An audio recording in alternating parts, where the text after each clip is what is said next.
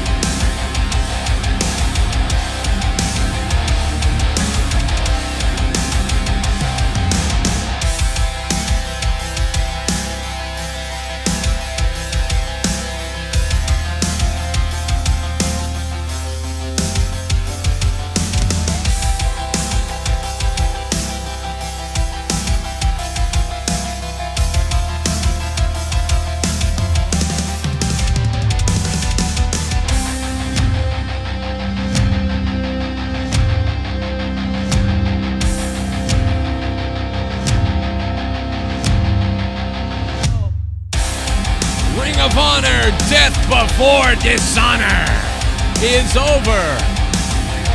Huge table spot at the end there.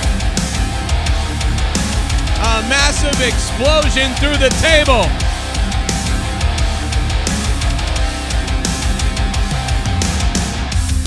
Tonight, people are getting hit in the head with belts. They were getting hit in the head with bells, belts, and just about everything else tonight at Ring of Honor.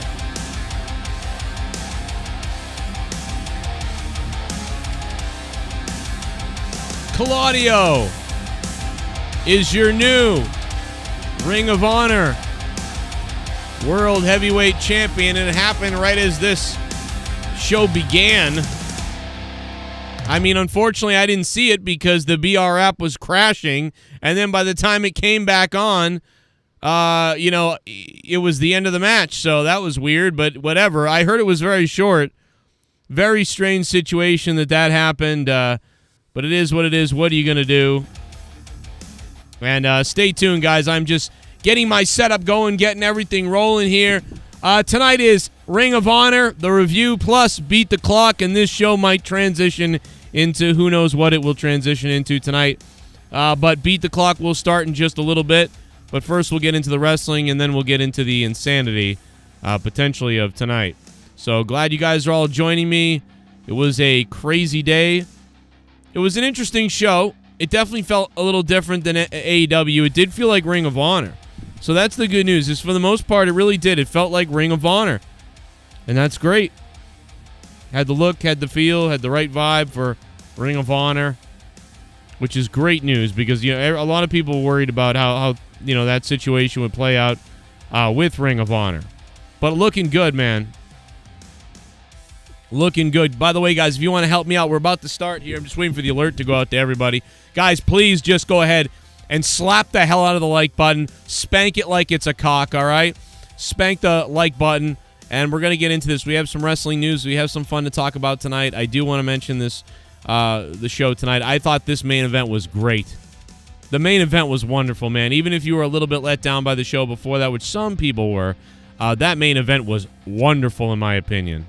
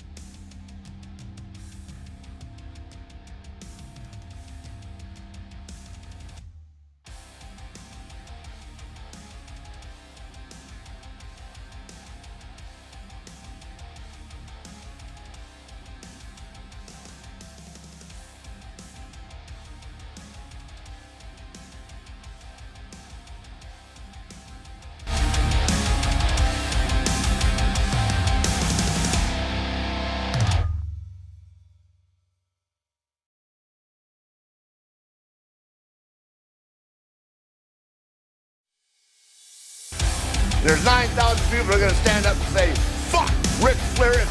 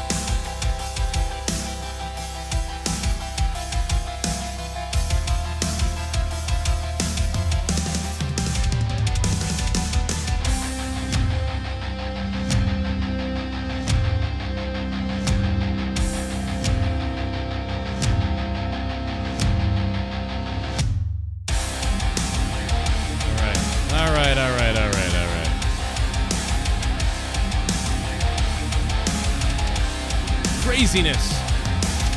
Absolute crazy show, man. Hey, what a main event, dude. I felt great watching that. I felt great watching that main event, man. That thing pumped me up, bro.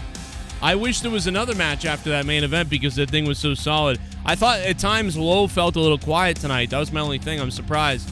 They were pretty good, though. You know what I mean? Good to be here with you guys. Ring of Honor, Death Before Dishonor. And, of course, we're going to start Beat the Clock a little bit later as well. But what a show tonight, man. Claudio finally gets a friggin' title.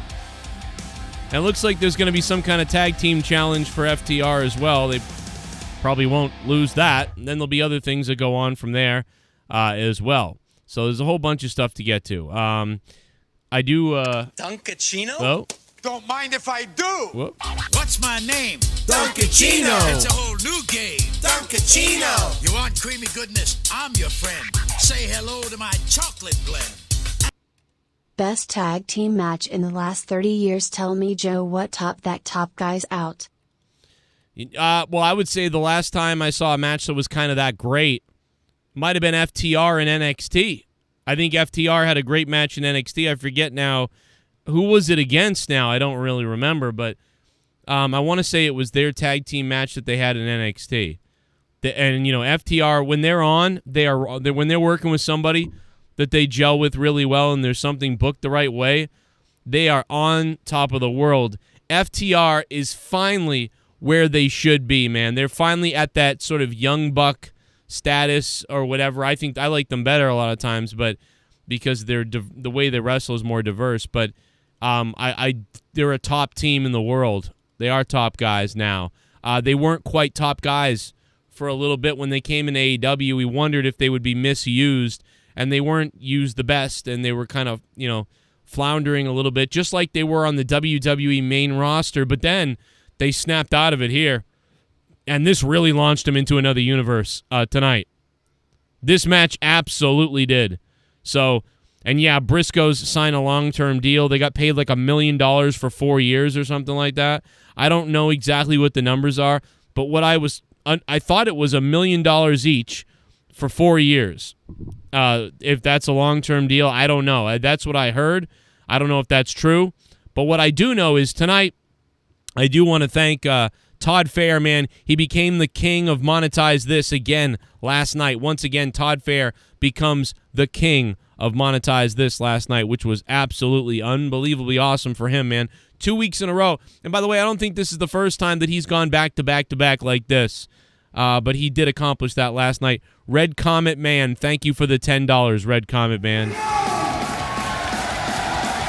Welcome, everyone, to Death Before Dishonor 2022 from the Science Center. I guess my pay-per-view just started over. I didn't even realize. She scared the hell out of me. I'm like, whoa, the hell's going on?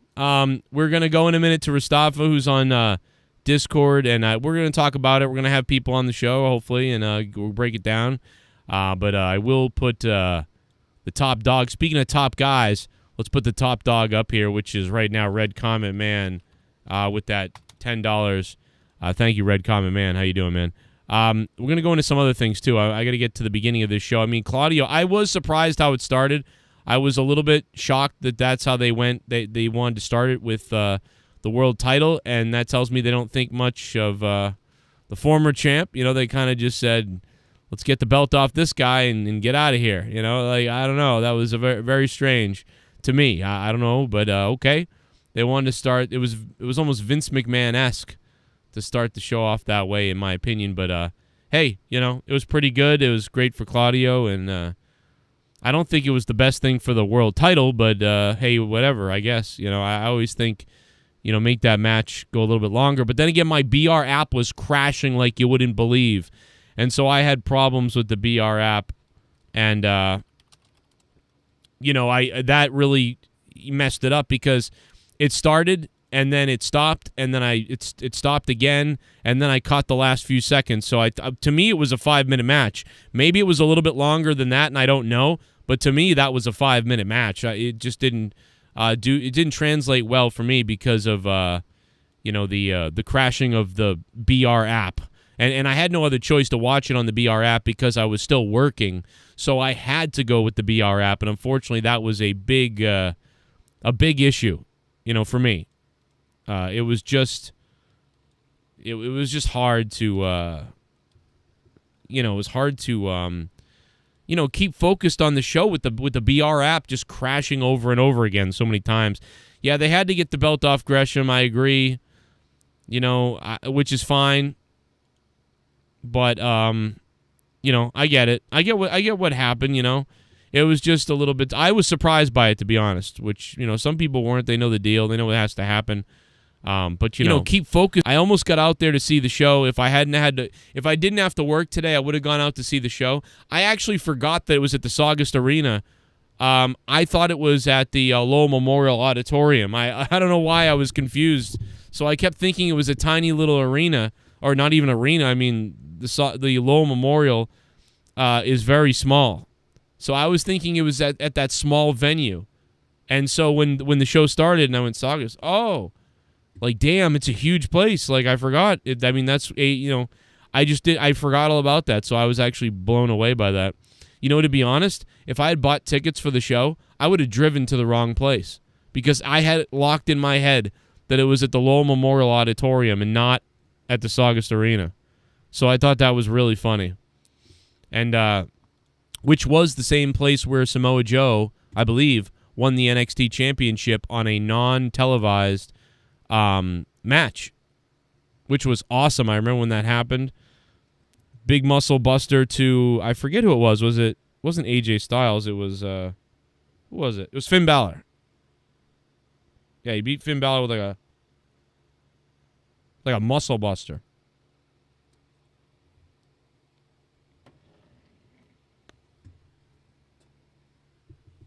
Gresham's 3 feet tall.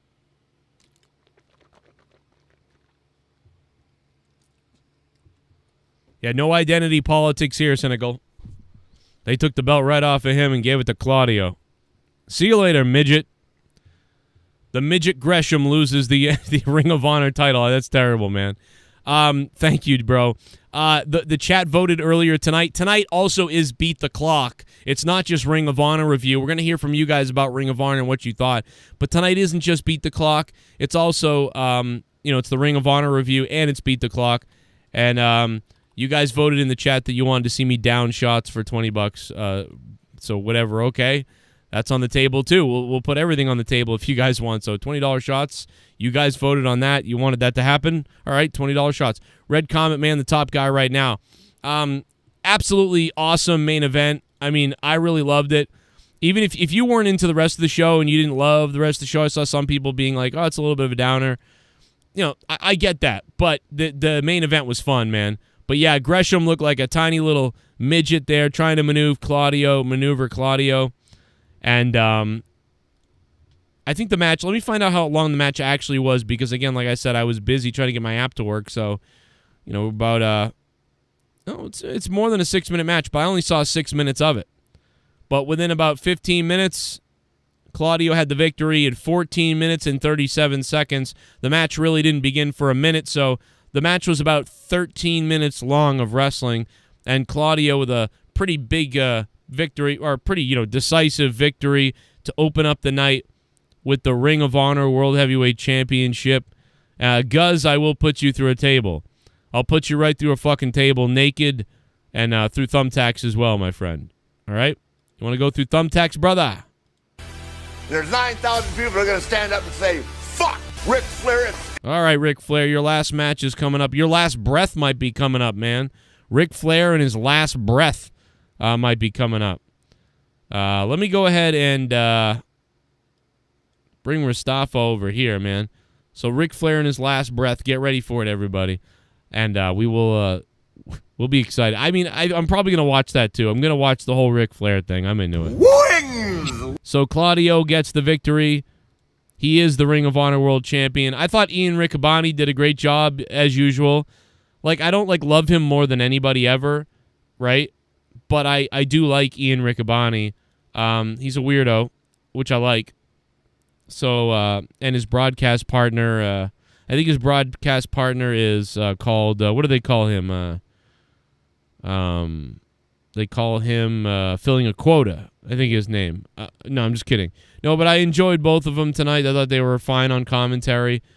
It's very sporty and serious, the Ring of Honor call, in my opinion, which is okay. It gets a little silly at times, but when it's appropriate. Commentary in Ring of Honor has been fine. I've always kind of liked it. It's nothing crazy, but it's better than Impact Wrestling. It's better than WWE, and maybe at times it's better than AEW in some ways. But I think I still prefer AEW the best over anything, and I'd prefer it much better if they hired me. So hire me, Tony Khan. Please hire me. I have 3 kids to feed. Tony Khan, thank you. Also, we're going to be going to the press conference in a little bit. So we're going to be getting sound clips from that to hear what Tony Khan says about this show, what he thought, what the future is, whatever. We might get some interesting tidbits from the press conference. I really do hope we do get some good little tidbits out of that press conference in a few minutes. That's going to be fun, I think, to pull that apart and see what they have to say there. So we'll get ready for that. You raised a piece of shit. And you raised a piece of shit. Thank you, Christian. Then the Dalton Castle tag match. You could argue this should be on the opening or the pre-show. Listen, I've watched Vincent my whole, for like 15 years in wrestling. Vinny Marseglia, you guys know Vinny Marseglia is a buddy. Somebody that I've watched through the years with guys like TK O'Ryan, Matt Taven, Mike Bennett over, in the Massachusetts area. So I'm always pulling for Vinny Marseglia or Vincent or Vinny or whatever they're going to call him now, or he's been called for a while now. But I love his new look, his persona that he's had for the past, 4 or 5 years now. But I remember when he didn't know who he was, man. He looked like he wanted to be Jeff Hardy. He looked like he wanted to be Randy Orton at one point. And, then he finally changed and started going with that Ink Sanity thing that he did. And then he sort of went with this sort of... maybe some people would say sort of Bray Wyatt-ish type of thing, but I really think he has that sort of Devil's Rejects vibe, Charles Manson thing, a little bit separate, White Zombie, Rob Zombie type of look. So, I think that that's different enough that he really has developed his own personality and situation, which is what you got to do, man, to be successful, and I think he's done it. I've said that for the last few years, so I appreciate seeing him. He's a great guy, man. I really have always enjoyed him and calling his matches. So, how much coke has he snorted tonight? Oh, that's right. We're going to find out how much Tony Khan is on tonight. It's going to be great. That's another reason why I wish I went out to Ring of Honor tonight, man. I would have loved to be at the media scrum and maybe get some questions in that are worth a shit instead of about the music or whatever the hell, I paid for, Leah's feet pics are $2,000, so. Damn, man, Gresham is pretty badass, but is really short. That sucks. Yeah, a lot of people crapped on Gresham, though. They really did. Like, people are, like, in the chat, are just crapping on him, dude. He got buried all night. I think though that Dalton Castle tag match really slowed things down. The crowd just died at that point. I don't know what happened, but the low mass crowd was a bit quiet at times tonight. They were a little bit tired. They're like, okay, they weren't really into everything. That I'll say, but again, they were pretty quiet for a bit. Serena Deeb did lose her match, which I did think was going to happen. I saw a lot of people told me Mercedes Martinez would pick up a victory here. Rather Serena Deeb would win over Mercedes. But I think Serena Deeb is such a AEW person, you know what I mean, that they really want to solidify their champion, and that's what I think Serena Deeb was there to do, was help put over Mercedes Martinez and make her look strong and good and all those type of things. So well done there. I guess, that's what I thought was going to happen. Samoa Joe, Jay Lethal, 17 years in the making, or whatever you want to call it. It had all that story build up. The crowd was fairly hot, but it was, that was a bit of a shorter one too, I thought. I thought some of this stuff really ran by. Solid match, I guess, right? And it's Joe trying to perch. But again, a lot of these matches, the crowd was kind of out of it until the very end. Out of the clutch. Got the big Dragon suplex. Instead rolls him out. looked for a dragon suplex, that snapmare. Not going to happen there. So Samoa Joe submission. There was just a lot of things that I think the crowd was like, they enjoyed watching it, but they weren't exactly like blown away by it, or you know what I mean? They weren't getting into it as much as I thought they would get into it tonight. But then the main event, the main event fixed all that though. The main event was so great that if you weren't the most thrilled with this pay-per-view, that main event set you up, man.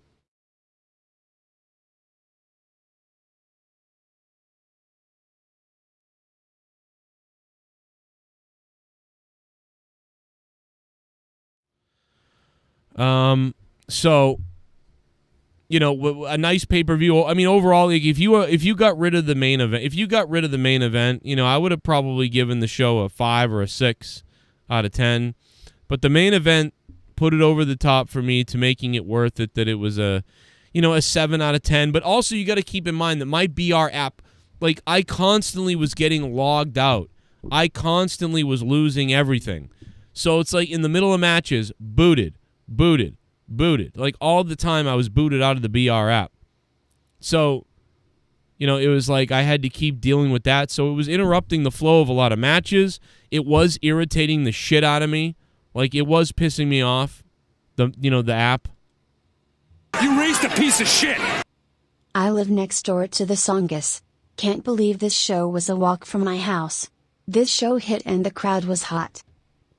The crowd was pretty hot at times, but I don't know, man. I felt sometimes the crowd wasn't hot, but Lil Alien Boy, what's going on, man? That you could walk to the show, that's crazy.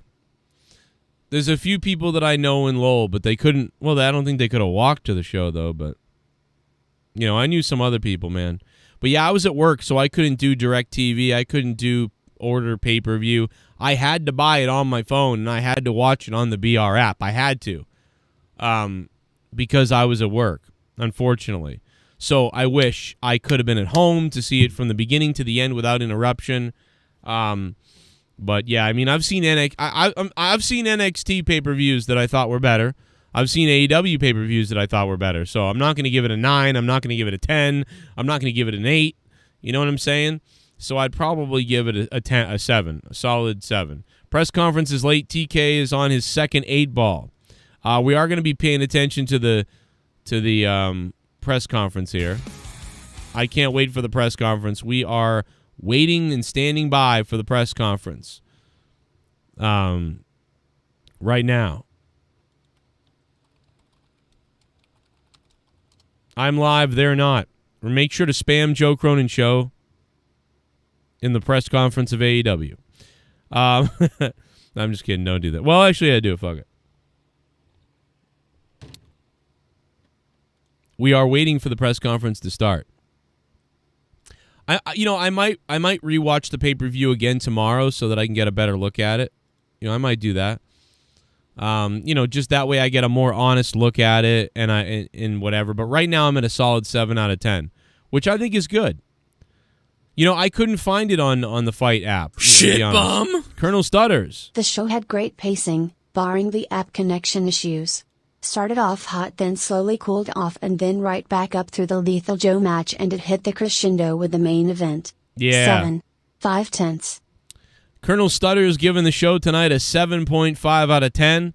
That's pretty solid. And thank you, Colonel Stutters, for becoming a $5 shit bum. That's not going to beat Red Comet Man's $10, but it's getting close. But speaking of beating somebody, let's go beat Mustafa. What's up, What baby? I do, bro? I'm just kidding. Want to throw hands, dog? Yeah, I want to throw hands. Jump in. You can be Jay Lethal. It's because I'm brown, isn't it? Well, yeah. I mean, I look too pasty to be Samoa Joe, but we'll just have to go with it. Just spend a few days in Miami, bro. Yeah. It's okay. You'll get that tan. I'll turn red. Like, I won't turn tan. I'll turn fucking red. You'll be a real American. I'll look like a burn victim. But yeah, I don't know, man. So what'd you think? I mean, hey, listen, I'm just gonna tell you right now. The match of the night is the main event for me. Nothing else beat that, right? I mean, in terms of the main event, for the pacing, the execution, the payoff, and the build-up, I don't argue with that. However, though, there's still a lot to talk about with this whole body of a pay-per-view show. And I understand how you would see it based around the fact that it might have been like a 5 or 6. I disagree kindly, only because there was just everybody busted their ass tonight. Well, I think my problem is that I didn't see it all the way through the right way. I think I was irritated. I was literally irritated, like, to be honest.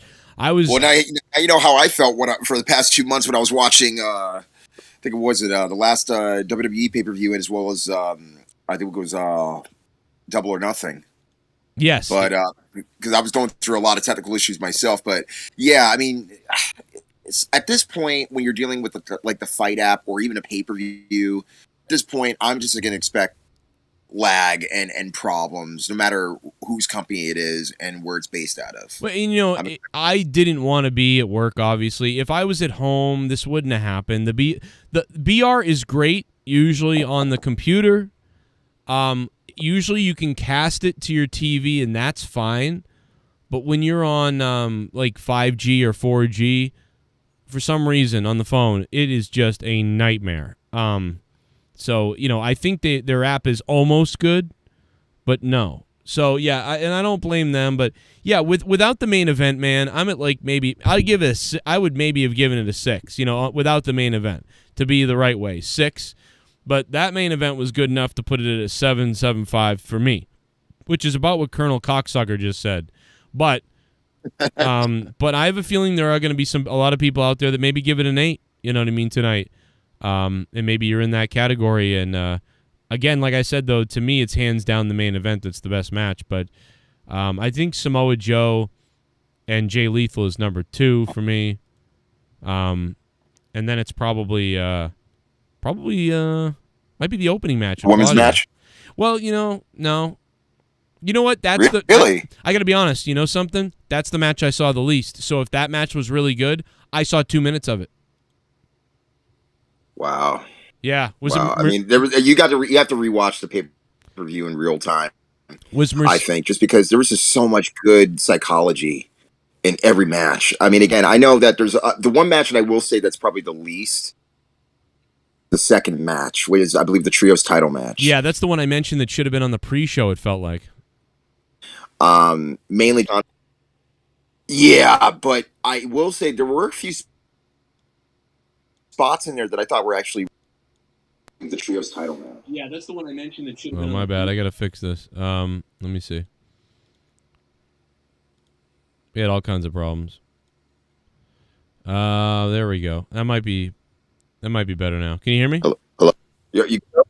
Yeah, I can hear you. Can you hear me? Yeah. We're good. Okay, we're back.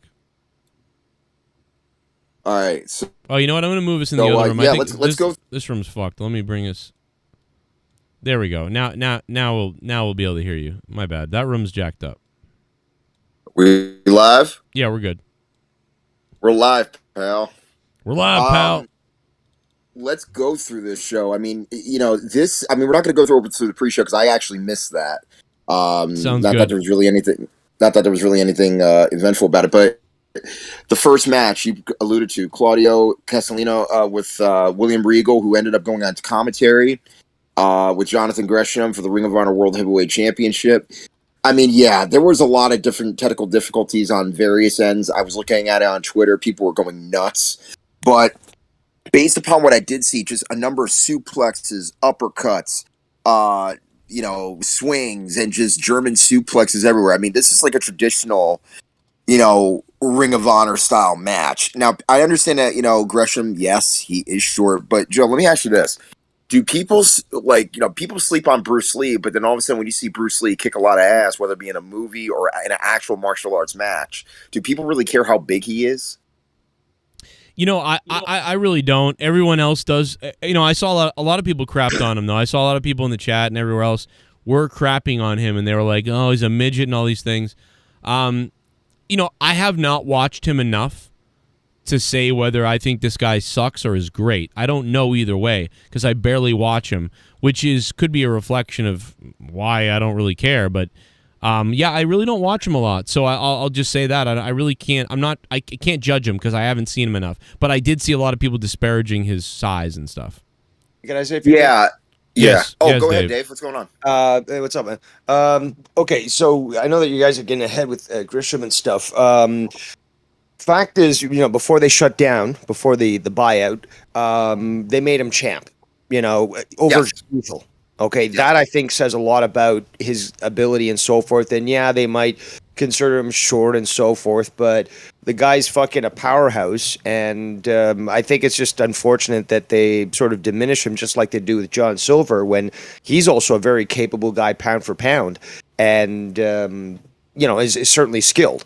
But I did watch the pre-show. I know you said that you didn't. I actually enjoyed it. The first match with Colt Cabana, it was okay. Nothing too special from that. Gaga. There was a great match on the pre-show, Dave, and you're probably going to talk about it. But yeah, there was one thing I liked. Well, you had Cheeseburger come back, and Yay! they're putting that over. He was actually in. I was talking about this earlier. He was in. It's called Tuktoyaktuk. In basically, it's on the Arctic Sea. What the hell did you just call me? Tuktoyaktuk. It's like new Asian dish. Did you just speak African? It's Inuit, but so basically he went up to Canada to like this really North Point and won a title, and then he came back and stuff. I was seeing his tweets and stuff, but yeah, he did. That match, the Trust Busters won, and then you got a guy that looks like he's 50 years old, but still thinks that he's like 15, wearing like shit from like the shit that Joe would wear back in the 90s and stuff, with the big, fun fur pants, whatever the fuck. Most politicians then. It was just, that match was okay, but it was nice to see that there was like a lot of people said, good pacing and so forth. And for a free pre-show, actually, I thought it wasn't bad at all. It was. It was an hour. It was an hour on YouTube, right? Cage's match, Brian Cage's match with the Gates of Agony versus Deppen, Zane, and Christian. That's the match. That was good. Like, these guys are fucking powerhouses, and Cage is a machine, just like his name says. Yeah, and it's sad though, because I thought Brian Cage would do even more so, more than above average when he was in AEW. But yes. I mean, the fact that Ring of Honor now under Tony Khan, which by the way, we'll talk about this as we go along, it didn't feel like an AEW project. Oh my God, I'm sorry. Go ahead. I agree with you, Mustafa. Keep going, Mustafa. I apologize. No problem. No, it's just that I was saying, like, it didn't feel like an AEW joint project of Ring of Honor. It felt like a Ring of Honor show. It felt authentic ROH. It's like there was no, interaction with AEW brand. Or even the camera angles, like the way it was shot, like the feel and the vibe, and you could definitely feel the energy in that place with the fans. But yeah, going back to Brian Cage, I mean, I'm hoping this can become the pond in which he really, breaks out of the shell. Because granted, he was great in Impact. So was Gresham when he was the champion. But this is definitely going to be the spot where I think he'll shine, as well as all the other members of that group. But anyways, Joe, go ahead. What were you going to allude to? No, I was just. Can you see my video right now? Yes, I can. You're making fun of Tony again? I'm sorry. Just watch. What is he drinking, dude? Look at him. I don't know. Look at this. Watch Look this. at his eyes. Yeah. Yeah. Very Maybe- groovy, oh, no, I know baby. Very He's drinking. groovy. I know what he's drinking. Canadian Club. He's drinking Dr. Evil's mixture. Yeah, baby. Very good. He's looking at him. He's like, "You're so dreamy." With his so 5 weird. o'clock shadow. Oh my god, bro. That is the weird right there, that stare. Good, baby, very good. Very gur. I can't get enough of this guy. Oh god. Is this going to be your new GIF show? This is gonna be something. I'm definitely gonna look at this. Oh yeah. Look at him. He looks fucking wrecked, bro. This is why the press conference took so long to start. No, but This you know is what? His another- press conferences they're always fucking great. No, they It's are. probably because of his fucking expressions alone and stuff, and his enthusiasm for the Yes. for the whole event and stuff. But yeah, he makes those press conferences. I am absolutely obsessed with watching his behavior. I don't know why.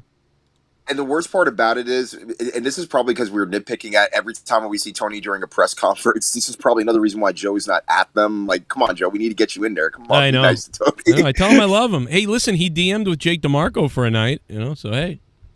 Hit him. The guy who said, leave Brittany alone. Well- I'm doing the same thing for Tony. Just leave him alone. I love him. That's why I talk about him. Just leave Tony alone. If I think that if Ian Riccaboni accidentally lost his voice permanently, and Jim Ross, Excalibur, and a couple other people got in a bus accident, and a few other things happened, I could potentially be called. I think we just have to have a few things.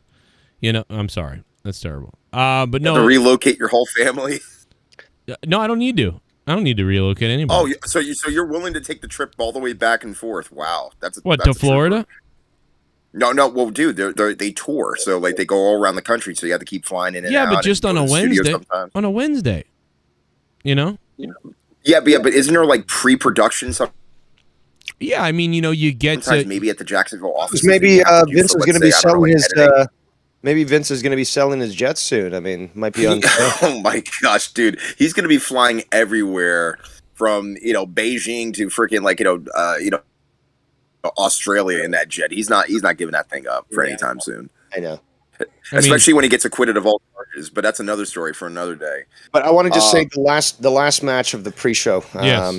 because you guys didn't watch. That was the best one. That's the basically- one I think I watched, right? Well, that wasn't the last one. The last one was Allison Kay versus Willow Nightingale. Okay, then I missed that too. So the only one I saw was the one you just talked about. I thought that was really good, like you said, with Brian Cage. So that was all I saw. And that was probably the highlight, I think, of the pre-show. But this one wasn't bad either. Willow showing herself to be, a viable contender. She's in AEW much more. But, the match went well, and it was entertaining.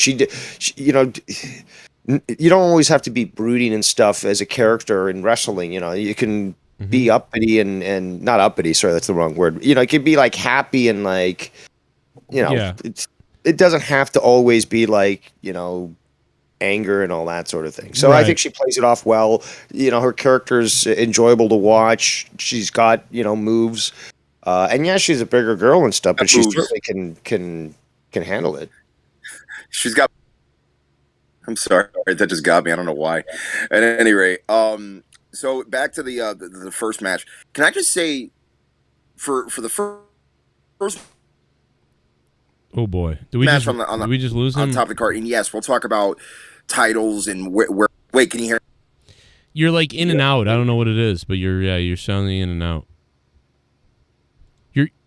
You're usually all right, but yeah, you started talking and you just went in and out, kind of like a whore, And now we lost him totally, it sounds like. He's probably trying to fix it or whatever. It's probably because the video's on. Whenever he puts his video on, but it's off now actually. Yeah. So. But this first match that he's talking about, Jonathan Gresham versus Claudio Castagnoli, which I still have difficulty saying. But I was surprised they actually put this first. I thought they were going to actually have it right before the main event because that's, again, it's the world title, the ROH world title. And I thought that maybe they'd hold it off, but to have the pay-per-view start off with that, I thought was quite good. Yeah. I enjoyed that fact. It was exciting, yeah, because I didn't see it coming, so it was exciting. And then he gets the win. The only, you know why I was mad at it and it threw me off is only because of the fucking app. If the app worked right, I would have been excited. I would have saw it from the beginning to the end and gotten over it. But instead, it's like it starts out with him, and I'm like, wait, this match is starting off, and then the BR app closed, and then wouldn't open for 4 minutes, and then I started watching. Link. I know. Like, yeah, I know you did. No, I started watching your link, and then that was having trouble on my phone for whatever reason. Oh.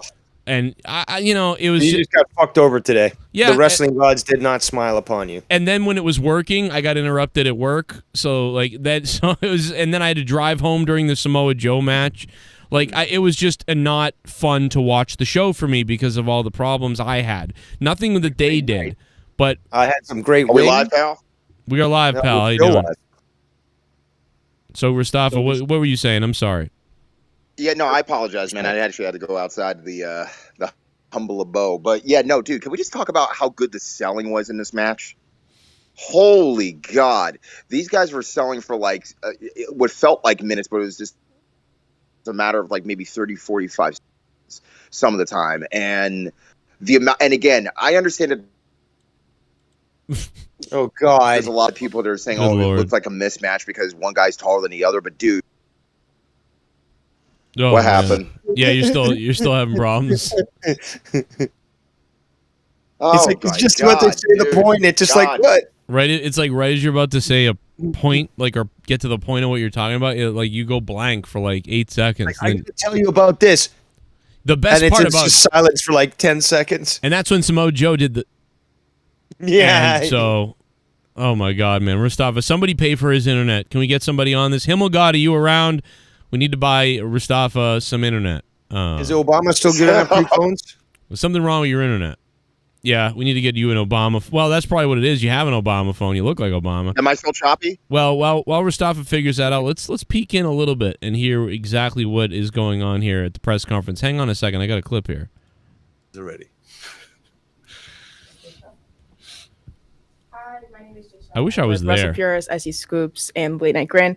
And I just want to talk about that moment. We saw Scumbag place. the look on your face, like all of that disbelief. Can you take us through what was going through your head during that moment when you saw all the confetti flying down and they're wrapping the championship around your waist?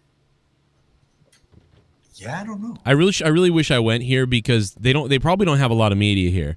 Because when they were in Boston at AEW's second show ever, do you know how many members of the media were there? 3. No.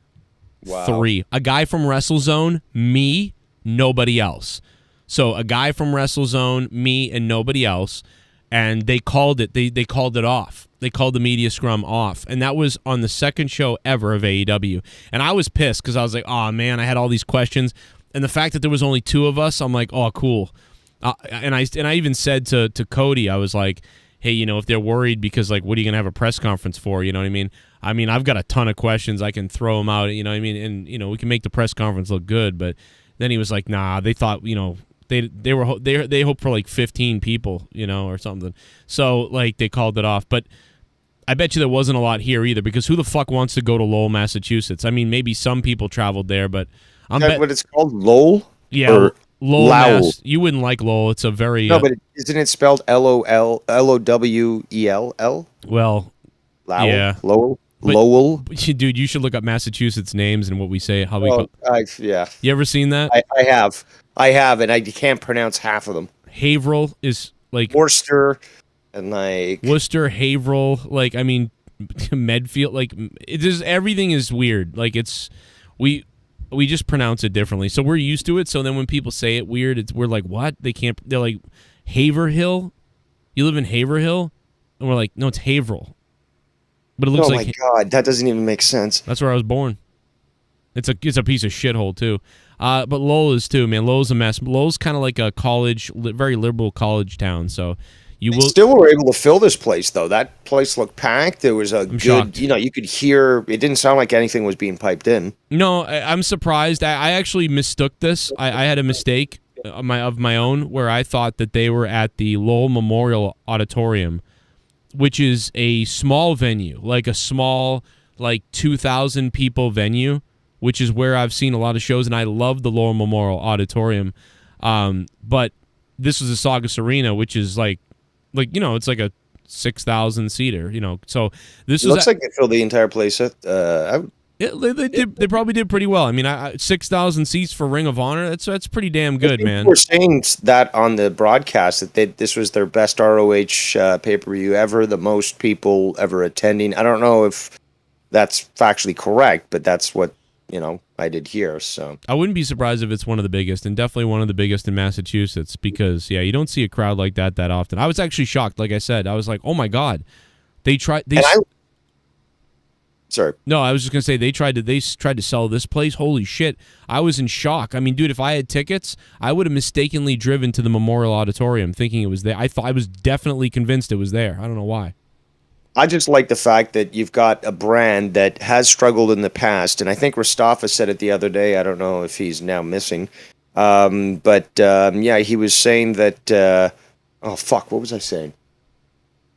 Something about the. Damn it. Brain fart. Sorry.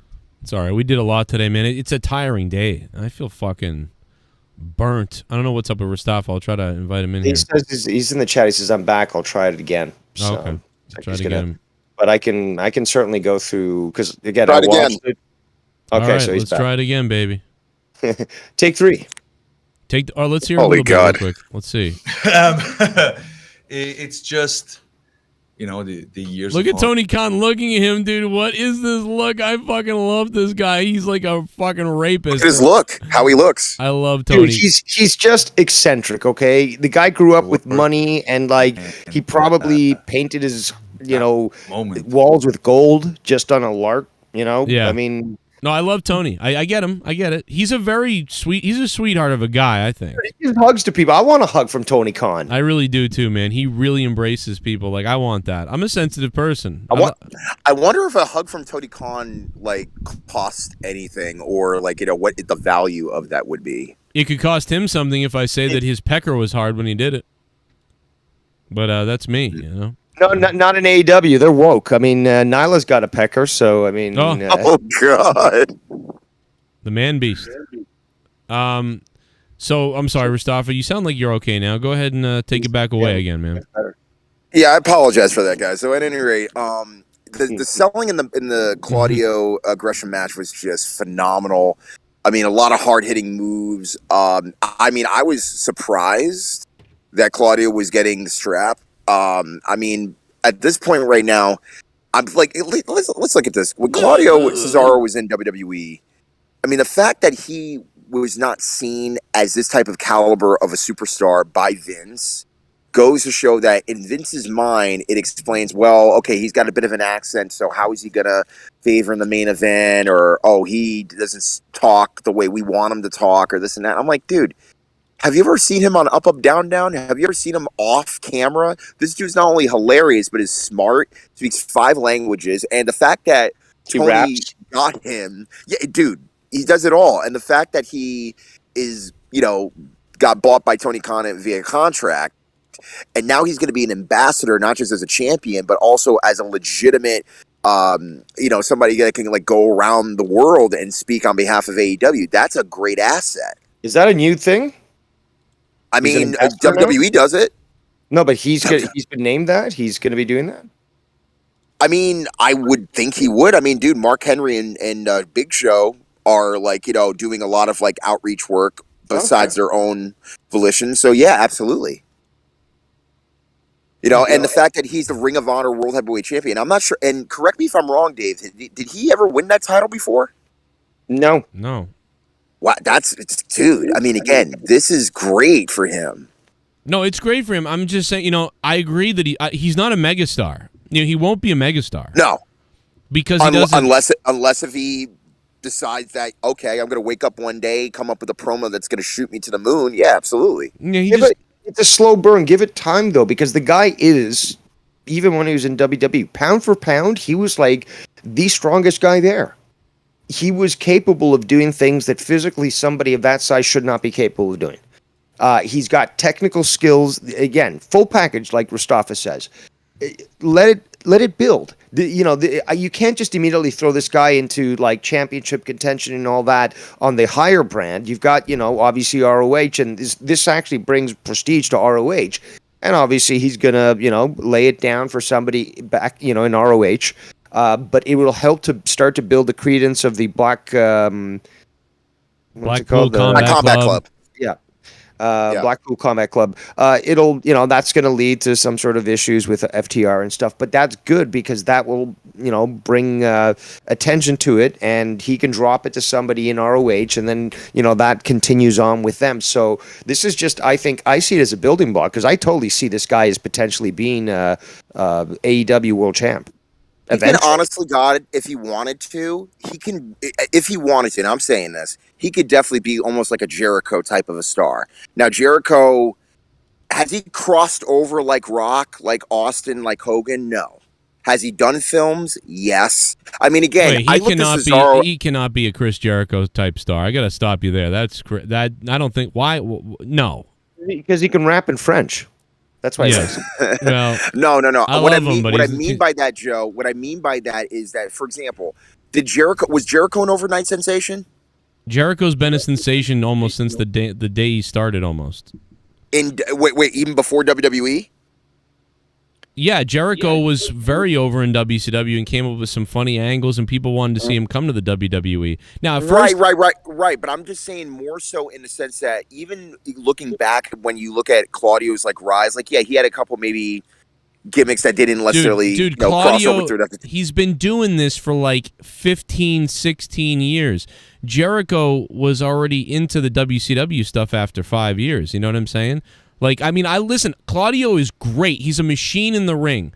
He should be booked that way, as a wrestling machine who's likable or not likable, either way, whether he's liked or not liked. If he's a heel, he shouldn't say a lot. If he's a face, he should have fun and be a serious wrestler. I think Vince saw I don't know about that, because like even as a heel, he could definitely come up with some great promos. I mean, even just a simple promo that he did a few weeks ago, talking about blood and guts. I mean, I believed every word that he said. And it could go either way. He is like he's like a Dean Malenko or Chris Benoit, like as far as like what I take him as.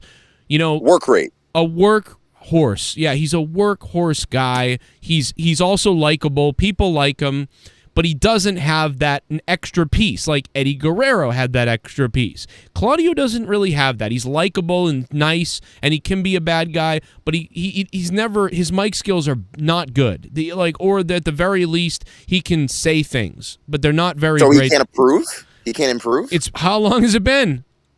I mean, I know, but again, like I said, if it took Austin 8 years or 7 years or whatever it was before King of the Ring to come off with that one promo, it only took one promo to put him over. No, because Austin was I know what you're trying to say, but I mean, there's a potential for somebody anywhere, anytime to cut a promo that's a certain way, but they've given him multiple chances and situations to do things, and it always comes off where like, damn, he just isn't good on the mic. I've said it a million times.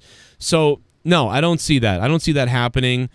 I don't see Dean Malenko like going out there one day and finally saying something that triggers like this massive explosion. It could happen to anyone, maybe at any time, but I don't see that, man. This guy's been wrestling for like 15 years. This is what he does. He's a wrestling machine. That's why people like him, just like Benoit was. I just wanted to quickly add that I remember when Jericho premiered in WCW, and he was already over then. I mean, people had already known about his work in Japan, and but that's like the hardcore audience. That was like the hardcore guys, and I'm not speaking of hardcore as a style. I can't relate to the normies. I'm sorry. Yeah, I can't go there with you on that. He's like Jericho or something. Like that's crazy to me. Like, listen, he's finally won his first world title, because if he was better on the microphone, this wouldn't be his first world title. He's got everything else. If he was better I agree on the microphone. on that. I'm not disagreeing with that at all. Okay. I'm just saying that if let's just say in a perfect world, Claudio did have that one promo that took him from just being a superstar. Now all of a sudden he's reaching a higher level than that, which again, it's going to have to take the right program, the right situation. But again, Austin spoke in the Hollywood Blondes. Stone Cold Steve Austin cut great promos or decent promos at least in the Hollywood Blondes. He cut amazing promos in ECW. And then he went to WWE and he cut the fucking, you know, a bunch of great promos before he ever got to the Bombshell 316. So like already that's, you know, I mean, Cesaro has never done that. The best promo, I'll tell you what the best promo Cesaro's ever cut. It was on a like pre-show for WWE or a post-show. It was like SmackDown Talk afterwards or whatever, and he cut a promo on how he's screwed over, and there was we were confused if it was a shoot or real or what it was. That was his best promo ever because he was dead. It seemed like he was dead serious about whatever he said. And I remember we talked about it on the show. It was he was like, we're held back. They don't give a damn about us and that sort of thing. And he went on a rant, and that was his best promo he ever cut, and it wasn't even on the show. But and again, I'm not disagreeing with what anybody's saying here. It's just a matter of I just get the sense that, you know, if in a perfect world Claudio is able to step up, well then he's either going to sink or swim. That's all it is. Because again, if you create the most money generating feud or whatever, you're taken more seriously, especially in the higher ups. But Tony Khan obviously is a mark for everybody, especially if they're ex-WWE guys. Of course, he's going to be very close with them because he's also trying to get an idea of business-wise where to go from here, especially since that Vince is now gone. And don't think that Tony is not aware of this and is going to try to, you know, do something, obviously focusing on his own business, but definitely trying to figure out how more different can they be from everybody else that's out there in the wrestling market. But nonetheless, I like Claudio. I love him. I just think there's some people that over sexy about him. It's like he's fabulous in-ring worker. I just think I've been hearing this about him, though. It's not just you, Mustafa. I've been hearing this about him since, like, for years, for so many years. And I finally, after seeing him enough, I went, you know what, he can't do much better on the mic. But he'll be great for Ring of Honor World Champion. He'd be great for AEW TNT Champion or something like that. And only if the crowd got behind him in a certain special way would I put him in a world title situation in AEW or WWE. And they've got to put, like, Powerhouse Hobbs, for example, would be a great opponent against Claudio. Yeah. You've got to highlight the fact that this guy he can take down fucking Keith Lee. Yeah. And that would be a great fucking match. Yeah. Right. If they gave him... Oh, go ahead, Joe. No, I was just going to say, if they gave him... This is why I came up with the whole idea to have him rip his suit off. That's why, because I said... stole that. Right, but no, it's not that. I'm saying, like, he needed some kind of a character, and the idea of him coming out with the cool sunglasses on and then ripping his clothes off, that's what I saw for him, and then coming down all cool, and then the crowd gets hyped, and he's got a good song and that type of thing. That would... Dude, all he had to say was, "We the people," and people loved him. Yeah, see, that got over pretty well. Who's the actor that was in a lot of those sort of kind of like I don't know, like Asian movies or whatever like that with the bald head and the he was also in the Hobbs and Shaw movies. I can't remember his name. But that's who he reminds me of when I think of Claudio. Like, just like, you know, that European sort of kind of just like built to kill, like James Bond type of a guy. And I thought that would probably take him to the main event picture in WWE, but then they just put him with Sheamus and it became a great tag team. But we never could have seen his full potential if under pressure. Right. We never seen that yet. So until they put some pressure on him in order for him to step up, yeah, you're right. He's going to absolutely not grow at all as a talent and just be a great wrestler. Yeah, and it's too bad, you know, the "we the people" thing. He's got to find another way to. I mean, if I'm marketing him, I'm like, we got to come up with something that you can do that the crowd will like. And besides, this is the swing. And then, you know, we've got to have music that is like so cool, it's unbelievable. Like, we've got to have that going on. And you've got to come up with some things for him to say. But I think he could elevate a little bit better. You know what I mean? I think WWE didn't help him any. You know, he's completely... There's work to be done. And yeah, he could be working on the promos and stuff, or at least, like you're saying, find something that fits. You know what I would do with his whole international vibe that he has? I'd call him the worldwide savior, or something like shit like that. I don't know, the worldwide... Oh, kind of like a Miro type of a thing, except a slightly different gimmick. Yeah, or the worldwide entertainer, or the world's entertainer, or something like that. Something crazy. As a heel, he could probably utilize that for arrogance. Be like, I know all these languages, but... You know, as a face, it would have to be done in such a way where he's not like rubbing in. He's, more so it's an insult to his opponent, sort of like you're trying to talk to me and I speak, 5 different languages. You can't even speak English properly. He just cusses all the fans out in a different language every week. He just chooses a different language to cuss people, and they can go under the radar because it's on American TV. Yeah, exactly. That's funny. Man. That And by the way, the actor I was speaking about, his name is Jason Statham. Oh, I thought you. Jason Statham. I was Yeah. thinking Wait a minute, Statham? Jason Statham? Statham? Yeah, it's Statham. I'm sorry. Yeah. Statham. Oh, you mean Wait for the it. guy from a lot of movies. He's Yeah, in- like Hobbs Snack. and Shaw. No. Sorry, Um, go ahead. Hobbs and Shaw. No, he's in what's the movie he's in, the Transporter or something? That's his Yeah, big there we go. movie. Yeah, that's what I was gonna say. Transporter. Yeah. Okay, yeah, it's Statham, by the way. Yeah, Statham. Statham. Thank you. Speaking of people who need to be able to speak better, not just Yeah, well, Mustafa does this a lot, and I make Audio. fun of him all the time. He does this with people he knows how to say their names sometimes. I think it's the brain damage, to be honest. You raised But I a piece agree. of shit. Oh, They are the making a Jesus movie juice. based on Ricky Martin's nephew. Part went to Luis Alejandro without an audition due to his versatility as a top or a bottom. oh my Remember God. early 80s WWF when they had midget wrestlers? Oh yeah, I think they could find spot for Jonathan Gresham. yeah, they probably could. Oh, Yeah, Eat. be a nice little midget. understand this. I mean, this hate for the short man. I mean, I can understand with JD from NY, but I mean, No, with Gresham, I mean, the guy is talented and he's capable, and you've seen other people that weren't that large, but they were well built, and like they could just rip you in half like a phone book. Like, Dude, freaking, again, a lot of these guys, even like a lot of Canadian wrestlers from like the 70s, some of them may not have been 6 feet tall, but dude, they could break your leg or your arm if they wanted to. Or even Vern Gagne. I don't even think he was even like 6'2", but people like that were great workers can absolutely freaking kick your ass on the street if they wanted to. But that's another reason why, again, I love the art form of wrestling. It's not just one thing. And just because WWE has a certain formula doesn't necessarily mean that the formula is always right. And we've seen, you're absolutely right. We know that's the fact because we've seen, cruiserweights, for example, they weren't featured until who? WCW started featuring them, and that division became incredible. I mean, Kidman, for example, I always, liked his work.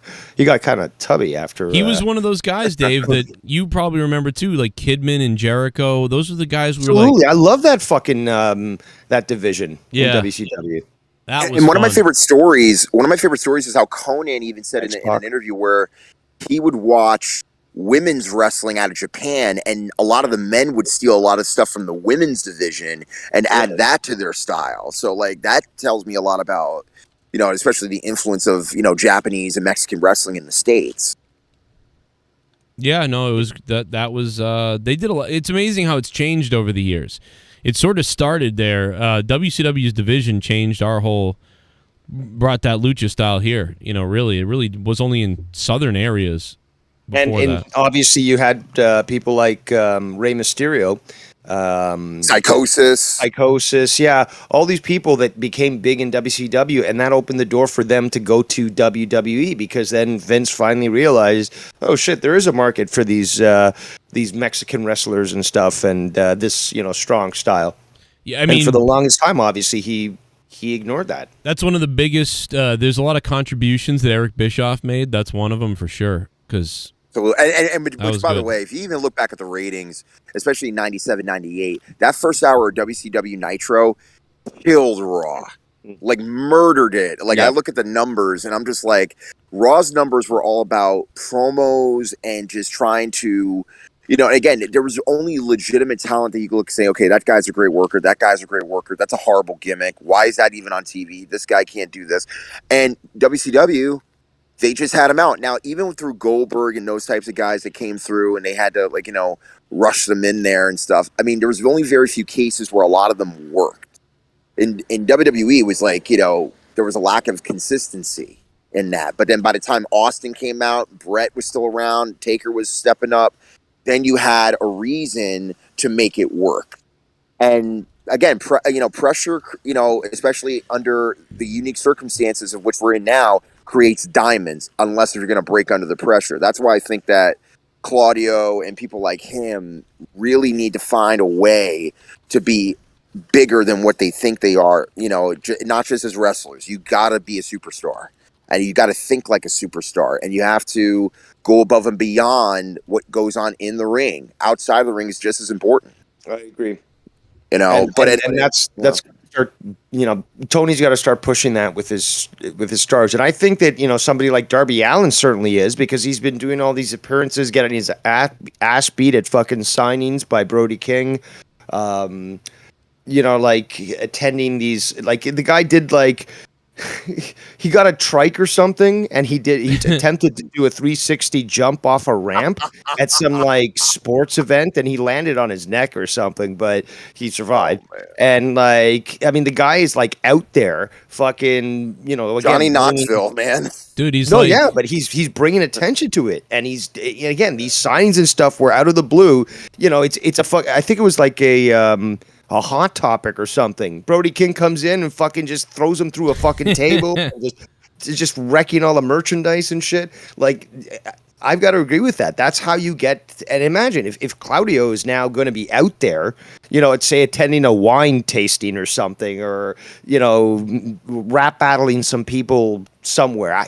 If he makes himself visible, I can agree with you. That's what is necessary to start social media, man. I'm telling you, again, social media is literally now the he said, she say of how to network with your audience and get over. I mean, again, that our business has changed. The business of wrestling has changed. Up, up, down, down with his title. Oh, dude, he was hilarious with the left, right. So for those of you who don't know what we're talking about, go when you have time, go to up, up, down, down, and look up left, right. The promos that he did with Breeze and people like that were just hilarious, and when they played Uno, even more hilarious. But going back to the pay-per-view, the second match, this was kind of the weakest match that I felt of the night. It was a 6-man tag for the trios titles. We had Dalton Castle and the Boys and the Righteous. So the Righteous are coming in as the champions. There was this one spot, actually two spots, where the Boys were being thrown out by Dalton on all the opponents, which I felt at this point was just so cheesy. Yes. But then that's his character. His character is cheesy, and deliberately so. But then the next spot that really scared me was, I can't remember the name of this gentleman, but he was the biggest guy on the yeah.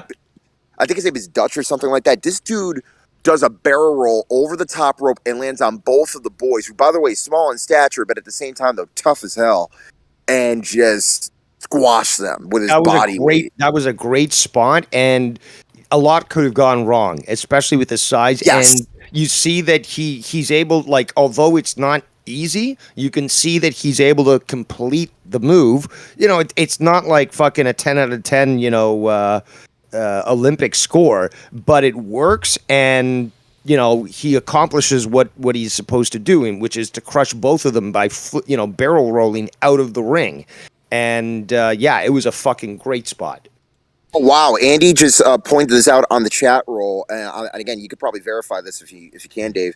They had to get the belts off of the 6-man because Vinny is signed to Impact. Now, at this point in time, I mean, I can agree, but I can also disagree as well, because everybody's intrapromotional at this point outside of WWE. So, But you know what, though? I think they really want to focus on the people they have signed to be consistent. So, maybe if Ring of Honor was already going, and then they became the champions, and they were over here, here or there defending it, I think they'd be okay with it. But because I think they need to launch strong with their own people, that's probably. I'm noticing that both with AEW and with ROH, and I guess because it's under the same umbrella, is that they're focusing, okay, we want these people as our full-time talent.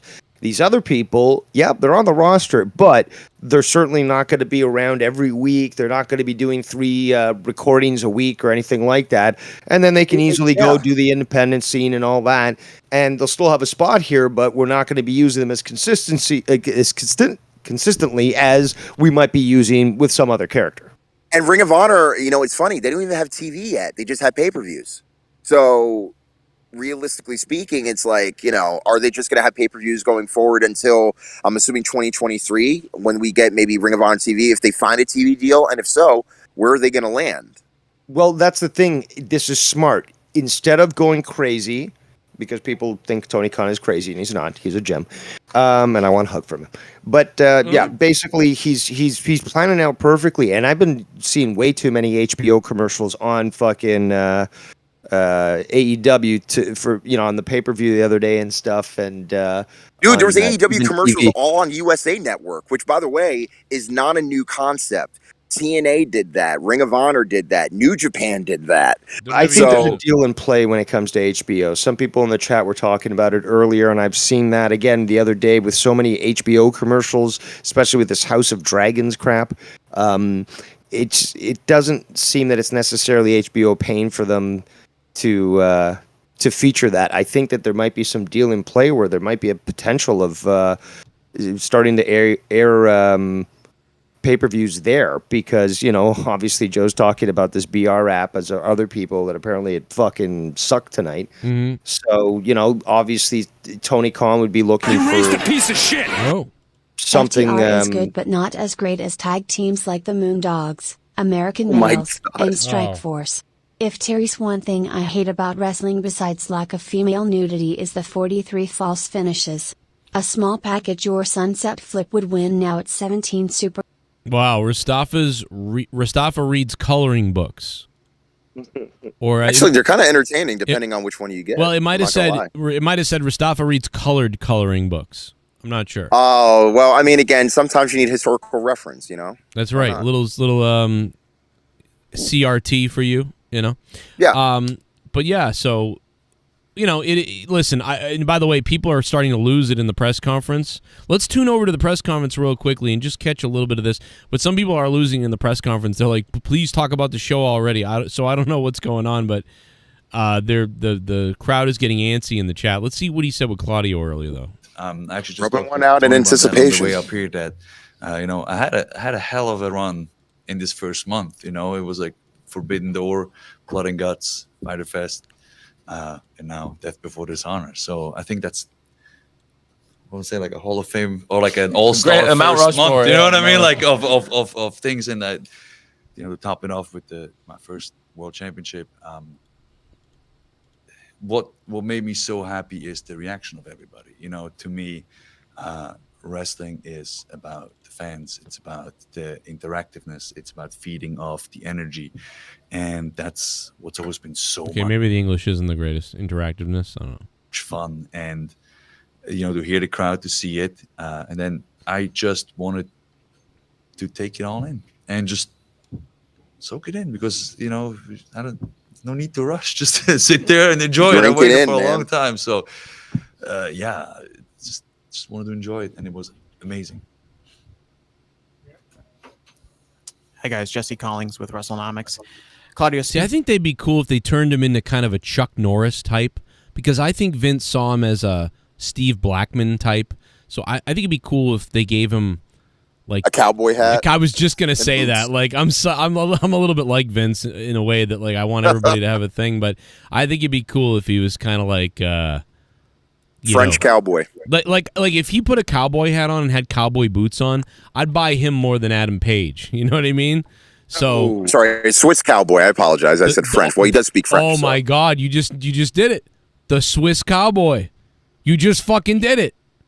Well, then he's got to feud with Hangman, or he has to be a tag team with Hangman. No, fuck Hangman. He's the Swiss. Nobody else is the Swiss cowboy.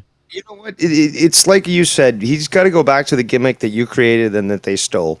And just like Mustafa is recognizing the Jason Statham look. Yes. The badass European hitman style.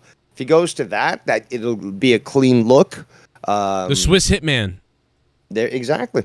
The Swiss the whole gimmick is like, hey, you want me to take somebody out? What's going to cost you a lot? And not only that, you have to sacrifice something of your own. For example, if I'm the heavyweight champion, you want somebody taken out. Okay, you owe me a title shot. Right. Done. And it'd be cool if he stood at the top of that ramp. And this again, like I said, this is what I saw back in the day. But they kind of, the problem is they bailed on it. They didn't really do it the right way with him. I thought the sunglasses, the hat, and music that synced up the right way with it, for him to come to the top of the ramp and rip in one shot that suit off. They probably can't do that now, though, because that's probably some kind of lawsuit or something. Which, by the way, I don't know. I mean, I don't know. But I can see a promo of him basically driving through the Swiss Alps in a Lamborghini or something, coming up to with some Tommy guns or something and shooting. Well, just to coming into a chalet and he's got like a couple of buxom ladies there, right? And he's like, "I'll see you later," or something like that. Like you can certainly see something like that, but. I mean, again, I love the Jon Moxley vignettes that they did for New Japan when he made his debut. Like, he was in a bar, he had a knife, and he's just, like, carving the logo. Yes, I do like that they gave him that creativity, too. And you know what? Speaking of that, I got to interrupt again. Remember before he made his debut in AEW, where he released that video? And yes. That was badass, and he did that while still working for WWE. The story about that's fucking crazy. Oh, dude! I when he spoke about that on the Talk Is Jericho interview, like I was like, oh my god, I got to know more. And then when he came out with his book, he gave like the whole setting of like how long it took to shoot, what he had to do. He had to literally drive from, I guess, a WWE event just to go out to like the location. I believe it's like in Vegas or something in the desert. It's so raw, it's so real, and it just fucking embodied what he was feeling. And that anticipation is like, oh my god, what the fuck is he gonna do? Where's he going? And the fact of the matter was that his contract ended literally weeks before Double or Nothing 2019. Like, how insane is that? Yeah. It's pretty awesome. Like this is another reason why, again, I love wrestling, is because when you think that there's unpredictability and that, and remember, AEW didn't even have TV until October of that year. Correct. Or September or October of that year. Yep. So the whole point of that was, again, what is going to happen? I love it when wrestling is unpredictable because it makes it more fun for the rest of us. Now, speaking this of match. Oh, go ahead. Oh, go ahead, Joe. I was going to say, speaking of unpredictable, but then it didn't happen, so never mind. Go ahead. Dude, this match, I didn't know where it was going to go either way, but I knew it was going to be kick-ass. We had Wheeler Yuta with William Regal, again, back on commentary, up against the Jericho Appreciation Society's member, Daniel Garcia, for the pure title. That was a good match. And you were talking about the other day about how Yuta was underutilized in Best Friends. To be quite honest, I even forgot that he was with Best Friends at one point. So it goes to show that clearly they weren't using him properly, but he's got a good look. He's got great skills. Rugged, pure. He's enjoyable to watch. And again, he comes up with great surprises. He's got great, ample moves. So, like, you can get almost just about anything from him. And he's well-spoken, and he can certainly cut a promo. So, yeah, like, I very much enjoyed this match specifically. Yeah, I mean, again, there were a lot of hard hitting. I mean, we talked about the first match being hard hitting. They basically took it to the dungeon. Do you know what I mean? With like dungeon wrestling. I don't understand the pure rules though. That I still don't understand. But. Based upon what I understand it, I'm assuming like there's certain like things that you can't do like you normally would in a wrestling match. Like for example, you can't use right hands, or you can't like do this or that because they're technically illegal. Or you can't, like, for example, headbutt your opponent into the post or something, like basic stuff, like old school. But in this case scenario, I mean, they were beating the crap out of each other with, like, headbutts, going out to the floor, doing stuff over the top rope.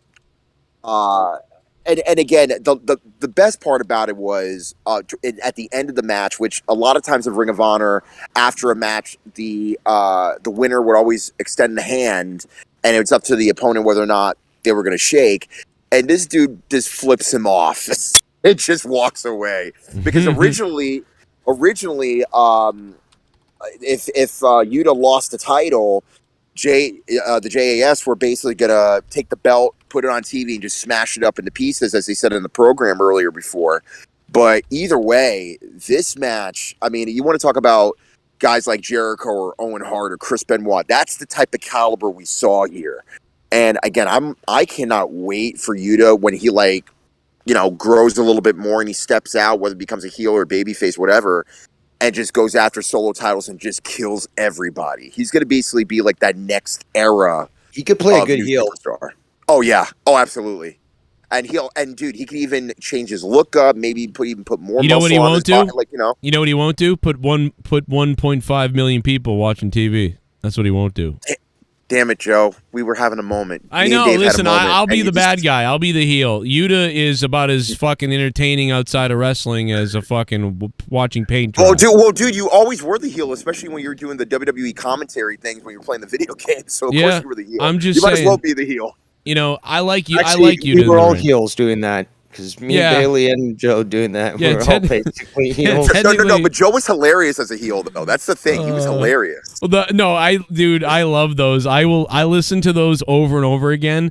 And to be honest, people begged me to pay and get Bailey and Dave to do that again because I will tell you something, man. Dave Rose, me, and JB doing those commentaries on purpose to be silly is honestly, you don't find that often. That chemistry was hilarious.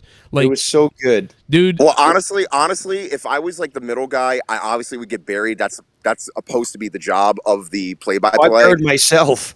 Oh, really? That sexually abused me. No, when Joe? when that timing when when we spent like half the match talking about how Dolph Ziggler sexually abused people, and then out of nowhere Dave goes, "Well, actually, I hate to say this, but you know, I was one of the people like that he abused." And then JB goes, "Oh, give me a break, Dave! Like, what? Stop it!" Well, I was like, dude, it's just the. Did you get paid in that lawsuit? Dude, I'm telling you, that fucking video, all those videos are great. The Bam Bam Bigelow one, and then the Dolph Ziggler is a rapist one. Like, those are the best two, and then there's a couple other ones that are pretty good. Wait, who was the wrestler that you created? Was it Butt Fuck Dumb? Butt Fuck Dumb, yeah. Oh my god. Yeah, we commented on his match too, I believe. Oh my god. Dude. Oh my god. But that was before I had.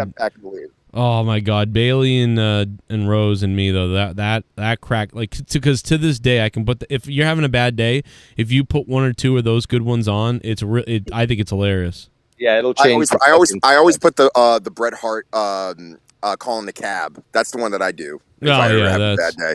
That one's classic. But at any rate, Rush taking on taking on Dragon Lee. This Roosh. match, They call this him one Roosh. is like this match is a again another one of those Mexican death match type of situations. Yeah, I thought Leo Rush was coming out. Yeah, Roosh. It's just one of those cases where I think the one moment in the match that I remember the most was when I think Roosh was charging for Jose. I'm sorry, for the Dragon Lee, and basically did a back body drop. We thought it was going to be on the apron. It was flat back on the floor. Yeah, I was scared for that. This dude. I was like, are you talking about the inside out springboard that he did? Yeah, no. So it was on the apron. He's going for a back body drop, which he did, but he angled him and landed flat back on the floor. Oh. Thank God there was padding. But then awesome. the other spot that scared me the most was, do you remember that suicide dive that he did? He basically headbutted him in the chest, and he went through the table. I've never seen physics like that ever in my life.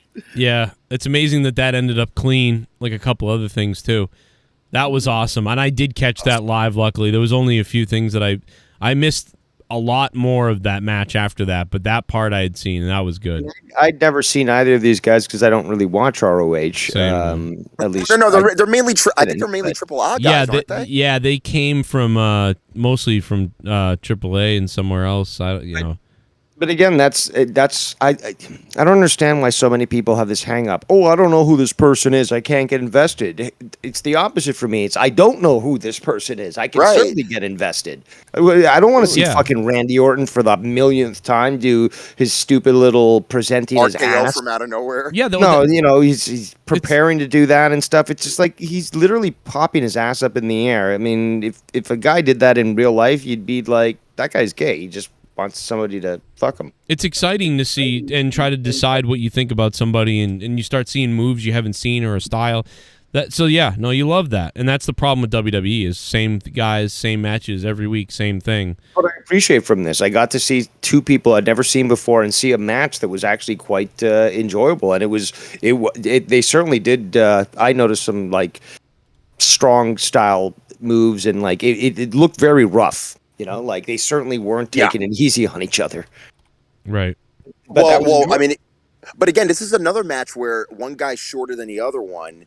And nobody said anything about that, but yet they put on a kick-ass match. So again, I hate put all the height crap away, man. I just like to see a great match, and this was a great match. So the next match, I know Joe didn't see much of it, but I'm just going to say this: this may be, and I'm going to go out on a limb here, Dave. This actually might have been my favorite women's match of the year so far. I gotta watch this because I missed this, and the fact that you guys are saying it was that good, fuck me. Now Dude, I saw Serena Deeb almost get fucking back suplexed on her head at one point. I saw that. The best women's match of the year. It ranks up there. I'm going to have to, if you present me with a list, then I can determine, okay, which one do I consider?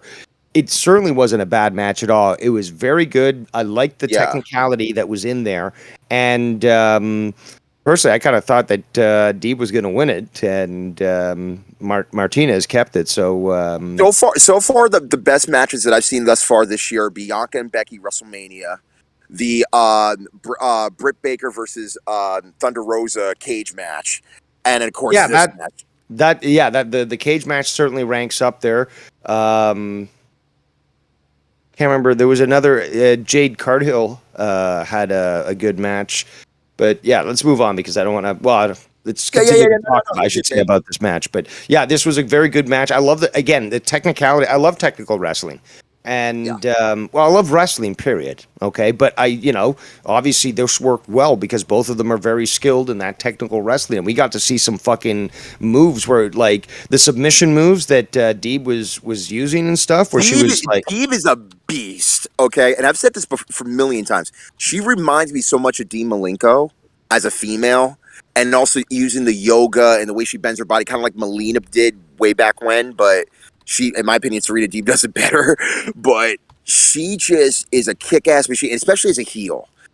And I did not realize this, and I'm such a dumbass. Like, I didn't realize this is the same Serena Deeb from when she was in the punk group, the punk group with the Straight Edge Society. You just realized this now?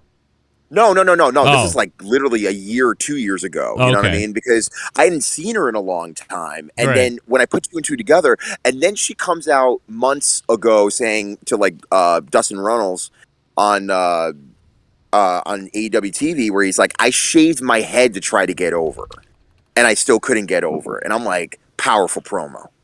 Yeah, that was good.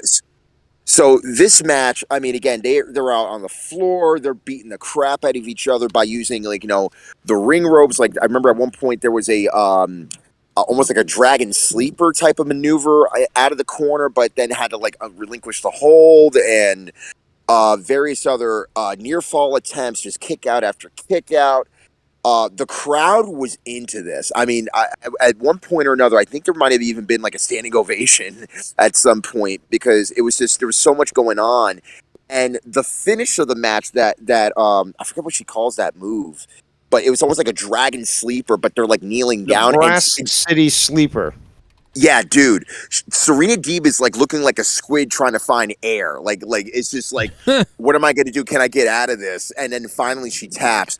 Probably one of the best finishes of the night. And then she just like flops right over, like as in she sold it well, like she was just out, sort of thing. Yeah, dude, yeah. And you got to understand. I don't know how long this match was. It might have been like 25 minutes, maybe, or maybe a little bit less than that. But holy God! You know what? That's what I noticed about tonight is that each match seemed like it was. You didn't know time. You weren't recognizing time. You were so focused on the match, and it could have been minutes, but like you were so enthralled that it could have been hours. Like that's what I noticed is that the matches were just so good, and invested you so much that you really didn't garner what kind of time it passed. Absolutely, Dave. Each match had time to breathe. It didn't feel long, but they also didn't feel short, which again, depending on the rivalry, depending on how much heat is on the match going into the pay-per-view or what have you, I mean, again, it makes a huge difference. And if you just let these women go out there and just put on the best matches that they can possible, like, again, not a lot of them are going to succeed because of the fact that it's a male-dominated business based around the fact that there's so much expected out of them. But you got two professionals like these that just put together a classic art piece for you just to see and to view and just to talk like this. Holy God. And building on what you said, the whole show actually felt organic. It wasn't rushed, especially like we saw the other day with the cage, the barbed wire match on AEW. It didn't feel forced. There was time to breathe, like you said, and everything just fell into place perfectly. It was like a really good pay-per-view in that regard. Yeah, it was a solid show. It was a solid show, man, from beginning to end, and it got better and better. So that, to me, and that's like you said, it was a little up and down, but it was great ending. I'm really happy that it ended really well because I was concerned a little bit, and it did fly by for me. And part of that was the crashing of the app. Yeah, Danny MT's girl, who I believe is DWELSH, number 1, the Ghost from the Coast, 2nd, and Drew Bar, number 3, and SITH NEGAN just outside those 3 stars in number 4. Soundwave 92. We have our own rankings. Yeah, we do. We have the donation rankings. And Soundwave was there tonight, so Soundwave, I hope you had a good time. If you're listening on your way home, probably already home by now, obviously, but I hope you had fun. I haven't heard from him since he got there towards the middle of the show, so I wonder if he got drunk and met some of the wrestlers. I don't know. He's Armstrong. Probably at the bar right now. Well, I hope so. I think he's old enough now. Yeah, I think I think he is. He's like, he might be 24. I don't remember now, but because obviously I met him at AEW the last time, and he was great. Funny guy. I love Soundwave, and if I had been there, I definitely would have hung out with Soundwave. I mean, I owe that guy 1,000 beers. Soundwave 92 consistently donates around, I don't know, bro. I think Soundwave 92 consistently donates around $30 to $100 a week to this show. Like, so he is, he deserves to be molested. Like, if I had been out there. So, oh God, I wish, Dave. any pointers of how to bend over, Dave? Yeah. Well, I wish I could have been there, man. Bought him a beer. You know what? And he's a fun guy, man. I think, seriously, like, I would be concerned if I was Leah because I think we would start doing shots and act crazy. So I told him, man, like, some of these days, we're going to get out to a show one of these days. Me, him, Dan Kennedy, maybe a couple other people, and it will be fucked up. Can you imagine Dan Kennedy, me, and Soundwave all sitting together and a couple other people that I know from the show? You'd be the last ones in the bar. Dude, it's like, it could be a sitcom with Dan Kennedy, me, and Soundwave. So like drunken wrestling history? Called The Gays? It would turn pretty weird and gay, probably. Now, Dan Kennedy wouldn't go for that, I can tell. He's one of those people, it's like I'd rub his back and be like, yeah, let's fucking do it. And he'd be like, oh, Joe. Oh. Let's freaking do it. He's a tall person, man. Dan Kennedy. You ever seen him? He's pretty tall. Yeah. He's got that autistic strength. You know what I mean? Oh, so he's basically like of mice of men. He's basically Smalls. Yeah, he's kind of like that. I mean, not as big, but he's he's bigger than me. He's got that tard strength, He's got that baby arm. And I love Danny. Kennedy, he's definitely a type of guy that would fuck somebody up. Like if they said something bad about me, like he would snap and like smash them over the head with like a bar stool or something. It's like that's weird. I love it though. Wait, what does it say? Rostafa Reed. Yeah, really? Did you actually have to put that on the damn thing? Yeah, I read it earlier. You read comic books, you weirdo. I mean, I love comic books. Who doesn't? No, you read coloring books. I'm just joking. It says coloring books. Well, I mean, coloring books are interesting, I would think. You're pathetic. Depending on which. No, I'm just, not really. No, I'm joking. No. Yeah, I didn't do it. I'm pretty sure that's Mr. Pico Boulevard. Yeah, dude. So look at how big Dan Kennedy is, bro. Look at how big he is. Like, I mean, take a look at this. Look at that, dude. Yeah, he bench presses. He could hurt somebody. No, I don't think he bench presses it, but he could. But he's got that strength. He could smash someone's head open. I mean, I'm 5'10", right? My eyes start at his chin. Dude, he's like, what is he, 8 inches taller than me here? Or maybe, all right, 6 inches. He looks about 6'1", 6'2". Yeah, he's got to be 6'2". Because, yeah, he's a big guy. 6'2" is pretty big. Like, the big guy. I'm an average size man. Looks like he just came back from some Botox treatments. Yeah, he does have the lips. I will say, I wasn't going to say anything, Dave, until you said it, but I'm glad you said it, not me. Well, let's go ahead and flip this, actually. And now let's go ahead and, let's just work on this a little bit. Because this could turn into something sexy. Let's go ahead and, Dan Kenny, I never noticed this, but you have quite the vagina-looking face. Oh, no. Look at the Adams. The Adams. Oh, no. We're going to get rid of that right now. Look at this. This is beautiful. Let me see this. Let's get this right. We're going to get this just right. You look, you know what? I'll never look at his face the same again.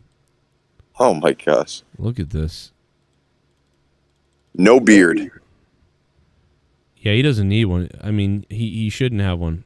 I just saw this was tweeted 45 seconds ago by AEW. Apparently, Jon Moxley at Fight for the Fallen will be facing Roosh. Oh. Well, wow. So that's a big leg up for this guy. He did tonight. I'm a child.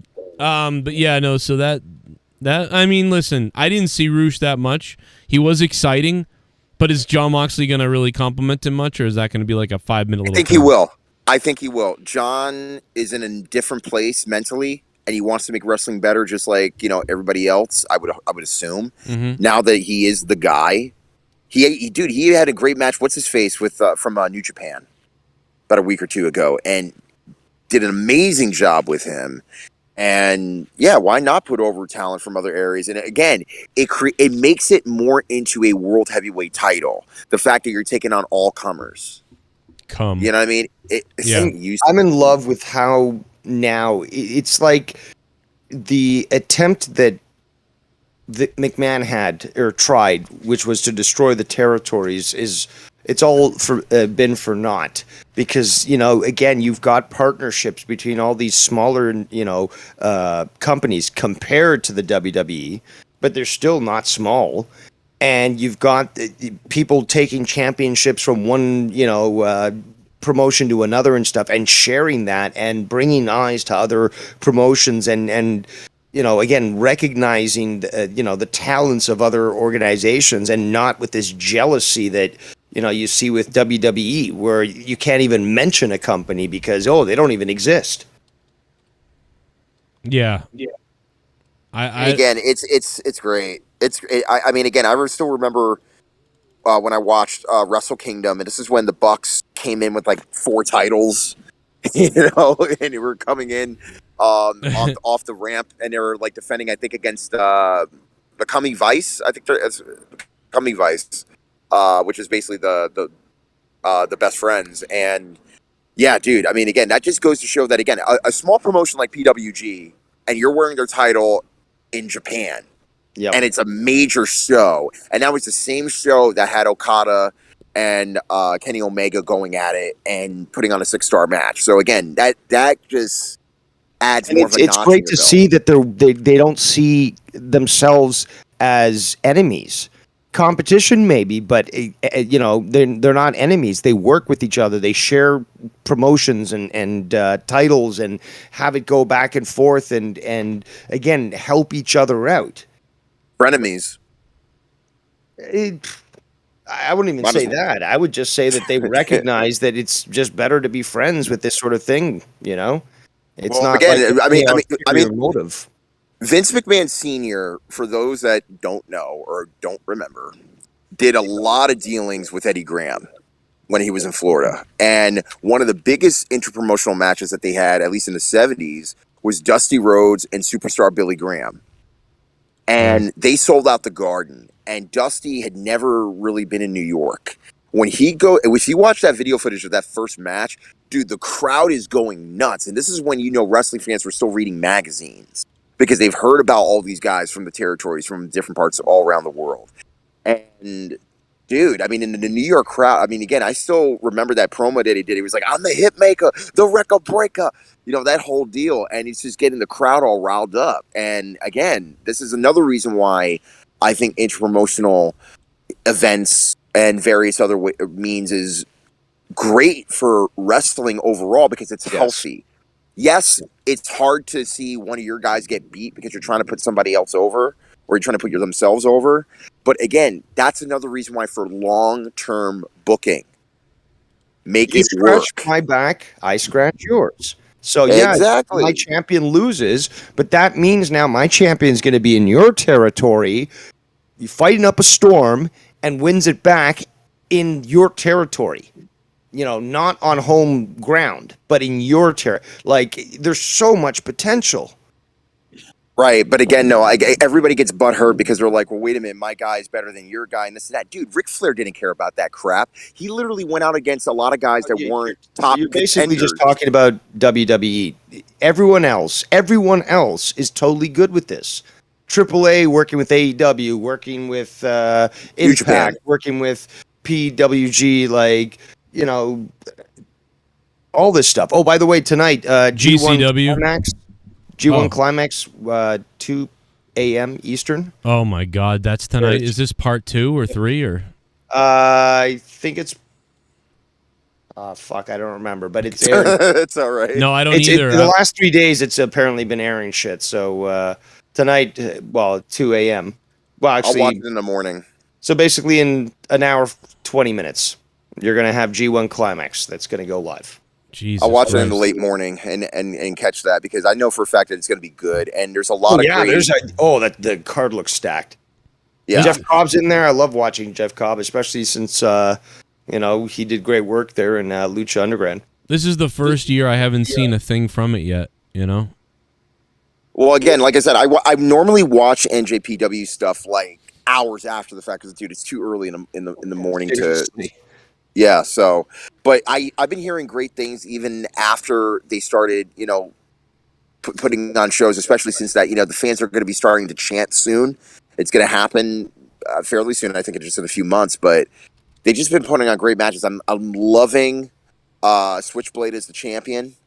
I'm wondering, again, what is it going to be like at Wrestle Kingdom and how that scenario is going to go? Is he going to keep the title? Is he going to drop the title? Like, what's going to be that scenario? A lot of good things happening with Japan. This match, though, you can have in any arena, in any promotion.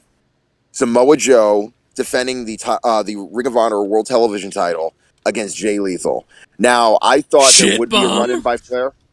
No. Joe, you need a new show. Call it The Joe Bonin Show. The Joe Bonin Show? Gerald Armstrong, thank you for the $5 and becoming a $5 ship bum. I mean, I'd rather just bring back Throwdown if that was the case. Call it the Joe Boner Show. The Joe Boner Show. I thought you said Joe Blonin. He's going to wear masks of all of us and molest us. No. There would be too many sex calls. It's not going to survive long. Yeah. Boner, I think, just fits your character better. Joe Boner. Hey, listen, Gerald Armstrong. Thank you for the donation, man. It's actually been a few. And remember, $20, and I'm taking shots tonight, okay? I may keep, and if we get rolling, I might start Beat the Clock, but otherwise I might do Beat the Clock tomorrow night. But Joe Bonin Show, yeah, I don't know. Maybe Joe Boner Show. I'd go with that. Thank you, Gerald Armstrong. Appreciate that, bro. So this match didn't even start even remotely. Like, oh my God, it felt like it was like 30 minutes almost before they rang that bell because they literally were fighting outside that ring for the longest time. Which, again, is not a bad idea. Matter of fact, Joe didn't. It was great. Jay Lethal didn't even finish his entrance. That's how pissed Joe was. And he comes right out and stares him down, and they just go at it. Which, again, yes, was great. Loved the suicide kick in the corner with Jay Lethal while he was on the chair. Almost looked like he got knocked out. Great sell job. And then, of course, we have, Joe did a few... Singh. I hope I got that right. Satam Singh. He's a bodyguard. Yeah, he was thrown out.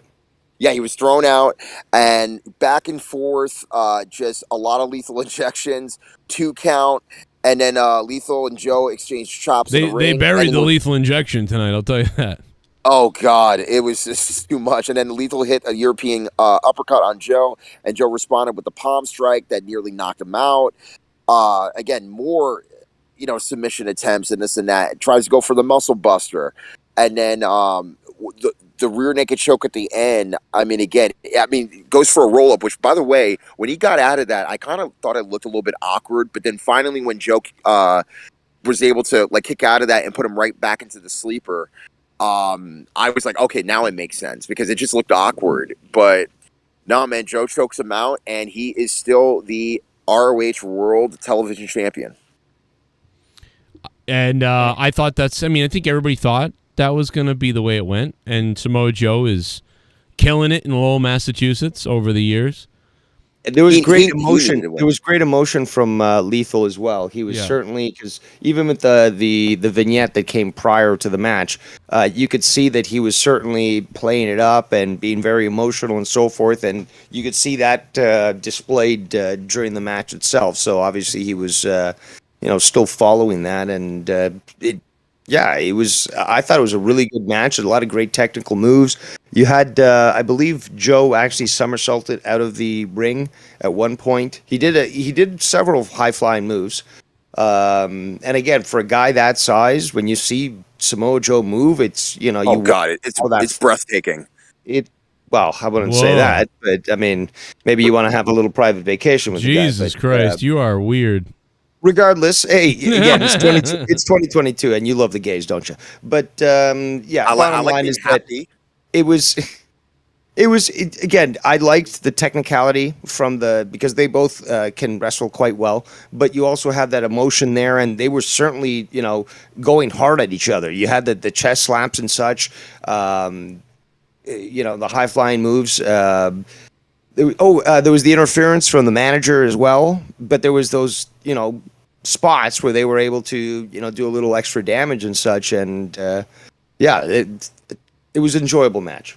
Well, I mean, this is what I mean by breathtaking. I mean, if you've ever seen a Samoa Joe match live, I mean, him just at his size, even when he was in Impact or even in NXT, him flying through the second rope and just landing on a guy, probably maybe not his size, but somebody who's probably smaller in stature, and the fact that he's able to be protected on the way down just shows you the professionalism of the people that he works with, the quality of matches that they have with Joe, and the fact, and like, how old is he? He's like in his early 40s, late 30s. I think he's in his early to mid 40s. Like, dude, this guy's still working at a top level. Yeah. And going through the ropes as opposed to going over them, that's a challenge as well, to not get hooked up and to be able to land it proper, and he can pull it. I think that Samoa Joe, the only thing about Jay Lethal is he's really putting everybody over everywhere. Have you noticed this? Like, this guy is putting everybody over everywhere, which is fine. But, I think a lot of people thought he was going to come in AEW and be this big thing or part of and it's really just he loses. He really hasn't won a lot. I will say that. Well, again, I think that everyone knows his quality and his talent, and right now he's just helping build talent. Yeah. But now that this pay-per-view's done, let's watch as things settle in ROH. Good chance that he's going to be back there, and maybe he's going to start to take control again, and he'll become champion. Maybe he's the one who's going to take it off Claudio. He's going to take the fucking pin against Ric Flair. That's what's going to happen. Oh, yes, he will. We know that, but again, he's a good worker. Again, this is the guy that he's willing to do what's necessary, and he's been in the business for a long time, and he certainly deserves a lot of accolades. But he looks like one of these people, or he certainly appears to be one of these people that is willing to do what's necessary to help build talent, because he knows that he is appreciated, and he will get his opportunity. You fucking mark! Pretty much You're agree. damn right I am. Pretty much agree. Let's take a little stop here, a little quick pit stop, and jump over to the press conference and hear a little bit of this again from Mr. Happy Tony Khan, who's on drugs maybe, and on drugs. He's falling asleep during this thing. I'm watching it live. Oh, really? Well, he's probably tired. He's been there all day. He's in Lowell. It's really hot out. If he was on coke, then he certainly wouldn't be looking like this right now. He needs some rest. First 4 matches that you've had between AEW and Ring of Honor, do you feel like you have more freedom to work in different styles in AEW and Ring of Honor than you maybe did in WWE? Is that a rhetorical question, or do you actually want me to answer that? Yes. Very short, yes. I've had I've had so much fun here. It feels like I've been here for years. It feels like this is the place that I'm supposed to be at. All the matches I've had were so different, which is, for me, that's a lot of fun. Like, styles make matches, and to have that challenge and to have that freedom to express yourself in the ring, on the microphone, everything is just, it's a gift. And I'm very happy to be here, and I'm very happy to represent Ring of Honor as the world champion. So yes, I love it, and I have a lot more freedom, and I'm enjoying it. Claudio and Tony, first of all, Tony, congratulations on all the success here tonight in Lowell, Massachusetts, Death Before Dishonor. Claudio, a lot of professional wrestling history in this city. Two-part question for you first, Claudio, to open the pay-per-view. World title match set the tone for the show. And Tony, what was behind the thinking of that to open the This has got to be a local Boston wrestling type of guy. It's got to be. pay-per-view with the world title match? Well, it was a great match on that. To answer your question, I thought would be setting a tone, creating a great moment, a great opportunity for a classic match to kick the show off. And of course, with 2 out of 3 falls, it made sense to, I just want to say people are writing the N-word in the AEW chat right now. we said, at least consider putting that up as one of the double. They have no mods. I have no idea why. You could call Joe Cronin to take care of this for you, but take a look. They need somebody better handling their social media. I just don't understand how they don't know how you have to moderate the chat. I don't get that. They don't have any clue about it. It's weird. Tony, I'll work for hugs. Yep. I just funny. Double main event. So we did a double main event to open and close the show. And as Ian explained on the commentary, it was a coin flip, and the 2 out of 3 falls was what went. Normally, the world title match is always at least in consideration, and as it was here. So it was a double main event to open and close the show with a world title match and a 2 out of 3 falls match for the tag team title. Both great main event matches, both great world title results. Yeah. It was kind of a throwback to see, because back in the day when I was in the Ring of Honor before, many moons ago, it was such a stacked roster, just like when I had hair, that you can have a tag team title match as the main event, and it's a no-brainer, right? I mean, like, you have seen that match, 2 out of 3 falls match was absolutely amazing, right? It was so much fun to watch. It was and they made the right incredible. call, so you weren't going to beat that. There's no question, right? You have the TV title, you have the pure title, you have obviously the world title. So, even back then, Briscoes were still around there. So it was, okay, you can have the tag titles in the main event, or you can have the world title, and it just kind of... See, even in this press conference, you're like, all right, you put me to sleep, Claudio. It flows, whatever makes sense, whoever wins the coin flip. Go ahead. Yep. No, I was just going to say, let's talk. Well, he already brought up the tag match, so we might as well just talk about it briefly, even though you kind of alluded to it in the beginning of the show. This match, I mean, again, we knew this was going to be special. Oh my God, Rastava, the chat, dude, they got to get a mod in there, bro. Straight guys don't watch AEW. The fuck? Wow. They need help, bro. Oh. Everybody else is saying cocaine in the chat too. Yeah, call Joe Cronin. I can mod it for you. Are these people so stupid that they've never seen someone on coke? I mean, like, he's certainly not on coke. No, he's not tonight. Tired. Not tonight. I mean, tonight he's tired. Yeah, he's coming exactly. down. Not tonight. I can't speculate about it either.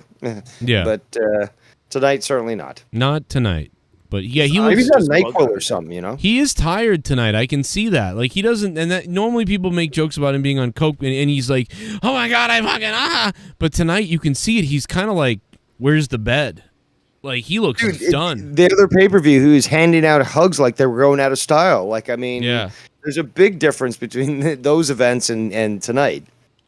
He knows this is the last one. He's like, this is the last Ring of Honor show I'll ever do.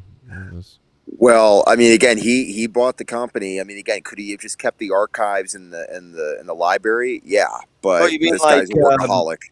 Like Fight, who decided to fuck over Billy Corgan and what's her name?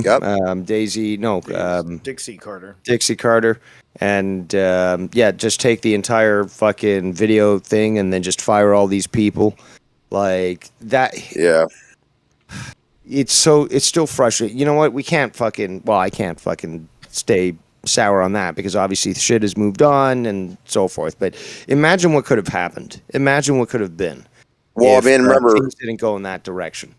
Well, remember, Rebby Hardy basically went out on Twitter, and this is what got Joe to pop. He's like, I think she said "F that owl" campaign or whatever. Yes, and Joe did. You did something, Joe, and then she loved it apparently, and she retweeted it and shit. Yeah, I cut a promo in the T-shirt or in something, and I was doing it on the "fuck that owl," and I was going crazy, and yeah, she liked it, and Jeff Hardy really liked it because when I saw him live. You know, Matt knows who I am, but Jeff. Oh, yeah, he was like, "You're the owl guy." Yes, yeah, Matt knows who I am, but he was trying to tell Jeff like this is the guy. And then Jeff was like, "Oh, fuck that owl." He's like, "Oh, I fucking want," because that's awesome. Yeah, because Jeff liked the video. Awesome. He's like, Jeff watched that fucking video of yours over and over again for like an hour. That's awesome. And you know what? And you were like. You were really trying to push fucking Impact. You were really trying to help them out when they needed it. And I think that you certainly did bring a lot of eyes to it because that was just prior to the time of the Great Deletion. What was it one? Yeah, What was the Final Deletion? Eric Barnes wouldn't give me the fucking interviews with people and get me set up. But Matt Hardy understood what I was doing. That's the thing that I'll say is right from the beginning, Matt Hardy always understood. Like, you have a big audience, he said, things like that. He understood right from the beginning. You talked to Dixie Carter. I mean, shit, you got DMs from her. Yeah, unfortunately, I think it was before that, or it was around that time, but it was like she didn't own the company anymore. Right. And that was right before the guys went to WWE too, because remember they went into WWE. I think it was around WrestleMania 2017. And this was right before that, so everything just happened all at once. And again, you met Matt and Jeff. That's I believe where we saw the deletion videos where he's like, I want you, Joe Cronin, to be the sergeant of the people of deletion. Oh yeah, that's right. We cut that promo. It was so good. Yeah, no, he was he was so good. Matt was so good. He knew exactly about everything. He understood what I was doing. He understood how to, obviously he's a fucking pro, but it's like some people don't do that. They go, "Who are you, you marquee person with a podcast? I don't care about anything you do and whatever else." Yeah. He was always on board of like, yes, I will play into anything you want. You know what I mean? It was. Now, was this like when they were still in Impact? Yeah, this was when they were still in Impact. Did you say you wanted to taste somebody's? Yeah, I wanted to taste Eric Barnes's flavors. Yes, and then he's like, "No, go forth, my general." And no, what's really funny about that is actually I have the tweet right here. Here's the tweet. So I actually said I tweeted the video to Matt Hardy, and what I said was that I wanted to. It was do it in the broken voice. Do it in the broken voice. No, it was something about his cum, dude. It was something about his sperm. No, but do it in the broken voice. Do it. So, I don't see. That's the thing is I don't really remember. But then then Matt Hardy, after I basically said, "What do I have to do to get fucking TNA wrestlers on my show? I can get WWE and other people on sometimes, but I can't get a TNA wrestler to promote your company." And I said, "Eric Barnes, I want to. What do I have to do? Suck your cum?" And I said that in a weird video that I made. And then Matt Hardy responded to me on Twitter, where he said, "Brother Cronin, I hope you indeed get to enjoy sampling Mr. Barnes' flavors." And I'm like, fellow soldier in the Great War. Yeah, dude. So, dude, the fact that he acknowledged me saying I wanted to swallow Eric Barnes' cum by saying, "I hope you get to sample Mr. Barnes' flavor." This right here is Brother Cronin. He's a good man. Yes, that was the one in real life that we cut. Willow. Willow. That is really funny, bro. But those are good times. But that tag match, holy God! I mean, again, we knew it was going to go 3 straight falls, but just the finish of it, the pile driver off the second rope, and the fact that he didn't even cover him. It was literally his legs that covered his chest. Was it like that's how out they? I was about to say that they were. There was multiple times. I was about to say that. Garga just says that. Like, what the fuck is wrong with you, dude? Do a little basketball dance off the concrete. I love you. You're high. I mean, I'm just so sick of you little meth head devil worshippers. General honest, I'd like to Santos. take a big bite General out of your Santos. face. Here it comes. Camus to Popo. Uh-oh. Camus to my Emperor Devious Dave Rose. How are you today? Oh, boy. It is a glorious day, isn't it? It's great we get more Dave Rose and less of that jogger vinegar rage. Oh. Adams. He is the turd that flies don't want to sit on, that maggots don't want to feed on. Oh, boy. Well, going after A.J. Adams, clearly, Colonel Santos going after A.J. Well, in some Adams. countries that's called a sport, and up till I think 1836, it was considered a sport in America. So, Yeah. We're all down for it. Yep. I'm confused. what was that movie with Ice Cube and Cokehead? Oh. Horsetooth, where, well, he would be running from, or was it? Oh, I don't remember the movie. Come on, guys! It was from the late '80s, early '90s. No, I know what you're talking about, but I can't think of it either. Ice Cube in a movie. I don't know if this is the video, but you brought it up, Dave and Rastafis, so here is some of this broken stuff, which I think you might enjoy. Oh, Brother Barnes. You are an acquired taste, and I am thirsty. He's thirsty, ladies and gentlemen. He's Thank you, thirsty. Broken Matt Hardy, for supporting me in my I was trying to do more like an English accent. fight and supporting my. Oh, here's the full tweet. This is what we were looking for. See, so Matt Hardy's a piece of shit. Look at this. Hello, hosts and chat. Oh. Tipping my hat. Thank you for tipping the hat, Danny MT. Now get back in your basket and go to hell. No, I'm just kidding. Danny MT, what up, baby? Love you. How's the girl doing, man? How you guys doing? You banging a lot? Make sure you guys bang a lot. He wrote, Brother Cronin, I hope you get the pleasure of sampling Mr. Barnes' flavor. You're a good soldier in the Great War. And he retweeted basically my piano video of me saying I will suck Brother Barnes' cum.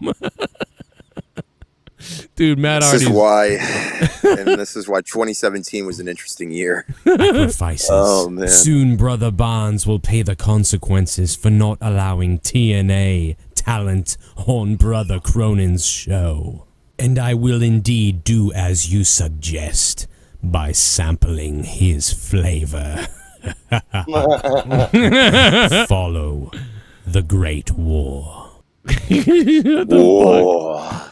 Dude, he was great. Matt Hardy was so funny, man, that he went along with that in that way. I mean, he could have been like, "Oh, I'm gonna stay away from the guy that wants to come," or whatever. But the fact that even Jeff Hardy popped for that is even more amazing. So, but other than that, dude, overall, Ring of Honor. No, he popped for Dishonor. he popped for something I did on Twitter that you don't. I don't even know where that is. It was a video of me in a "Fuck That Owl" T-shirt acting crazy. The final match certainly, Yes. lived up to its expectation. Was it better than the first one? Basketball dance off the concrete. Yeah. Well, Yes. oh, maybe. I mean, I'm just so sick of you little I think it meth was. head devil worshippers. On a bigger stage too. I'll be honest, I'd like to take a big bite out of your face. How can I forget to say hello to my favorite black Mustafa? How are you today? How about that? You are role model Mustafa. You speak so intelligently, so calmly. You've got furnace. People like AJ Adams and even Gargot should learn from you. Only speak truth. General Santos. Mustafa, nevermore. Well, he's giving you praise, man. I mean, you must have gone to a good school. You know? I actually did. Yes. See? We knew it. Yes, I went to a broken school. Yeah. All right, calm down. But yeah, this final match. I mean, it was the highlight of the show. It was great that they put it on at that point. They earned their accolades, all of them. Agreed. And there was some really hard hits during, the entire match. So, you had, was it Cash basically dropped onto the apron there multiple times and certainly looked hard. You had the table spot there with, I think it was Mark. You raised a piece of shit. Back with my original girl. That was a HS friend. Back with my original girl? That was a high school friend? Jesus Christ, Well, I Danny. think it was, yeah, that was. Good Lord. But No, but Dave, yeah, I mean, and plus also, I think 2 people in the match got busted open. Yeah, Cash Wheeler and what's the other Briscoe called? Not Mark, the other one, Jay. Yeah, I think it was Jay that got busted open. But yeah, they both got busted open. Obviously, you had, the blood being spread on other people, so everyone got blood on them. But yeah, there was some really, really hard hits. Great spots, especially when they'd hoist up what's his name, mustache. Sorry, I'm kind of stoned. Dax? Come on, No, the other guy. yeah, it's Dax. Cash and Dax. Yeah, putting them on on their shoulders, and then they continue. Doomsday device. What's that? The Doomsday device. I think. Yes, yeah. For. And how many times did they use that on him? Yeah, I think it's like twice, maybe even 3 times. I think it was more than 3 times, but it was certainly, again, they were taking some rough hits and hard hits. You raised a piece of shit. It really built everything the together. All Blacks are number 4 in the world. France, Ireland, and South Africa are better. Ha ha ha! You wallaby forget. Whoa. Oh. Randy Viper going at it. Viper has struck. That's not PG. Randy Viper. Hey, how's your country doing? Are you able to get out of your house now, or are you still locked down? Okay. Sorry. Yeah. Overall, what did you think of the show, Joe?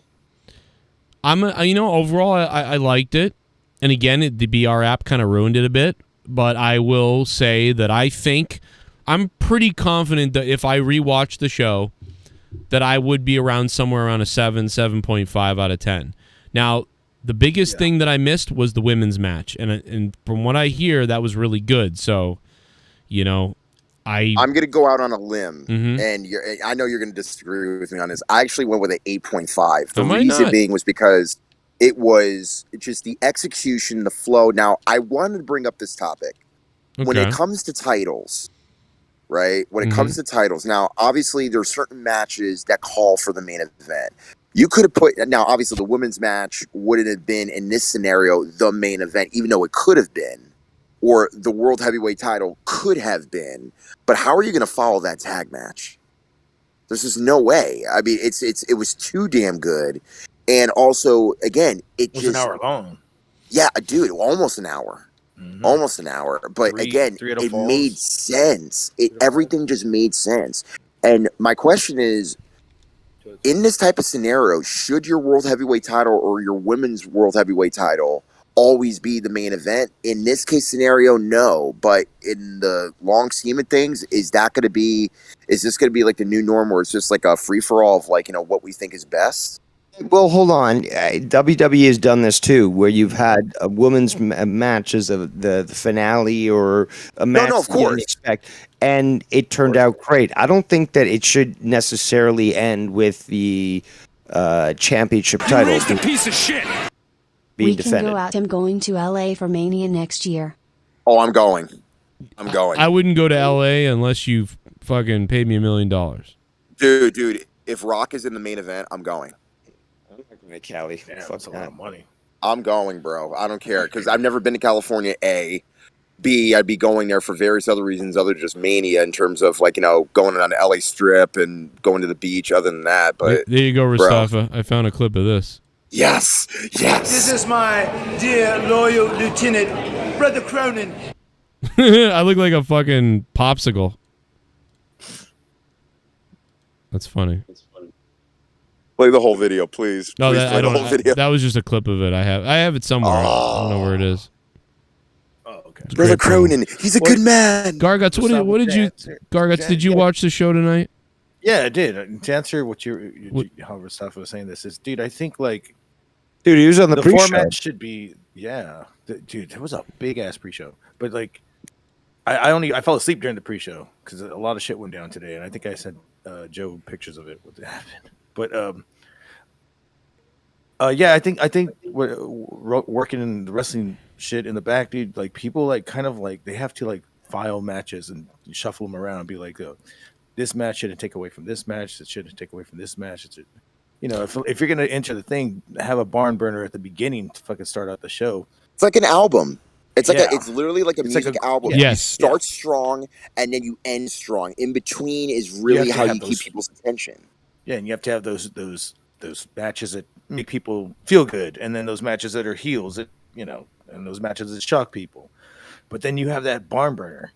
Great. I mean, again, to me, it's like, I mean, I know everybody doesn't like GNR, but like, for example, Appetite for Destruction. You start off with Welcome to the Jungle, you end with Rocket Queen. Everything in between has to mean something in the flow of it, you know? Who says I don't like GNR? Well, isn't Rocket Some Queen people don't. Isn't Rocket Queen about him banging the other band guy's girl? Yes. Oh, a great song. No, it is, but it's That whole just album funny. was fucking awesome. Yeah, but again, he this made whole- the more whole- money banging that girl. That's right. They're nice. Well, remember the original album cover wasn't what you see now. It was literally it was almost like a cartoon version of like a rape happening. And the record company was like, "Nope, you were going to change that album cover and change it to something else." But overall, for me, I mean, I love the show. This is probably going to be one of the top 5 shows of the year, and I'll call it out by saying that. What is it? July? I mean, pay-per-views, special events, or anything? Yeah, Just anything at all? I would say mostly like big shows. Like even though this wasn't like the bigger of the ROH shows, this is definitely a big show. Yeah, I mean, because there's only going to be 4 AEW shows, you know, and yeah, I mean, this is top 10, top 5, probably. Yeah. I put this in the top 5. Competes on the same level as some of the AEW pay-per-views. I mean, to I be think quite honest. I think the night of WrestleMania with Stone Cold is in Night that, one. Night one is in that category. They did a good job with that. It's more entertainment than real, Do a like little basketball dance off the concrete. I mean, I'm just so sick of you little meth head Go ahead. devil worshippers. I'm gonna be honest. I'd like to take a big bite out of your face. Come on, Joe. We all know Garguts didn't watch the show tonight. He's making things up. He can afford a TV that illegal B-Tech Filipino. Oh. Maybe if you start killing blacks, good things will happen in your life. Just get rid of that monkey AJ Adams. It's easy. No. He for add a term and then add the Wow, racist. that is wrong. Well, we'll send him. We'll send him to Chicago for a weekend. He won't make it. Oh, Mustafa got sent to hell just now. Did you see all of it, Garguts, or did you? Is he right? You faked I it? woke up. I woke up. So I fell asleep during the pre-show, and then I woke up during the Yuta match and started watching it.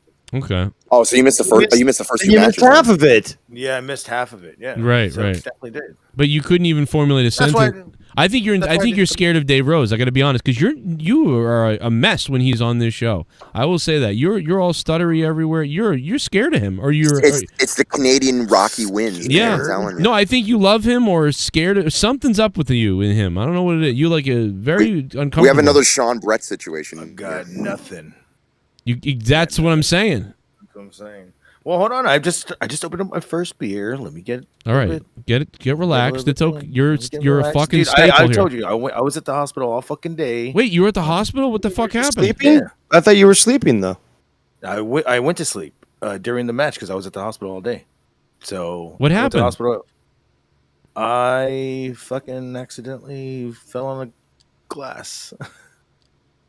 And You I sent accidentally pictures. fell on glass. Yeah, I sent you pictures of it. Wait a minute. Dude, I got a big ass gash.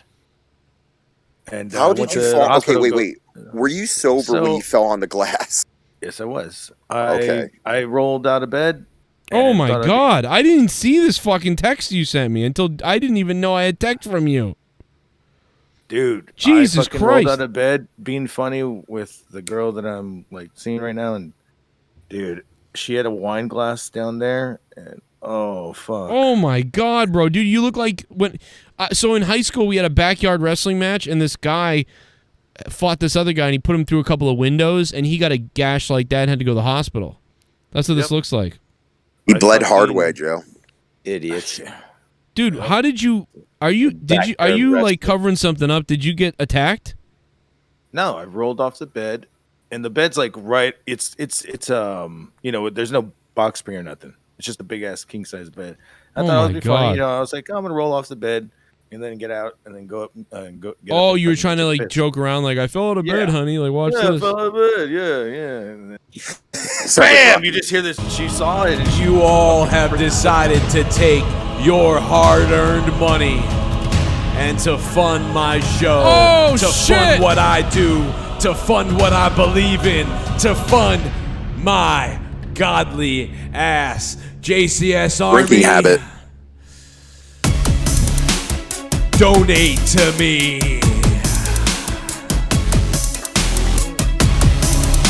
It's General Santos. Acknowledge me. Index finger up, Joe. Index finger up. Either one.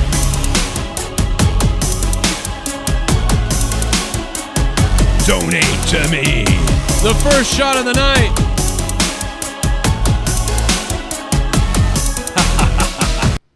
I just earned big money by killing some fake inferior black Oh! Filipinos here, so cheers to you, Joe. Take a shot. I'm setting an example here. Oh Drink my up God. Mustafa. Drink up Garguts. Drink up Dave Rose.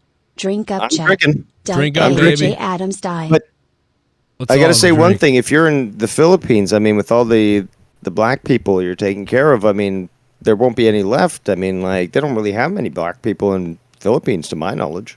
Yeah, I don't think so either. I don't know what that. Well, that's why they're scared. That's why he's so racist to them, because he doesn't understand them. You know what I mean? I think, you know. Or maybe he does understand them too much.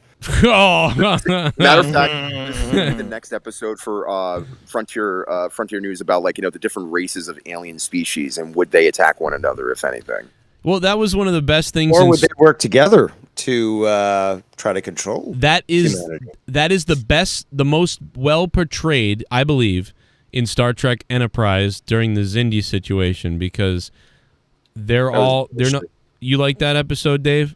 No, that's bullshit. They rewrote a lot of crap that just didn't. They killed KANE. Okay. What with the Xindi? Yes, the Xindi didn't exist, and they changed so many different things, and their attack on Earth and stuff shouldn't have happened. I'm a nerd. For the canon. I do agree with you that when I was watching that Star Trek Enterprise at the time, there were a few little things that I was like, ooh, like I don't know, but it's nothing compared to what they've done now. You know what I mean? And here's the thing, I do want to say, I will be having at some point soon, coming down the line,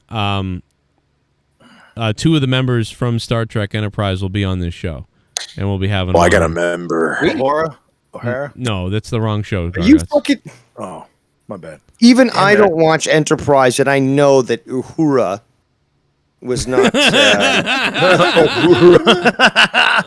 That's how you pronounce her name, Uhura. Damn, well, No, bro, I'm just laughing at Garguts. He's a mess. The guy rolled in a glass today, and you got. I don't. Dude, look at all those beers. I gotta be honest. Look at. I don't think I can show. It's so graphic. I don't think I can show what happened to Garguts today. Like, I think that's too. King Maskov V2, thank you so much for subbing to the channel, man. Welcome to the channel. Wrestling every day, plus non-wrestling talk and everything else. And here's Garguts. Well, maybe you can show black it. and white like WWE. You could show your You could maybe show your damages here if you wanted to, but I could show the pictures.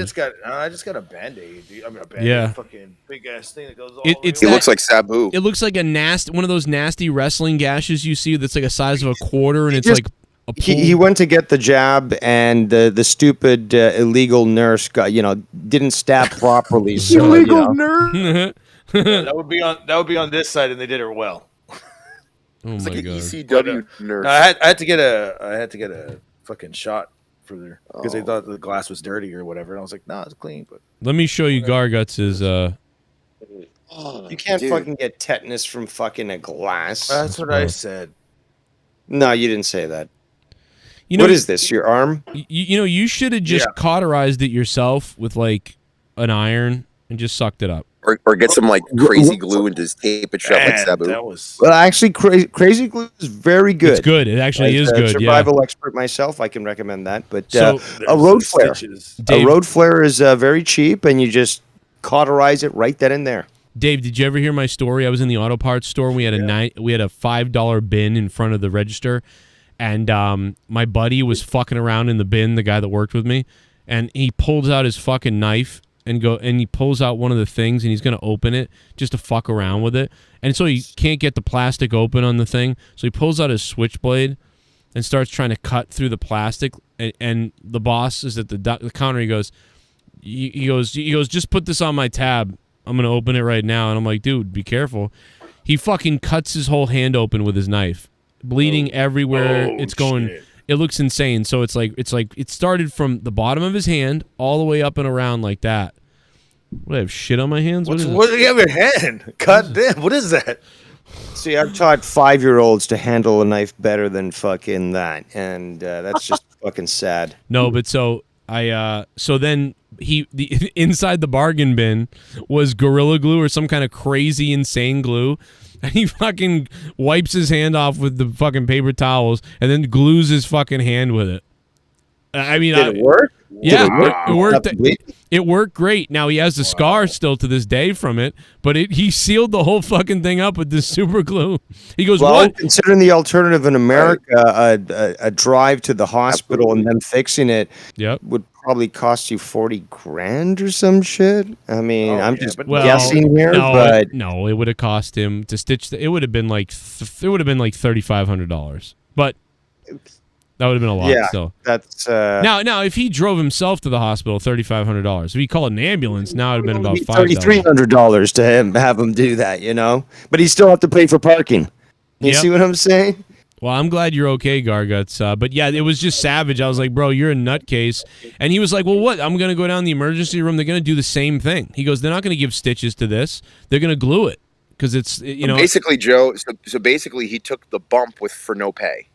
Come on, man. You got to get out of the bingo hall. Hazardous pay. He deserves it for being so stupid. He was learn to handle a fucking knife. Oh, I didn't take my shot yet, by the way. Hey, cheers, General Santos, the only one with the balls to make me drink a $20 shot. That's the first shot right there. We marked it down. Kiss my cock. See, considering I guess some clubs, that's a fairly cheap shot.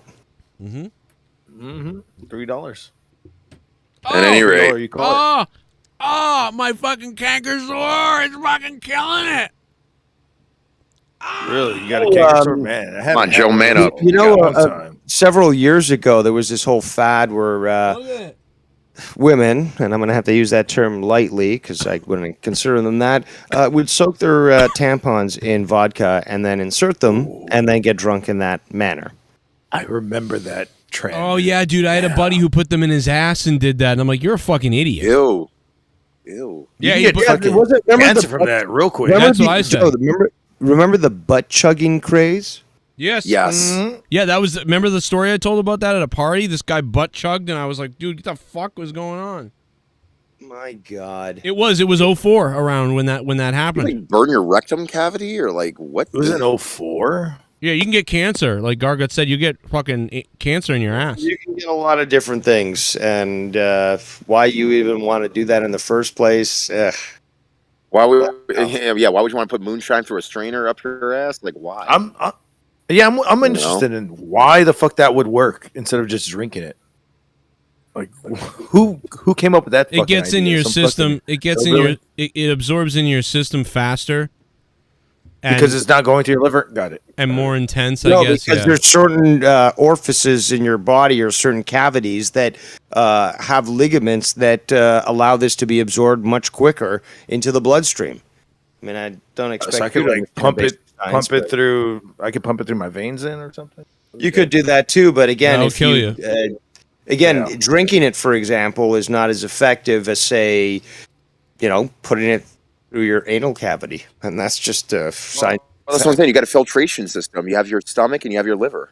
Well, but the stomach that has to, the liver will get it through the stomach, has ligaments that are much thicker than, say, the ligaments in your rectum. I have mice. And that's why, again, they keep going with this, and the vagina as well.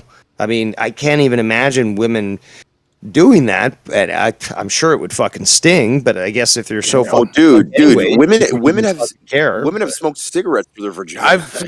Thank you. I was about to say, I've seen shit like that. But. Disgusting. My God. Well, Colonel, I've seen a ping pong shoot out of there. Ooh. Oh, that's amateur stuff. General Santos is now the top donator. Let's go ahead and fix that. Courtesy of SITH NEGAN for reminding me, because I almost forgot. I was so busy drinking. General Santos, now the top donator at $20. Thank you, General Santos. I have mice in my car still, so that's no good. There wasn't Mickey? I washed and cleaned out my entire car, and I threw some mothballs in it. I don't know what the fuck is going on, but I looked in the corners and saw turds again at work today. Hey, man, just burn the car and get the insurance. Get a new car. Well, I finally own the car, so that kind of sucks. Okay. No, you can easily catch these guys. It's not that difficult. Yeah, I just got to put some traps in it. So fog your car maybe for like a day. I don't have peanut butter, man. Peanut butter works the best, but since we can't have peanut butter in the house, I don't have any. But I'll just put some mouse traps there, like some sticky traps. No, I You know what? You're gonna have to. The kid's gonna have to eventually try peanut butter so that it can build up his immunity, because you can't keep him unexposed to this. And plus, from what I've read, eventually they can overcome it, sort of thing. Like like eventually the body starts to develop an immunity to it. So maybe in the 20s or something, eventually they're able to do it. It's possible he could be even over it now. We don't really know, so we have to bring him to an allergist. But since my insurance finally kicked in, I told Leah, I was like, go book that as soon as possible. So she's booking that as soon as she God can. damn it, woman! I miss Reese's peanut butter cups. I know, you got to get that going. No, I just don't want to be scared anymore of he could die. You need a display case of danger for just making sure that the kids won't mess with you. So like again, you've got peanut butter snacks, and the other thing is like, don't make me pull out the peanut butter snack there, son. Maybe pull out my bat that'll take the bump on the door. I remember some girl not that long ago, she thought she was eating Chips Ahoy regular cookies, but they were the peanut butter ones. She died over a friend's house. She died? Yeah, she died over a friend's house. Yeah, because all it takes is a little bit, man. A little bit of that rubs your neck or something, you're done. And he's got a pretty severe... A little bit of that peanut. See, that's what I've been hearing. Like, what peanut butter, is that a real thing? Like, because my friend, he was like, "Yeah, I'm making it up, Garguts." Yes, peanut butter. You're an Aztec, aren't you? I mean, you understand that peanuts are indigenous to the Americas. We used to pick years. Yeah, well, we were the fucking first people that picked cotton down here. Hey, man, is that you even didn't fucking real? do shit, Garguts. We're gonna, the Mexicans are the inheritor of the earth, just like it says in the Bible. Dude, we're having a Brett Sean moment right now. A Middle Eastern religion that you decided to steal, just like everything else. What a surprise! If it wasn't Mexican, why was his name Jesus? Because that's the Greek translation of Yeshua, which is Aramaic. That is correct. And I'm That'd be like if I take said back everything. I'm gonna take back all of my land. One TV at a fucking time in your driveway. One TV. The Native Americans had honor. You have sloppy history of nothing. Anyway, Native Americans committed atrocities, did cannibalism, and they warred against their fellow natives. Well, Garguts, why don't you go rip the heart out of somebody because God said so, you weirdo. Right? Oh, man. If only I can get away with it. Well, that's what they did back then. You want to go back in time to when they did get away. Aren't you one of these like coyote Mexican traffickers? Like they do this all the time. They literally kill kids, on the transit to Mexico. If I did, I would have more money than I do. No, you're in debt. You're in debt to the fucking cartel. That's why you got no money. That's why you have to keep doing this child trafficking shit. I have to stick up for South America. 904 Pinball in the chat said, "What did South America ever invent?" And I said, "Well, the wheel." and the Rock in Rio Festival, which is actually pretty damn cool. You're talking about the Carnival? I believe the Sumerians, invented the wheel. So I think that's no, that wasn't the Sumerians actually, but who was it? It was basically 6,000 to 8,000 BC in the Caucasian steppes, which is basically rolling mountains, if you want to call it that. Not as high as the Rockies and stuff, and that basically originated there from what contemporary science tells us. I thought it was Mesopotamia Sumerians. No, it wasn't. That's about 4000 BC. Right. Well, but according this, I just want to say that the wheel and the chariot existed much prior to the start of Sumeria. I just want to say that was in my head. I always thought that's what it was, and I just Googled it, and it does say ancient Mesopotamian people. So where's this new news that I don't know about? Like, I mean, I'm honestly asking. I don't know. Well, talk about something. I'll find you the link if you want. I mean, again, I don't talk out my ass. No, I know. I'm just saying, like, all I'm saying is, in my head, that's who I thought invented it. I hear you. And I mean, I'm not saying it's right. We get told lies about a lot of things, but like but Google is like the top. Well, Dave, it could. Go ahead. 4000 BC. Say, well, Dave, it's better to talk out of your ass than to dump alcohol in your ass. Right. You don't want to do that. Very true. Exit only, in my opinion. Exit only. Yes. Right. Okay. Also, I want to quickly just mention, I just saw this tweet because I guess AEW is still tweeting stuff. They're not managing their fucking scrum, but they certainly are tweeting. So, Fight for the Fallen, they've got a nice full card here. I don't know if you guys have checked it out. So, Bryan Danielson facing Daniel Garcia. I was impressed with what Daniel Garcia did tonight. Again, somebody I'm not aware of, but again, I do remember when he mentioned about the car accident. I was like, holy shit, this is the guy. Because I remember fucking Jericho donated all this stuff, brought attention to it, and it's cool. It's different. I don't know this guy. I want to see more. I'm interested. So he's going against Bryan Danielson at Fight for the Fallen. So obviously Danielson, up and ready to go again to start wrestling, which is great to hear. You got fucking Moxley versus Roosh. You got Thunder Rosa. Dave, did you not see the first time they fought off though on a Dynamite? It was great. Daniel versus Garcia. I did not. I must have missed it. I can't catch every show, unfortunately, but great. That's well, it's good. You know what? I like it. I liked that this is being highlighted. Thunder Rosa, Miyu Yamashita, who I'm not aware of, but again, I love seeing new people and Japanese talent and stuff. Mm-hmm. Ricky Starks versus Danhausen, where they're gonna put that FTR title. I'm actually on the line. looking forward to that. I'm looking forward to that one. So great. You got Tony Nese versus Swerve Strickland. That could be interesting. Could They're be both. good. I feel like the Danhausen thing. He's gonna win because Hook's gonna come in and rape him. I think that seriously, unless Shawshank Redemption get somebody out. Like if Powerhouse comes out to defend Ricky, then you're gonna get Hook. But if not, it'll just be singles. You got Matt Seidel versus Lee Moriarty, and that could be good. This guy's being pumped up as being somebody that's going to be the next big thing in ROH, and I would like to see that as well. So that could be a good match. And then finally, Ethan Page, fellow Canadian, going against Leon Ruffin, who I have no idea who he is. Don't really know him either. We'll see.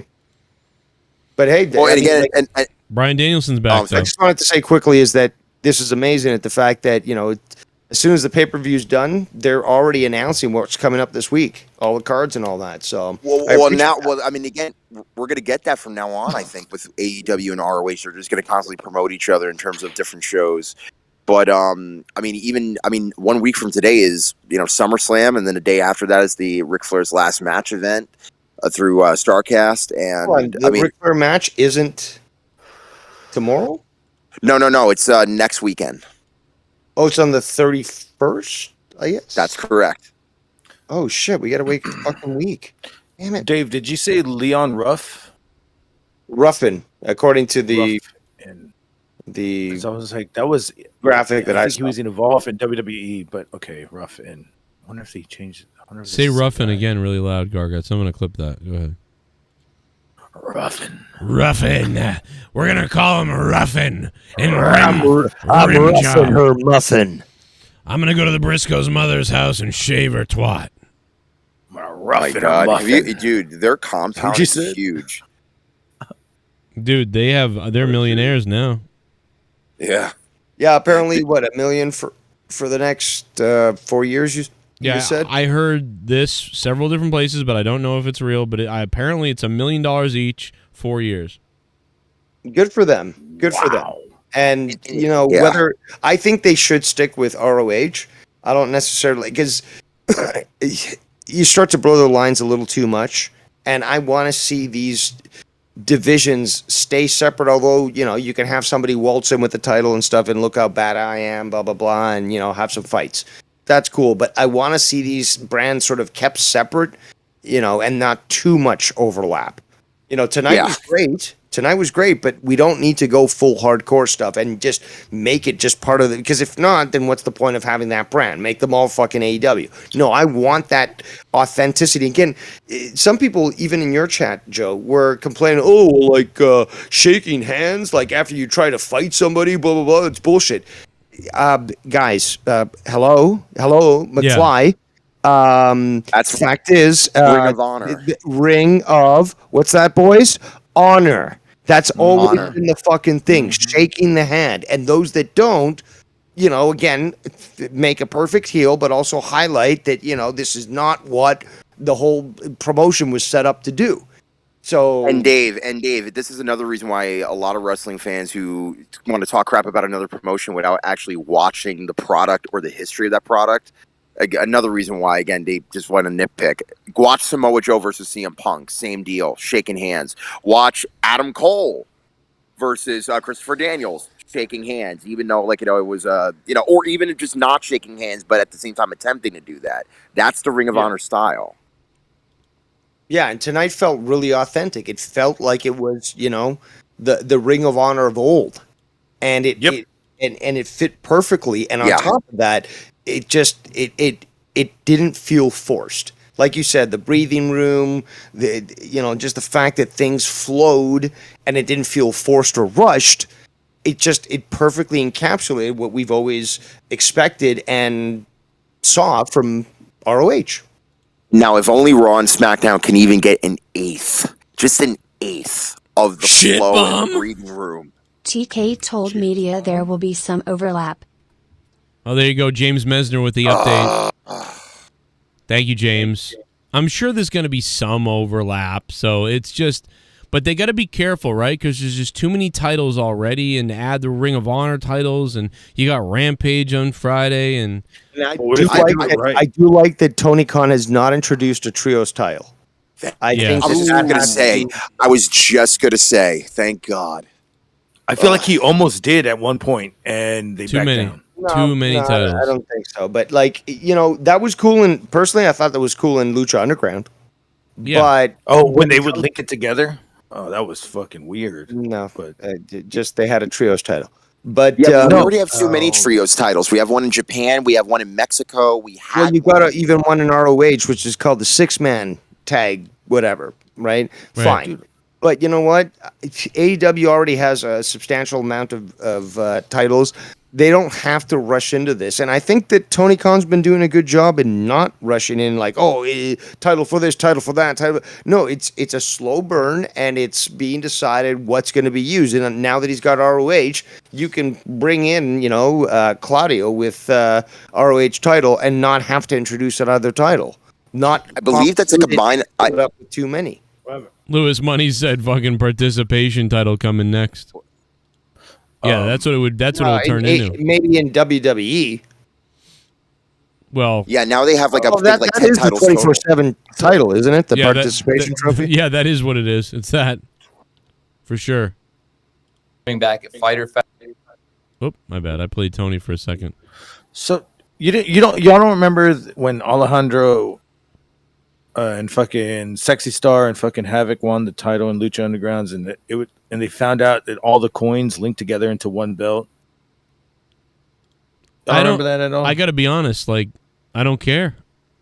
Yeah, that's what I'm saying. But that was the weirdest. As I'm saying, that was the weirdest trio thing. No, I'm kidding. No, you're talking about the. It was a different title. It wasn't the trios title. I don't know. You're talking about the one with the coins, right? Yeah, yes. That one was. Yeah, that wasn't the fucking trios title. Okay, I thought that was the gift of the gods. Well, Gargant earlier. Damn, that was good job. You don't know what peanut butter is. Oh, all right. peanut butter. I love you, Garguts. You were at the hospital all day, man. Hey, relax. It's gonna be all right. Bro, they got me on fucking shit, on woozy shit. What? Oh, that's for some cyanide. Oh. I mean, I tried to get it to Jesse, but Well, I thought when you said you cut yourself with glass, it was like a suicide attempt, but this is worse. We can okay. So if you look at the spot where I cut myself, if I were to rotate it a little bit more, it would have been on an artery. Really lethal. Really lethal. Did they tell you that? No. Were they like you were really close to a main fucking artery? No. They said if you landed on your chest, it would have been different. You wouldn't have been here. Oh, okay. Well, but it didn't go that deep, so you would have been. You know what I mean? The fact that I rotated off onto this angle and landed on that spot. Wait, was the glass like sticking up, or like what kind of glass? So was it was a regular wine glass. Just a regular one. Oh yeah, they're thin. They go. Oh man, so yeah. God, you fucking. I've done dumb shit like that. I mean, remember when I punched a wall? That guy hit me in the balls. I punched a wall.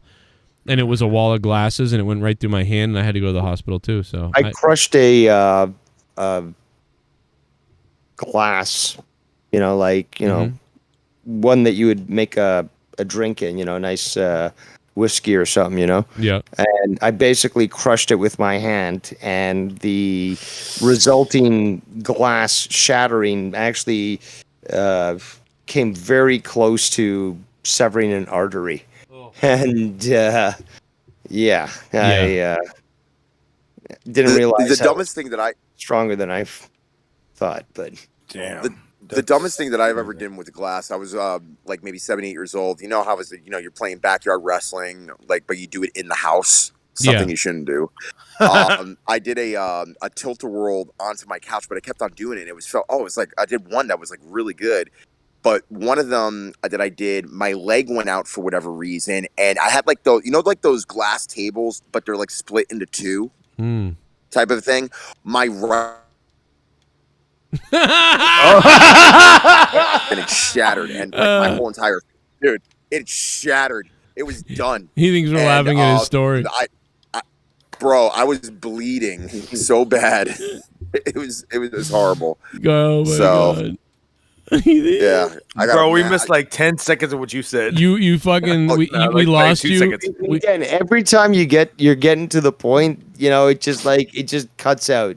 We're like, this is the payoff is gone. That's part of the story. Oh my God, that's why we're laughing. All right. At any rate, I did one move. My right leg caved in. I basically broke the glass, and I cut my big toe really bad. Obviously, you can't explain that to your mom because you're being a dunce. So there you go. So I was like, yeah, Mom broke the table. Okay, I'm grounded for 3 months. Right through the glass table clock. My aunt had a table clock. My God. By God, he's dead. Yeah, my foot's dead. Funny you said that because I didn't even, I was by my parents and I was just my parents live not so far from where I was at.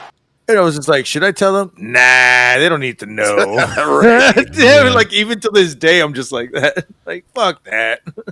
That was crazy. I could have died. I want you to listen to the sounds of FTR going through this table on this back suplex. Markup. Wait a second! Oof. Oh my goodness! Well, that was actually the Briscoe that went through it the most. But. Oh my goodness! Dude, with his head into the table. Yeah, bro, that looked rough.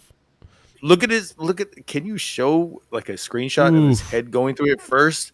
I swear that's that's what happened. Dude, his head cracks. I will show a still of it. It looks like right there I'd just be thinking $1 million. $1 million. $1 million. Tony Khan. Look at that dude. His head breaks the table. Head goes through it first. And by the way, look at this. That's the table spiking up right here. That could have gone through that could have been a bad cut on the back of the neck of somebody. Two of the worst table spots. Not to say that they were bad as far as execution, but just more so just overall just gruesome. Remember that one time Mick Foley dumped off the apron by the Undertaker, and he went right through directly into the table, in the middle of it. Yeah, dude, that looked scary as hell. And then another one was Kenny Omega DDT. He was getting DDT'd by Jon Moxley right on his head on a glass table, and again Moxley took the brunt of it because it was all up on his back. Kenny landed square dead on his head, and I'm just like, damn, imagine he don't have something stick out of his head after this is over. What is Dan Kennedy? What are you doing? What server are we on? We're on my Discord. You can't get in here? Dude, remember when fucking Shinsuke gave John Cena? Oh, John Cena. Oh shit! And then right on his the neck. And then to think that he survived that, and then Big E got it worse.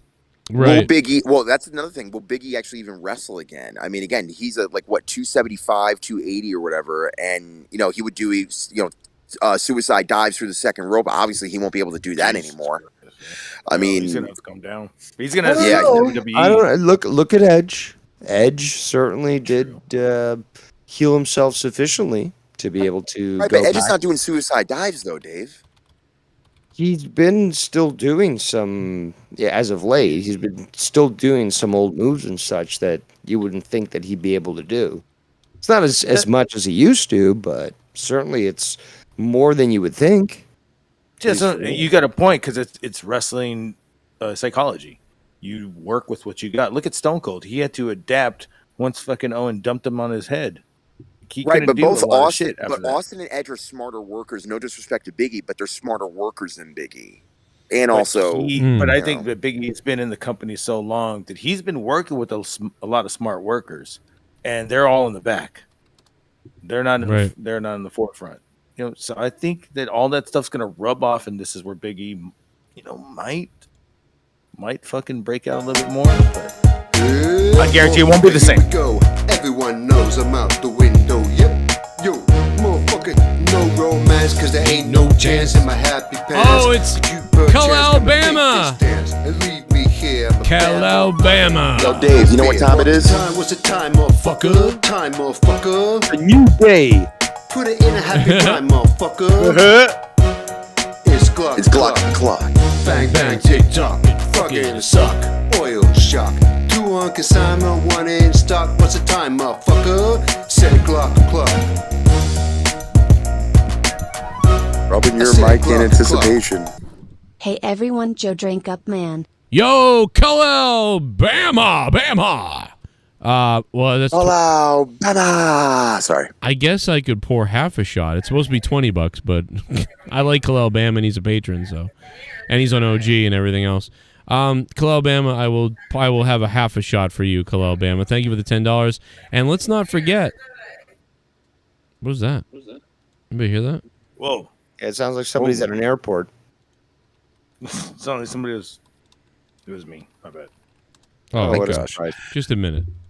Also, 15 minutes until G1 Climax starts. I have a little clip I'd like to share with you guys. You may remember it. It does involve Dave. I had it queued up about 5 minutes, or I had it queued up about 30 minutes ago. Forgot about it.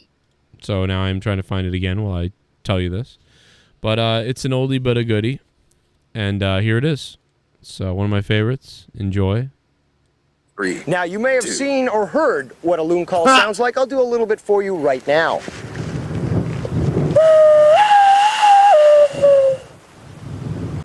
Hey, there's a loon over there. Crikey. Let's see if we can communicate with it right now. I hope you and your fucking family fucking die. Leave me alone, you fucking salmon bitch. Oh! Run! Be sure to visit our website. I'm going to put the URL You better right run. there. I'm AD Venture. Thank you for joining us. Leave me alone, you fucking salmon bitch. Oh. Can't believe He said that to Awandi several times. Can't believe he called Awandi a sand N-word. That's crazy. Crikey, the alpha male is about to say one nasty word. He might even debauch the ebony experience for you. What's going to happen next? Stay tuned. The ebony He said experience. sand Nagar. Oh. Do it. He said Do it. he said Snagger. He said the naughty word there. Oh yeah, it was. I don't like that. I don't know what's wrong with him, but I hope Awandi bombs him. That's what I hope. Dude, it was the hat that got me. I was just like, oh, he went full blown. He committed to the gimmick. Oh, he's a nasty person. He's not a gimmick. Awandi's No, yeah, you're right. Dave Rose is not a gimmick at all. No. Awandi's people commit to their fucking gimmick too. I'm like fucking Mick Foley. I've got several different identities. Faces. Right. Yeah, the faces of Mick Foley. I'll tell you one thing, man. When Awandi's people commit to something, they put the towel on, they will take the building out. All right? Devious' little boy. What the Yes. hell? Now, Did Mrs. Foley baby boy Sound just like got Tony Khan when he's crying off cocaine at the end of the night. But I'm gonna have to hurt you. take a look at Dax, man. Or is this Cash or I don't even remember what they are in Dax. No, this Was his fucking head? Yeah, dude. He was doing that interview and his fucking band-aid kept fucking covering his eyes and he kept going like this to it. Cash Wheeler, Dax Harwood. I can't get them each right because of the since being Dax is W. the guy with the mustache. Just again. Okay, Dax. We sorry. go hard all day, all night. That was a great. It's too bad they can't have that theme. Yo, Cash Wheeler took some serious hurt during the match. He certainly he bled, and he was certainly like he was really selling the spots well. But he was, they were hard spots. Also, right here, I think he talks about that he was with the doctor before the match, and he told him the truth that all right here sucks right now because of a previous match. So when he took that fucking, I don't know what he said, a sideways suplex or something, he fucking landed all right here, and the fucking doctor went down and actually asked him if he's okay, and he was just like, "Yep," and then he went on with it. But he was like, "I'll feel it tomorrow." Right now, I yo, don't feel dude, shit. you just reminded me, Gargas. That's so. You just reminded me. So the AEW doctor, who normally is at ringside, right? There's at one point where one of the Briscoes got like hit hard, and the Briscoes like yelling at the doctor, "Sit your ass down. I'm fine." Like again, I love little things like that because again, whenever there's like an issue with like blood, obviously the referees put the gloves on, or there's some type of like can you continue type of a thing. You want to be a real you want a real man to marry you. That's why. For all the men's men. You want Real and Regal? Goddamn. No. Okay. Brian. Continue. I'm sorry. I just made a little joke. Continue.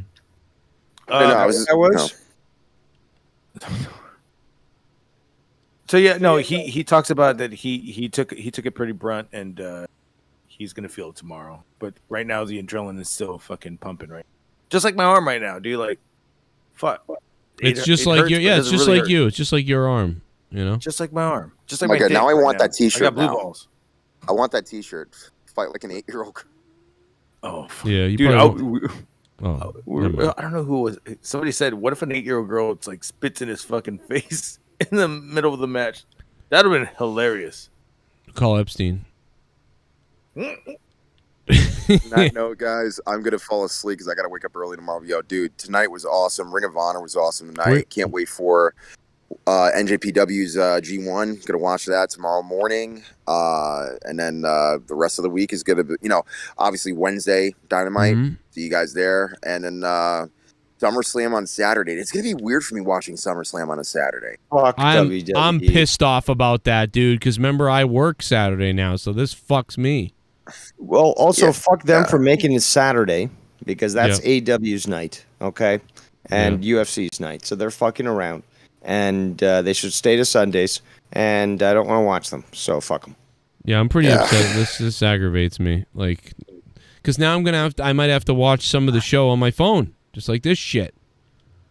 It's like, oh my god, bro. And I was WWE stream isn't that bad compared to BR, I guess. Yeah, the right? Peacock app will be a little better. I mean, Peacock. Well, I was just gonna say this gives me an excuse on Sunday to watch like the Starcast, so I don't have to watch the Nikki Bella crap on A&E. Or the Bella Twins stuff or whatever. It's that documentary series that they do on all the wrestlers. And by the way, I think is New Japan live right now? Gonna be live in a few, yeah. Yeah, G1 Climax is coming up. Oh my god, yeah, it is coming up. The fucking it reminds me of like the old pay-per-views back in the day with WWE or WWF, and they would show like the logo and like certain segments, and then they would play music while the card is getting loaded up. It's great. Yeah, I think it was called Free for All then. But anyways, guys, yo, I'll catch y'all later. Yo, DV's Dave Rose, you always made it sweeter in terms of giving more detail and all that jazz, man. Keep up the great work, man. Stay See you black, my guys, brother. always black and proud. Getting real greasy up in here, Dave. Oh, Canada. See. Stay white too. Hold on. Right on, man. Right on. Right on. Right on. God damn it. The fakest fuck ever. Oh. I'm sorry. He was. That was. You know what? When I notice things, I have to call them out, and like I felt bad. He got mad. I think he got mad at me for calling him out for that. But I was like, "Come on, man! Like I can't not say something. That was weird." And by the way, I'd call me out too if I do that. You know, I'm sure I have pandered a bit to some. You know, like I try to adjust to how people are, like a little bit. But when it becomes that weird, like, come on. Never heard you say "right on, man." Right on. That's true. Just like Black Flower. Yeah, bro. Like, what? Right on, man. Yeah. So, like, when you guys were recording this, like, why are you talking like a fucking rock star all of a sudden? Fuck is going on? Everyone noticed. Jim Morrison over there. He got mad at that, man. He kind of got. I don't know. I shouldn't have said that because he got upset at me. I would have said it if you didn't, because I was thinking the exact same thing when I heard it. Like, what would happen? You know, and when people, you know, a lot of people, you can tell. His name changed from Dave to Devontae. You can tell when you see other people around other people when they start acting fake like that, and it really tells you a lot about somebody. You're like, oh, this person's weird. Like, what are you doing? This isn't who you are. You know, so it's like I gotta call this out. Like, this is weird. Like, what are you doing? Coincidentally, the blacks have always recognized the fact that you know, I'd speak the way I speak, and I'm not trying to talk down or, you know, even adjust my vocabulary, and they're cool with it. Well, because white people do it all the time, where it's like they notice it. Anybody notices it. You know, when some white guy tries to be when a you're little being cooler. talked down to, and somebody's purposely choosing words to like, oh, like, let's make it sound. It's like, why don't you just talk to me like a normal human? Yeah, or like how you talk. Whatever it is that you talk like. Why are you trying to talk like me? This is weird. Now, there is a small argument to be had in the fact that, you know, some inflections and some things, you know, we do adjust to accents eventually and things like that. But no, I mean, I've never heard some white people that are basically black, and the way they speak is just the way they speak. That's just how they grew up. That's the you know, the colloquialisms they know. I'm not gonna be like, oh well, because you're not black, you can't speak like that. It's like, I can still understand you, but you know, that's the way you speak. I'm not gonna fucking shit on that. Please tell me that that's highlighted. Oh, it's not. That's too bad. Let's try to find it. You want to find it? I gotta hear it. The right on. Yes. No let's hear it again, people. You know, as a musician, it's just shrunk. It's like a tenth of what it was. Just $200 Chevy Nova. It's the worst state that it's been in, I think. Let's see. And there's no timestamp. Yeah, potentially. No, nobody timestamped it. We've definitely done our fair share. You know, since 2003, we've. You hear bands. I think it was close to the beginning. I thought it was too. Yeah, check it. I recommend it to anybody who maybe going back and forth. Man. Yeah, no. They're both up there on iTunes, Amazon, all the digital was things. that it? Then, you know, I've got physical copies of both on my. And I've been listening to it now. The name is. His new CD's kind of bluesy. It's bluesy in a way. Louder, I think. It's up a little bit more. Like I sound like me, but. And then, but I'm doing different legs of this tour, so. See, and he's like, I'm doing this tour. And anything else? Who worked on it with you? Mm-hmm. That's awesome. I don't even hear Dave yet. There's so many. Oh. The cap stuff. Did you? Oh, here it is. I've stumbled into the. This is random. Somebody had a gun. You gotta find it. Yep. That's a pretty common question. Everybody wants Any to of know. the good ones you can't remember anyway, right? Jeez. Yeah, there you go. Yep. There's definitely a lot like that. But those are mostly the early days, you know. When I drank, I actually quit drinking several years back now. But one time, actually, it was Lewis from 10 years. I wish I had it clipped. Get into that because very delicate, like the time to. I'm going to be doing Tech Avenue because there's no more, you know, there's no more MTV, there's no more music on television. Really, God damn it, I can't find it, but I wish I had it queued up. Yeah, you should have fucking clipped it, and somebody should fucking make it their mission to clip it. Basically, you've got him ask a question of the guest, And they respond, and he says, "Right on, man. Right on." Oh God, it's too good. It is. Can I ask? Oh, well, yeah. There. You know what? There's a part 2, so maybe it was early on in part 2. But you know what? I'll down. Dude, you know what I I'll thought do? It was at the beginning, though. I know what I'll do. It was. I think there's a transcript. I have a transcript. Okay. This should make it easy. Control F. Yep. Find. Yep. Right on. I was just know what I'm talking about. Right on. Yep. Here we go. Right on, man. Right on. Right on, man. Right on. Let's see. Okay. Are you okay, Gargets? You feeling all right? No, I'm trying to think. Should I start stretching my arm right now because I have stitches? I wouldn't. Not yet. Are you dumb? I mean, dude, so check this out. I have stitches on this finger right here, and on the middle finger. Yep. And it only goes so far back, and it starts. I could see the skin that's stretched. Right here. You're seriously So it's asking like- this question? So, Like, you want to stretch? Yeah, and you're going to break your fucking stitches. And then you're going to have to bleed, and then you're going to have to go back. You're going to have to stay like this for the next few days until at least the wound starts to heal. Like, you've never been injured before? No, I did with this, and that's why. I know. I'm saying like I've had stitches on this one, and I can feel the skin pull when I open my hand. So that's why I don't want that shit to happen over here. It feels like there's an armband. I mean, there is an armband on me, but it feels like there's like a bunch of pressure going on. And why are you asking if you should stretch when you already know the answer to the question? I just want to fucking try to not do this time. But I guess it's gonna happen that way, no matter what. It basically was the verbal reaction of basically someone who is slipping off a rope and then just can't hold on anymore and just slips right off. That's what you just did verbally. I mean, shit. Have you ever seen Cliffhanger? The Yeah, beginning scene? he still did a better job than you did. Mm. Hell yeah. I can't find it. I've typed in. Damn it. I've typed it in. That, And, that will be our mission for the future: is to fight the. I found it! Oh my God! I think I found it. Yeah.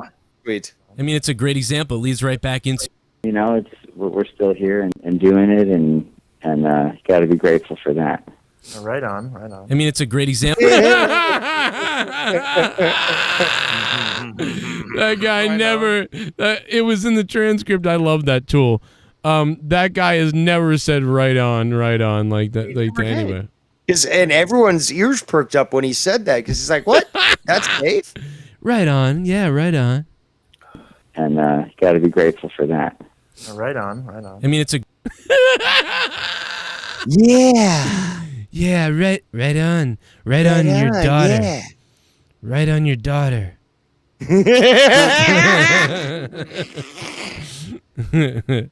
Right on, baby.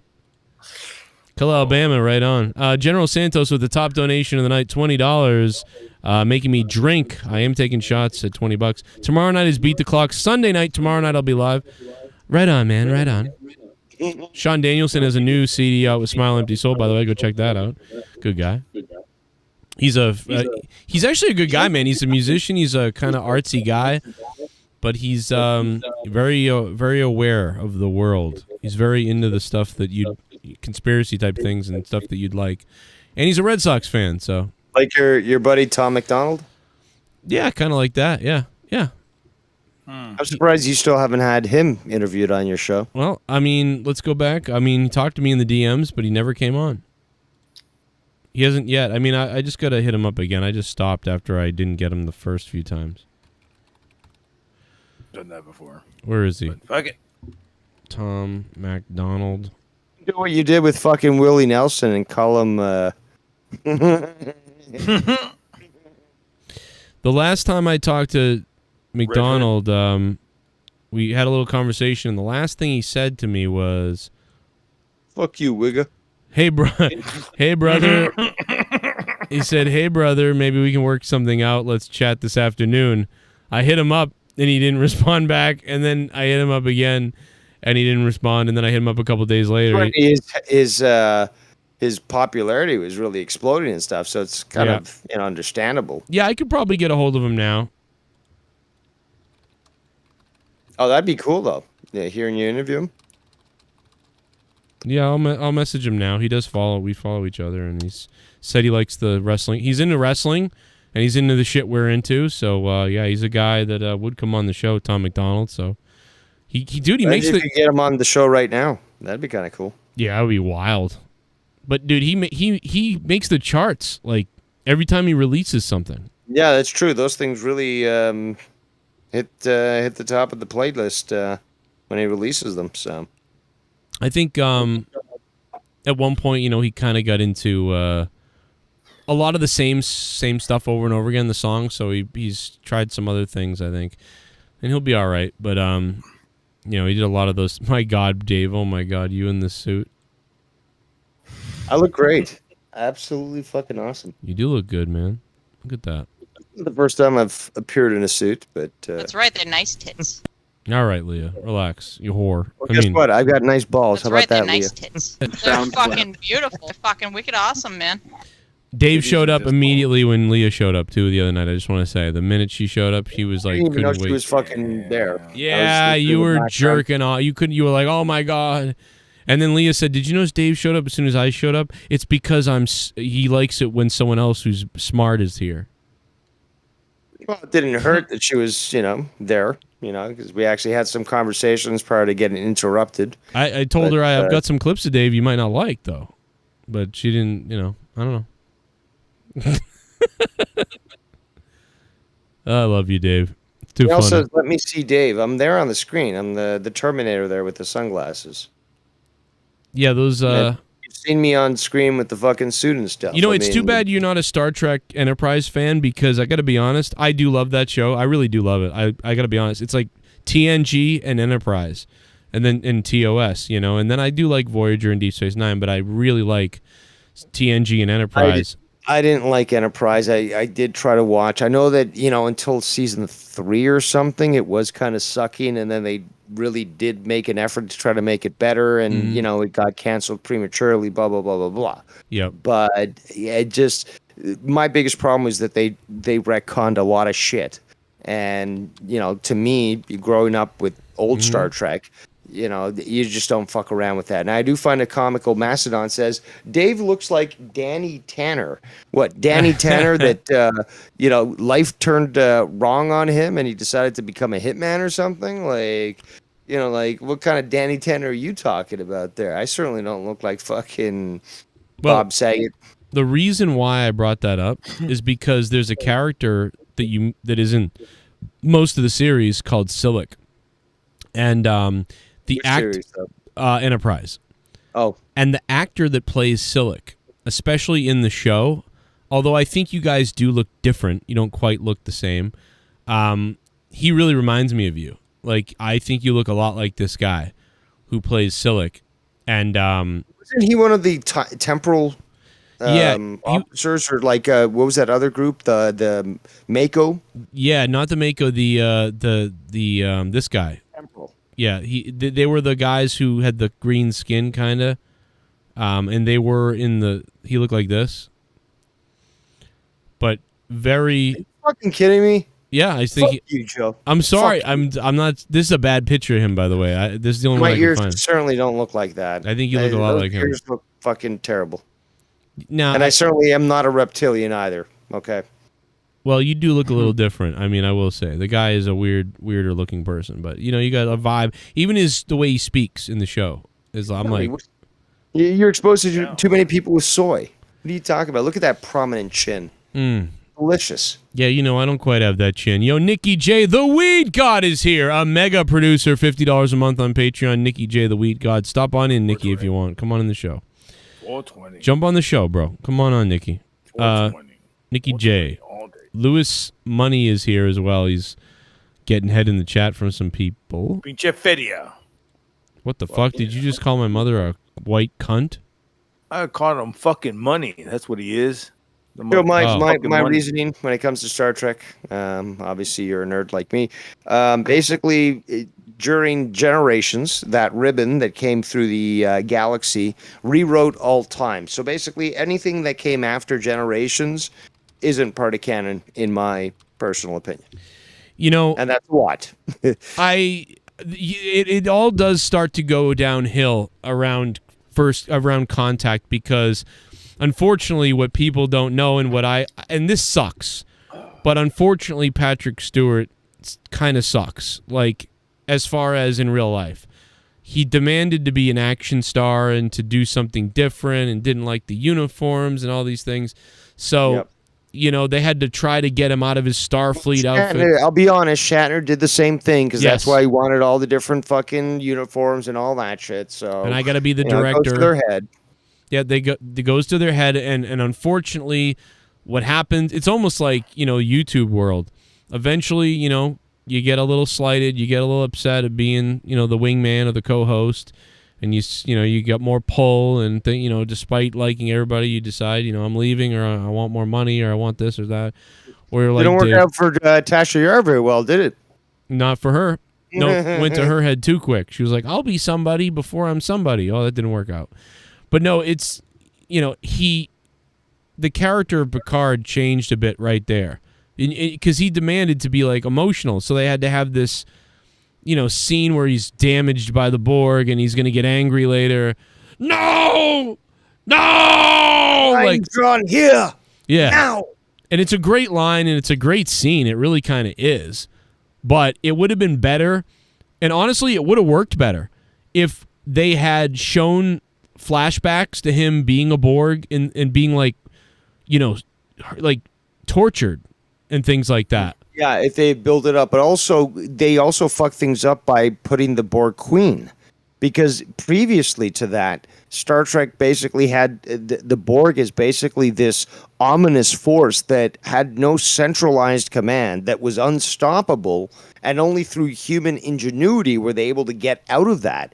And they changed that entirely with the introduction of a Borg Queen, which doesn't make sense to the original way that they were written. Holy shit. They're doing that bullshit? I don't watch this bullshit. God damn it. What the fuck is wrong with them? That was what, 20 years ago, maybe? Dude, I don't watch this bullshit anymore, dude. I haven't watched Star Trek since fucking it happened in 1996. It happened in 1996, Garguts. That was the last time I watched it, bro. Garguts. Oh my God. I didn't watch anything after that, bro. Like, what happened was that I got into Star Wars. 26 years ago. Yeah, I got into Star Wars because of the goddamn special effects fucking version that ruined Star Wars. I know you saw Star Trek because you talk about it sometimes and you know what you're talking about. You never saw First Contact? Bro, I snuck into half of that movie. I was watching whatever. Yeah, I went to River Center and I saw them fucking Borging up, and I was just like, all right, I'm out of here. Start calling you Excuse Factory. I don't know the shit, bro. I don't know the fucking goddamn shit, man. Goddamn, y'all sound like fucking way worse nerds than I do, because that shit is. What do you do? No, wait a minute. But I love this. But let me tell you something. This is the most mainstream known about TNG thing. Like, even if somebody didn't really watch Star Trek: The Next Generation, they know the Borg and they've seen the Borg Queen before, and they know Borg. Like, I don't do. Okay, so check this out. Y'all are older than me. There you go. How old are you? When I was watching this shit, that doesn't mean shit. I know of movies that were made like 80 years before I was born. I have Clockwork Orange on Blu-ray, and I have it on Laserdisc, actually, to be honest. Saying, did y'all watch this when you were a kid? Because I did when it came out. Well, and I never watched it again in theaters. Old, but okay, wait. Theaters. How old are you again? In theaters. How old are you? 37. You're fucking 1 year younger than me. You fucking asshole. But I watched it when I was a kid. But But you're a year. I was in the theater. I was 12 years old in the theater. Leah is 35. Leah's 30. How old is Leah? Leah's 34. Leah, oh my God. Leah is 34, and she saw it when the she thing was. is that I didn't. Okay, so y'all understood it. I wasn't into it. Yeah, I understand. My dad You got don't. me into it. My dad got me into it because I was into Star Wars, and he was just like, "Yo, you gotta watch this shit. Look at this shit." And it was so complicated at the time, and I was like, "I need to fucking rewatch TNG." So that's what I started doing, and then I gave up. There's so many fucking goddamn seasons. What year did you start watching? TNG. I watched 93. Okay. No, 95, 93, 95. I watched the originals in 93. Don't worry, there's nothing worse that you're gonna say than what you just said. Dude, I'm just saying. I watched it all in fucking whatever. It was VHS, and then you would watch it at night. So you at night in 93 to 95, what would you see? You would see TNG, Deep Space Nine, and that other fucking bullshit one, Voyager, that nobody fucking liked. Well, it was all right, but it did fall apart a little bit towards the No, end. it wasn't.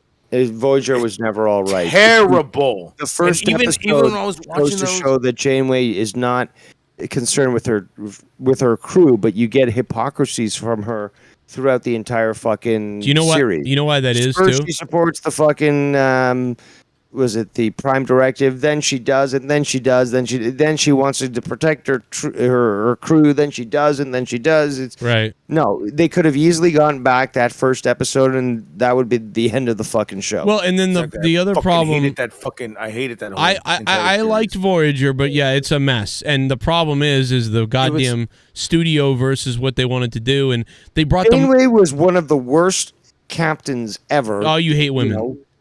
No.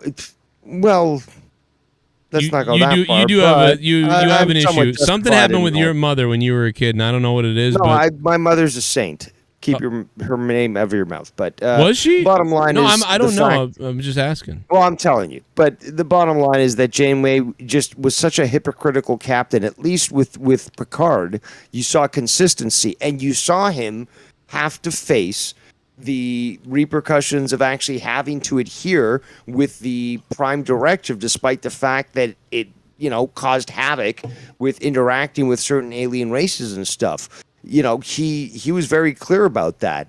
There was a contradiction with Picard that was like, Survival. Do you remember when they were on the land and the Native Americans? And now this is because of the movies, by the way, Dave, so this does kind of get disqualified, but insurrection. Yeah, insurrection. Yeah, versus that never happened because it was after Generations, and that ribbon changed all of canon. So. Oh, that's right. Okay. Yeah, because I mean, obviously, another one. Dude, that movie was terrible. Again, the odd movies. There's this whole theory, people, that the odd movies of Star Trek are always the worst ones. Dave, are you aware that they're fallen into that? I'm sorry to cut you off. Are you aware that Nemesis is actually like the most?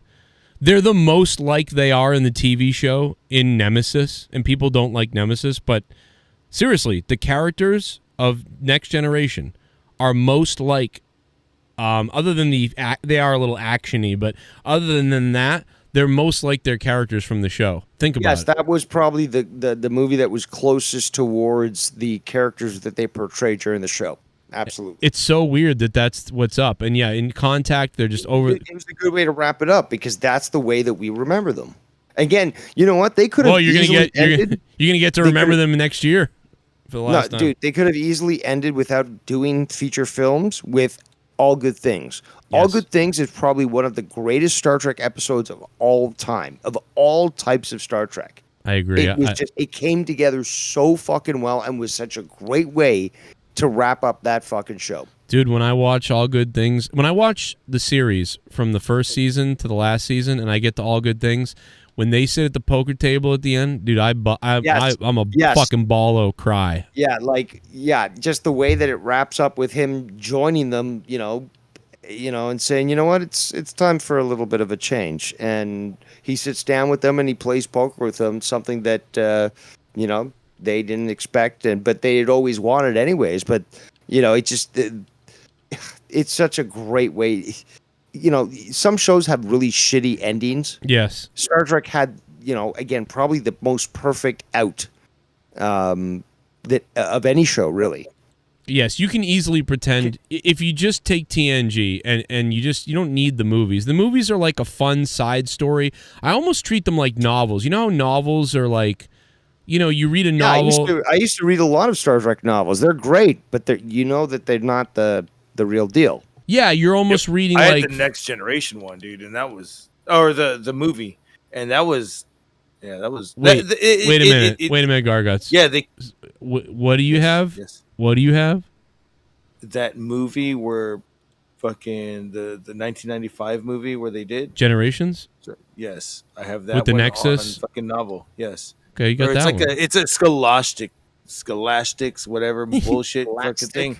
I love Scholastics. You mean the one that you buy at the school book fair? Yeah. Yeah, the school book fair. And so it came with all this fucking extra shit, and I go, man, this book sucks. Damn it! I thought it was gonna like tell me something that was extra. No, it was basically the goddamn word for word. Oh, maybe it's like a the little movie? bit here and there, here and there. Here. Yeah, you were looking for a comic book like the 2009 movie. Yeah, They had the I want countdown some more- comics. I want some more information. Yeah. Well, you need a lot more help than that, Garguts. I'm gonna be honest with you. I love you to death, but Jesus Christ. I No, love that you. was like, dude, bro, this is Well, like a bullet only 1990 costs fucking- about that's 20 when cents American, so. That's when it came out, dude.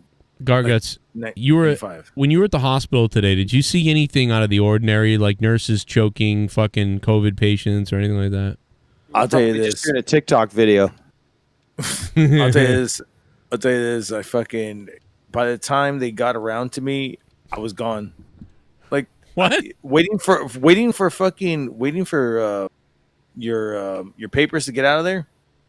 Uh-huh. Like I was getting a work excuse and Your all that shit. I was papers, your just like, papeles. Your papeles. Yeah, no, I was waiting for your discharge papers. Yeah. Oh So- yeah.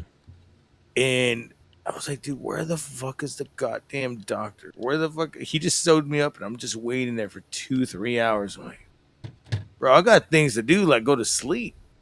I hadn't slept. I only slept like a few hours, and then I fucking did that shit. You should have told them that you work at Home Depot.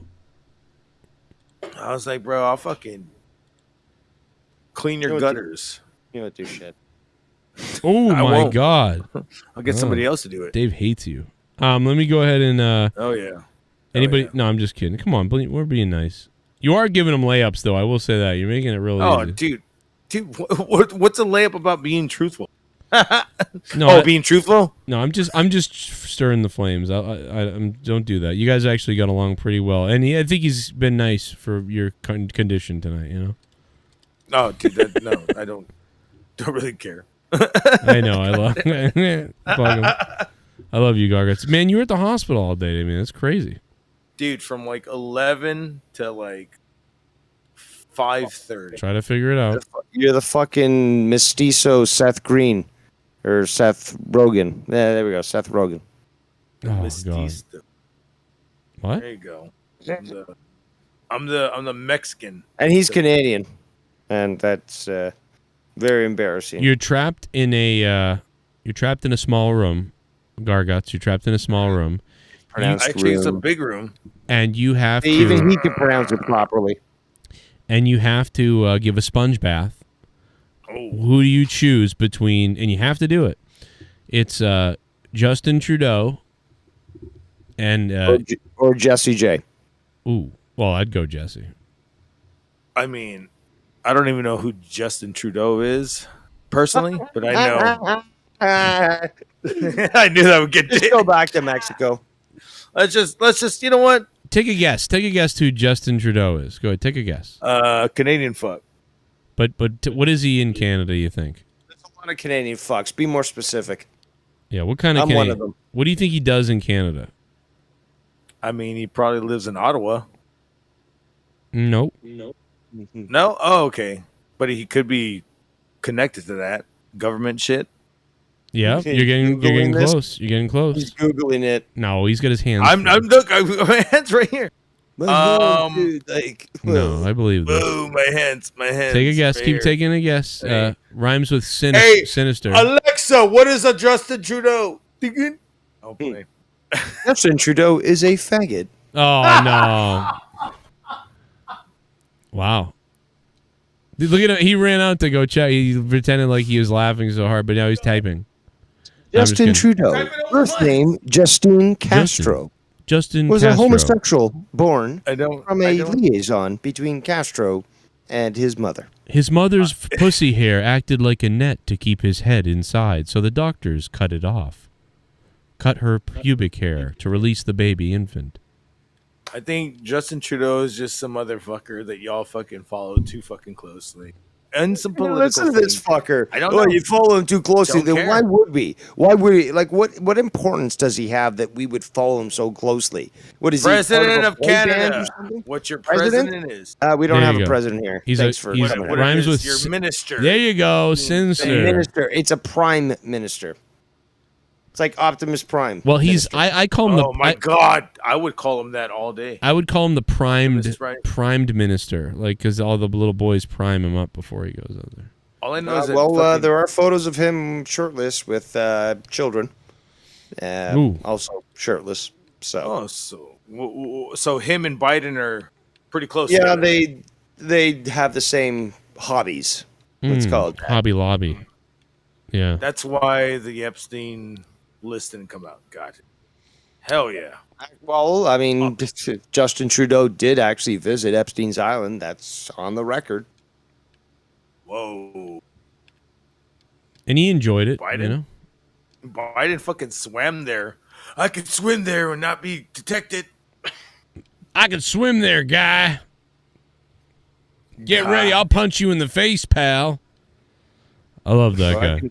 I mean, I could show you guys photos of this stuff. I don't know if I can send them on Discord because Joe apparently has disabled that on his Discord channel. But I certainly could show you photos of this guy.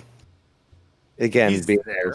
Do you remember? Do you remember when you sent me the big meme collage of him dressing up as like everything? Yeah, I still have that. I'm the one who created that. You can find. I'm meme famous. I'm probably on wait a fucking minute. list. I mean, I remember you sending me that a long time ago, and it was amazing. But like, you're telling me that you actually made that? I made that. I can prove it. Wow. I can show you the fucking PSD files. You're not the one of those. Photoshop You're not files one of that I those 4chan people, are you? made. No comment. Oh boy. Oh, So, my. Nazi confirmed. Great. What did you say? Because a big it's a big Nazi. Don't you like set. my brown Did you shirt? see Marvel Phase 5? The villain says, "Did you see Marvel Phase 5, dude? I'm done with Marvel. I'm all out." I'm gonna take a break from Marvel as well because it's getting a little crazy and they're really going a little too woke with this sort of thing. And yeah, some of the stuff sounds cool, but I need to take a break. Yeah. Some of the stuff is just going a little too far. Dude, they showed Daredevil at the end of fucking She-Hulk for like 2 seconds. Interested in that though. Vincent D'Onofrio is probably one of the greatest American actors to live today. His portrayal of the Kingpin is perfect. It's absolutely fucking perfect. He literally feels like he literally was pulled out of the comics and made real, and now you're fucking watching him. I can't think of a better fucking Kingpin than him, and his acting is fucking superb. So like that, I'm interested. Now, I don't know why they're calling the new Daredevil series called, I think it was like Reborn, something Reborn. Oh no! Well, Daredevil, are they doing that? Oh, I didn't even see that. They announced it today. Basically today they had some sort of. Oh, and Joe, by the way, if you look it up, you'll find it. AEW is at one of these Comic-Con things, and you've got Darby Allin there answering questions. Malachi Black and Brody King come in, and they fucking just slam him on a fucking table. They leave him there, and they just start to answer questions at the fucking press conference. So that happened today. But again, all these big announcements, like 20 movies by Marvel that they've announced and their schedule and so forth, like some big stuff. Did you some see of the- it looks interesting, some of it doesn't, but like I am a little tired of the stuff, and I'm not really enjoying some of the woke stuff. So again, in the past, I've basically said, okay, I'm gonna take a break. That's fine. And eventually, when I come back, I've got a bunch of stuff that I can watch if I choose to. Yeah. I don't watch fucking Externals or fucking Inhumans or Eternals or Humans or Black Panther for the first time. Well, I've never. I watched Black Panther for 10 minutes. Yeah, same. I couldn't get into it. But some people fucking are in love with that story. Regardless, is that I don't have to watch it all. And you know what? In fact, there's a little bit too much to watch with all these fucking TV shows like Agents of S.H.I.E.L.D. and all this other stuff. Well, that's She-Hulk. gone now. Well, I know Now it's it's gone, back. but what I'm saying is that, you know, it's part of the continuity. So, yeah, you have the option if you want to go watch that. But you know what? I'm going to pick and choose what I do choose to watch. And I don't have to run out and go see the latest, greatest fucking hero movie when I can pick and choose it. And it's Shazam. There's Fury of the Gods, I believe is what it's called. That's the sequel to the Shazam movie. That's been announced. It's going to be coming out, I think, next year, 2023. But that trailer dropped. You got more about Black Adam. Even DC is starting to release a lot of trailers for their movie. And did you notice how like DC doesn't like they're concentrating on their own series. They're not really like trying to make. They kind of like bridge it like by a little small fucking like string. Because they're stupid. They fucking fucked up. If they had thought and planned like Marvel did, especially having things on streaming networks, they would have been able to create a series instead of like the CW and whatever the other channel. Yeah, the CW where they with do they with the Flash. Yeah, Oh, exactly. man. They fucked up with the Flash. They do their Dude. TV. The Flash was so good. Well, that Green Arrow, all these other shows. So they do these TV shows, and people like these characters, but then they won't translate them to the movies. Meanwhile, Marvel does the opposite. If they're in a fucking TV series, they're going to be in a fucking movie. Coulson, for example, TV show, movies. You know, all these other characters. He was in movies before he was in TV shows. Yeah, exactly. But the point is that they're not going to cast somebody for a TV show and then not use them for the fucking movie. Marvel at least is smart because they're trying to be consistent that way.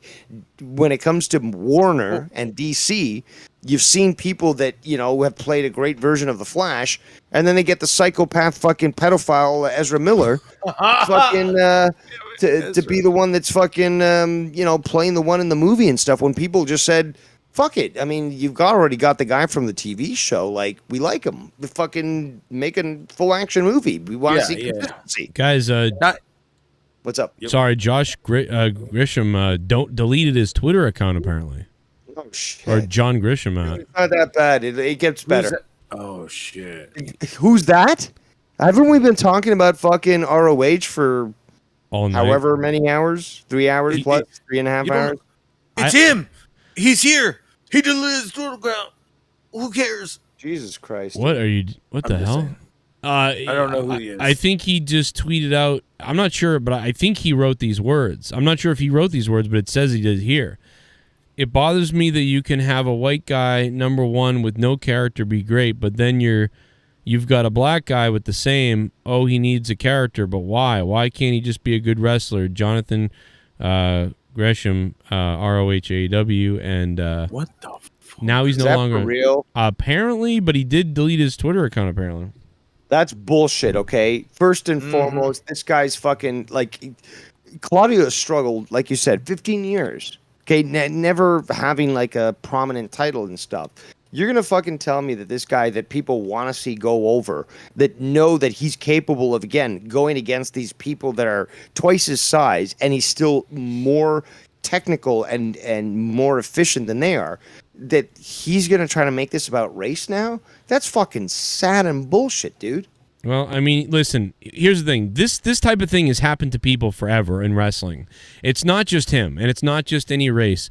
This has happened so many times. You know, like Hogan comes in and he just wins. And it's because there was a report earlier that Tony Khan may not like Jonathan Gresham, and Jonathan Gresham thinks that TK might not like him. Okay. Because he's black? Well, I don't think Tony Khan loves the blacks. Come on. You know, he also loves the trans. Like, he loves everyone. He'll give a hug to everyone. Nobody do you know what it can make is? it about He race. doesn't Nobody like he doesn't like you as a wrestler is what it is, if anything. No, you know what? I think he's just saving him for better things. Again, how long do you expect Claudio to hold on to this title? It goes back to ROH. He's part of AEW. This is going to be eventually taken off him, and it's going to, be earned by somebody in AEW. Right. You got a new boss. I mean, I get it. But why would And you... what if there's a rematch? What if there's a rematch and fucking Gresham takes it from fucking Claudio? Why would you blow up your own spot here so quickly? You know, why wouldn't you wait a little bit to see what happens? I don't like the whole use of the race thing. I mean, it's not even that. Again, like, well, you're going to call white supremacy against fucking Tony Khan, who's a Sikh? Yeah, I don't understand that, but What kind of white supremacy is he fucking pushing when he's got a fucking tranny like Nyla Rose fucking, you know, dominating the fucking female division? yeah, it's not real. No, you guys got to stop with this shit. You got to stop with this fucking hate, this race hate, this fucking race baiting and shit, and just accept the fact that if you're there on the fucking card, this guy, again, Tony Khan is a fucking mark. Just like fucking MJF said. Right. He's a fucking mark. And you know what? That means that he wants... All of you guys are sort of like toys to him, you know? He wants to collect the entire fucking collection.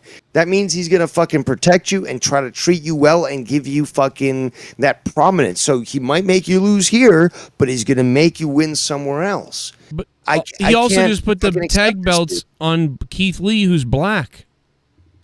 Exactly. And some people actually criticize, oh, well, they didn't deserve it, blah, blah, blah, this and that. Well, you know what? Keith Lee certainly does deserve fucking recognition. You know, Strickland, he's earned his dues and stuff, but, you know, I think he could have done more. But again, like Keith Lee, absolutely. He's certainly recognized as being very capable. He can put on a great show. And, you know, he certainly deserves the recognition that WWE refused to give him. Wow. I mean, and I would love to see him versus. I want to see him versus Claudio. Imagine that, guys. Imagine that, because I know that fucking Claudio can fucking throw around Keith Lee like a fucking rag doll. Straight up. Let's hope they don't fucking join into a tag team like they did in WWE. Or, you know, every time Claudio was so good, they would be tag team. Right. Tag team. That's true, actually. Yeah. Sucks so much. Guy should have been pushed to the fucking moon, and he. That is, this is an interesting development. Like, this is pretty crazy. He quit Twitter, and he said, I guess, it was an interview he posted before. So he kind of announced what was going to happen to himself. And also, from the way that he said it, it's like, oh, this white guy comes out of from nowhere. Like, he's got no history and stuff. It's like, are you fucking kidding me? All this work, and Mustafa was talking about this. 15 years fucking going at it, trying to fucking make a name for himself. That's not fucking putting your time? Just some white guy came out of the blue and, you know, took your spot? Like, stop it. Just fucking stop it. Well, it sounds like Tony Khan then agrees with a lot of what the chat was calling him a midget earlier. I mean, which is weird because I thought he looked pretty good, man. This was really one of my first times seeing him. Check I've seen Twitter him before, but I think he looked great, and I think that again, it was a good pairing. Yeah, there's a height difference, but he certainly was able to show that he's capable of wrestling technically against somebody like fucking Claudio, who he's known for being an extremely good technical wrestler. Yeah. I don't know. I was hoping, you know, this might disqualify him now, though. I don't see any follow up to this, but we'll see what happens. But I'm very curious because I didn't expect this result from from this match, and we'll see what Tony Khan decides to do. But you know, we certainly know that. He recognizes that John Gresham is a good talent, and he wants to push him. So, no, we'll see him. He deleted his Twitter account now. That's fucking weird. Yeah, but then you know, some people have these little tantrums, and then I do that. I mean, you know, I leave Twitter. You know, and then they come back. So Right. you know, just give them time, I guess. I mean, maybe it's a work. Who knows? I don't know if the wording itself doesn't make it seem like a work, because if you're going to start using race, it seems like it really is getting under his skin. Yeah, you don't want to do that. You don't want opposed to just like making a fake sort of tweet and then just like deleting your account. But also, I think it's like unless there's stuff going on I don't know about, he brings it on himself. Like my thing is sometimes I leave Twitter when I feel like I'm not handling the world right. And like when I start thinking about tweeting things that just are just stupid, then I go, oh, I better just take a break from this. So, and that's fine. Yeah, but hold on. Willow. Good night, brothers. Good night. Unblock me. Danny messaged me. Apparently, he's blocked on Skype. He can't. We're not on Skype. Contact you. So wait, we're not on Skype. We're on. I think that's what he said. In Discord? Well, he contacts me on Skype, but he says, "Tell Joe to unblock me so I can call in. Got some good stuff. DM him." He said the same thing to me. Danny, you He are said the same thing to you me. keep fucking saying He's not this. blocked. He's He not left. blocked. He left. He's not blocked. That's what I'm trying to tell him. I've Danny, been telling him. You are not blocked on Discord. You've never been blocked, and you're not blocked. You're not blocked here on YouTube either. I can see your messages. Bro, you're not blocked. You just have to come into the fucking show, dude. You've been saying this everywhere for some reason, that I blocked you. I've not blocked. You're not blocked. He's been messaging me all fucking goddamn few days. What the fuck are you saying you're blocked? I see you on here. Yes. Join. What are you talking about? There's the link right there. Click that link, Danny. You're not blocked. And what's this Keith diabetes? Are you kidding me? Relax with the cockswax. Keith Lee is the only thing about limitless about Keith Lee is his stomach, bro. Dude, I think you've got me blocked. I just tried to message you and it said I can't send you a message. There you go. You fucking blocked me, you dickhead. People were making fun of Eddie Kingston with his stomach the other day. And he's fat, blah, blah. It's like, yeah, but he'll fucking kill you. Why didn't they make fun of Mick Foley? Why didn't they make fun of Mick Foley back in the day then? I don't get that. Yeah, that's another. Because Mick Foley had that mystical character. You know what I'm saying? He had that character. It was like, hey, I'm going to be in the fucking boiler room. Yeah, maybe. And then, maybe. And then that scared the shit out of everybody when we're looking at him. The fuck is this character? That and The Undertaker? Oh. I wish Mick... Oh, there he is. Oh, that's Mr. Pico Boulevard. That's not Danny. Fuck. I should have my fuck. Oh, Dugarga turned himself. That's a big gash. You be careful. Bro, the fucking guy, he was Norwegian, and he was stitching me up, and he goes, ha, it looks like a butt. I laughed. That's Texas doctors for you. Oh, God. You know, in Massachusetts, it'd be an Indian guy or an English guy. It'd be like, you know, that kind of, it looks like a butt. Y'all ever had stitches before? Yep. Are you fucking stupid? Now, I don't know your fucking story, bro. Fuck. He's right. You did jump on him early for that one. Yeah. I don't know your story. Come on. I really don't know your story. With my loud mouth, you actually think I don't have stitches? Let me tell you my story. Listen to my story. I was a secretary and I was harassed every day. Oh, what did they do? Did they beat you? Did they try to rape you? They raped me with their eyes. Okay. Yeah, right. A lot of women, leftist women say that these days. Oh, you raped me with your eyes. It's like, no, I didn't. Yeah, I was like, not damn, how do I rape you by my eyes by looking right by you? Well, that's why, because they wear a shirt that reveals their cleavage, but they only want certain people to look at that. And if you look at that, oh no, you raped me. No, bitch. You literally just showed your tits. So, Dave, this is where you tell them. I wasn't looking at them; they were looking at me. That's why I just holy shit! I'm gonna get the fuck out of here. But then, you're okay. But if you say, hey, what did you say? Oh, the Black Panther trailer's out. I might actually watch that to see. No, don't watch it. I fucking looked at it. It's terrible. Oh, is it really bad? That sucks. That's because that guy died. Because Black Panther died. I mean, dude, that's sad. I mean, Chadwick Boswick. Yeah, Boswick. Yes. Yeah, he was. I mean, listen, I didn't love the movie like crazy or anything. I thought it was good, but I didn't. It just. But it would. I didn't think it was like a 10 out of 10 like people thought. I thought it was like a nice little 7 or something like that. So, She-Hulk actually has Daredevil coming out at the end of it. and I'm You just said two. tripping, See, like- and the problem is you just said two things I don't care about. I don't care about Daredevil or She-Hulk, right? It's like I'm not going to see that. Dude, Daredevil is fucking dope, man. You gotta get it. You know, it might be. I might have to get into that, but I just never did. I never got into Daredevil. And I think this time it's gonna be official. The Daredevil series on Netflix was actually extremely good. Yes.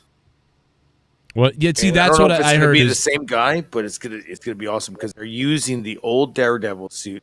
They're gonna use the new Daredevil suit. So you're gonna use the fucking white or the yellow limbs, and then the red in the middle with the big DD, and then the big D, and then they're gonna do like a version of, like, you know, Batman style. It's all fucking. He's all built up and shit. It's crazy. Yeah. It's gonna be good, man. Like I'm excited for it. I didn't even think I was gonna like it, but then again, it makes sense because it's called She-Hulk Attorney at Law. And what is Daredevil? What is Matt Murdock? Fucking goddamn good lawyer. It's gonna fucking. oh run my into god. it. I'm sorry. I'm watching more Natalia and her sister. And Oh, dude, did you see the video?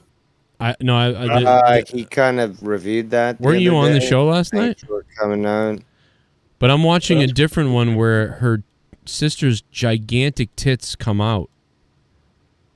And she keeps pushing her away while she's showing her tits. And they're laying in bed together. Oh, they're in bed? They're in bed together. Oh, God. That's every bed. I mean, that's every vomit. Dude, I'm telling you, there's some kind of like look at this. Incest Look all at the this. way. They're in bed together. Look at this. What is going on? Because yeah, because I get banned off of you. What are they doing? They're gonna lick each other's vaginas with. Look at her gigantic breasts.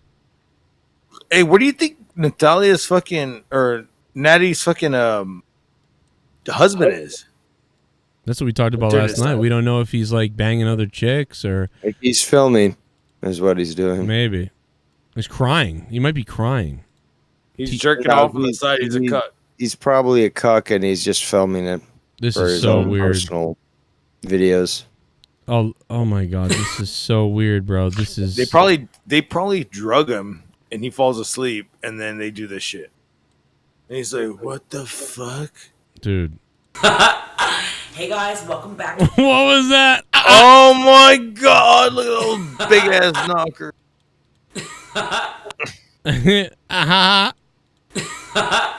Jim Ross said that I want to slob on her knocker. I wish you were a little older. Hey guys, welcome back to another episode. It's of gonna be a Midnight knobber Hours. slocker. I've had a glass of red wine, that's why my teeth are purple. And now I'm feeling sexy. That's so weird. Leah's teeth are always purple when she has that wine. And I always think, what did I, oh yeah, you had wine. That's why.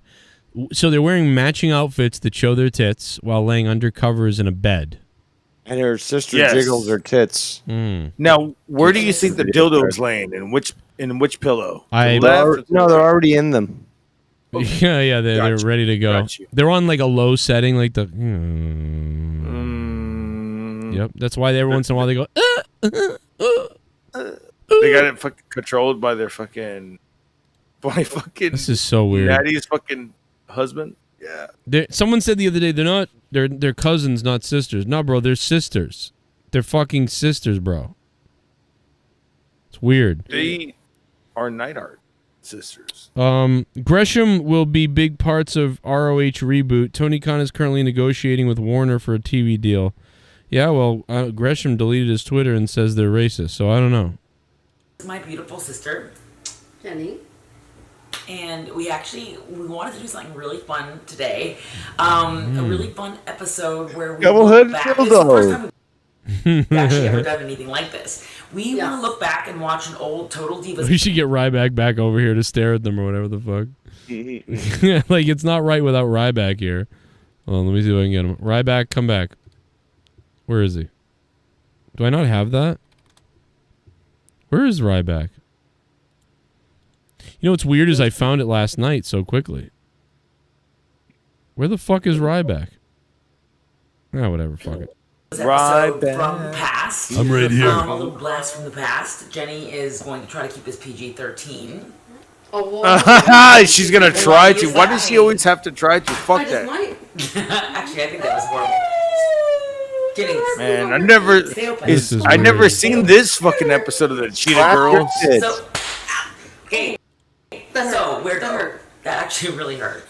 It's supposed to hurt, but not like that. Hold on. Stop.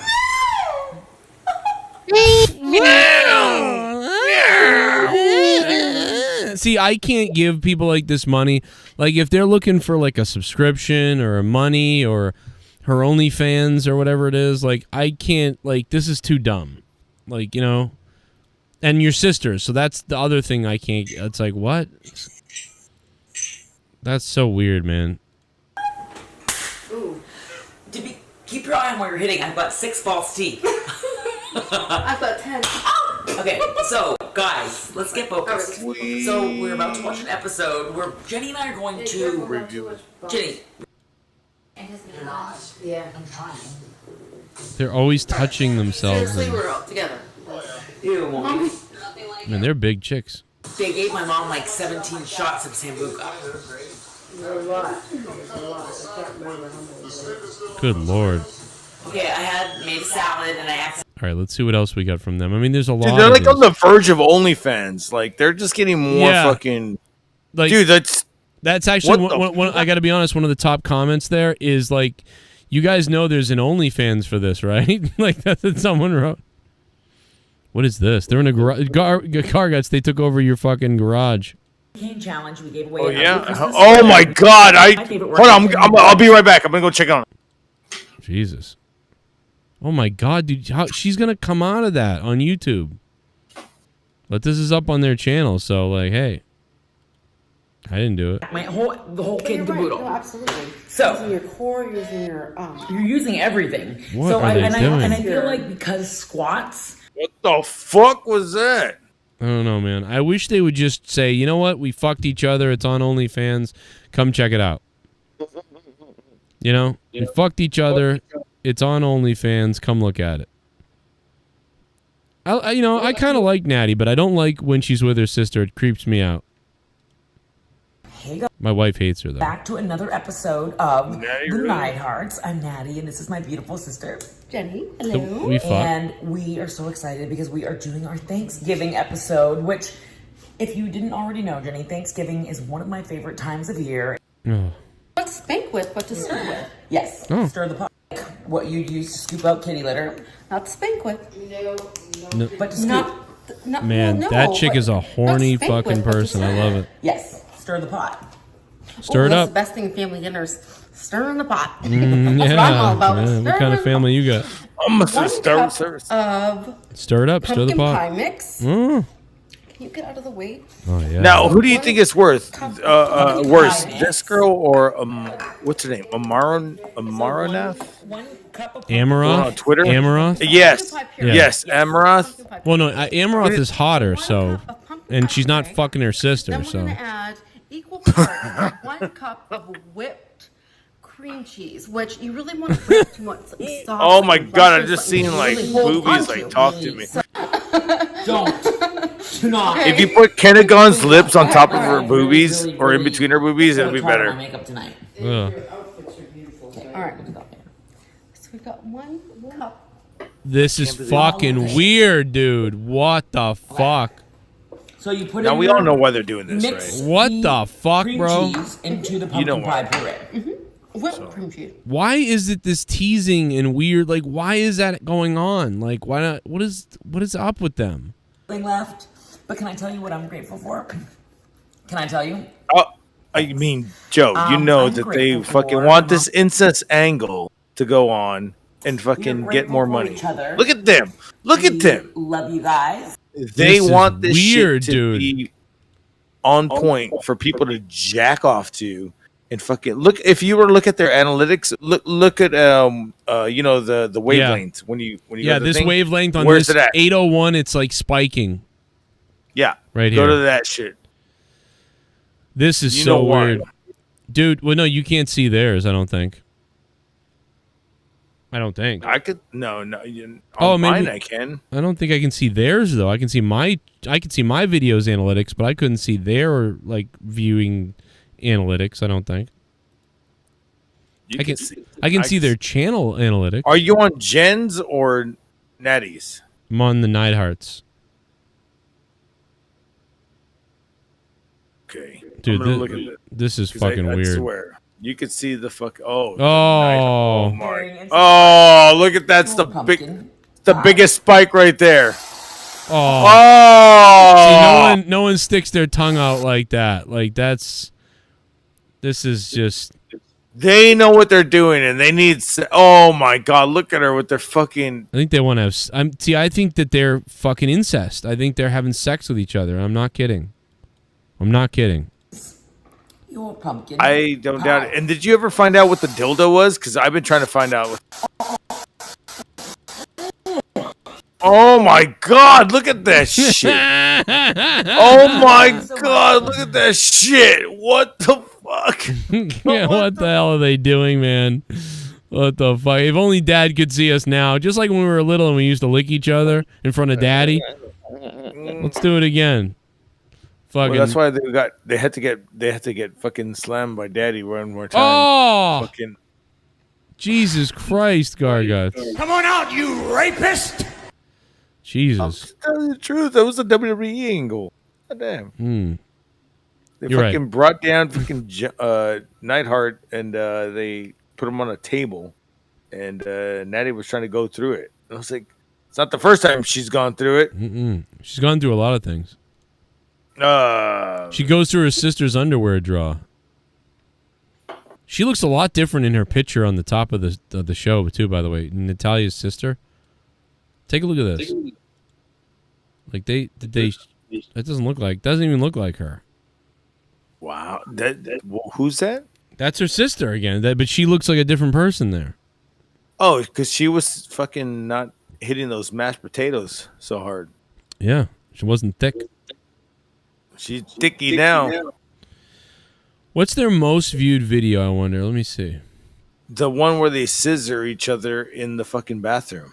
It might be 1,010,830. Dude, they always like there isn't. I don't think there's a video that exists with them without their like cleavage out. Like if they can't have their cleavage out, they ain't making a video. It's on Divas probably. Dude, did you know that she fucked Big E? Who, Neidhart? Jenny. Oh, really? Well, I wouldn't be surprised. I'm sure the New Day got into all of them. We said that earlier. That's funny. We guessed that right. Why is her sister sitting next to TJ? Look, he looks like he wants to kill himself. Math or Jim. She's horny. Let's try to watch the body language and the tone that he has interacting with these two clearly incestuous sluts. I mean, women. Math or Jim, so double whammy. Chemistry. Wait, whoa. That's her sister's now kissing him. Oh, he's been in both of them. This is crazy. Right. Yes. You were right. And Natty, what was TJ's favorite subject in school? Math. I was gonna say the same thing. Yeah. He is really, really smart. Math or Jim. I think and chemistry. They won't let him Math talk. or Jim, so double whammy. Chemistry. Okay, now- algebra. Yeah, TJ's really, really smart in that kind of stuff. Okay, so what's the third question? Okay. Oh, this is a good one. So, where was the first place that you wrestled? You have to ask TJ that. First place Natty wrestled? Yes. The world famous Hollowed Halls of the Ogden Legion. Bingo! Cool. Okay, so Natty, where was TJ's first place to wrestle? Why won't he make any eye contact with her? That's the first. I'm serious. The first thing I'm noticing here is he's looking away. He's looking over there, and he's never looks over at her. TJ's first place. Oh, there he goes. wrestled There he what? goes. But he's looking kind Damn, of. he just looked down. He looked down. He got Yeah. the titty to look down.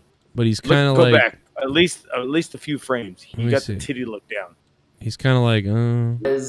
He went for the titty look down. Now he's like, I'm on camera. WWE. Not true. That's my third match, actually. No. He had a dark match when he was 16 years old in WWE. That is No, it was the that is true. But I Rocky wrestled. Ford Rodeo. Yeah. No, you can't. Let's see. Oh, look, he's looking down again. He's looking down again. Because they won't let him talk. So he's like, I'm emasculated right here. They own him. They run him. He's got the peripheral going on. He's got the fucking. He's got the nasty little stink eye. That's what he's giving them. The stink eye. I mean, if Natalia is into titties from her fucking sister, I'm pretty sure TJ is way more into titties. It could be. And 50 cents an hour, and I couldn't wait to quit the place. But I did get free tater tots every afternoon. I dipped them in hollandaise sauce. So, what was TJ's first job? You literally won't know. TJ worked at IGA, the grocery store, and that was his first job. I literally no. Does that count? No.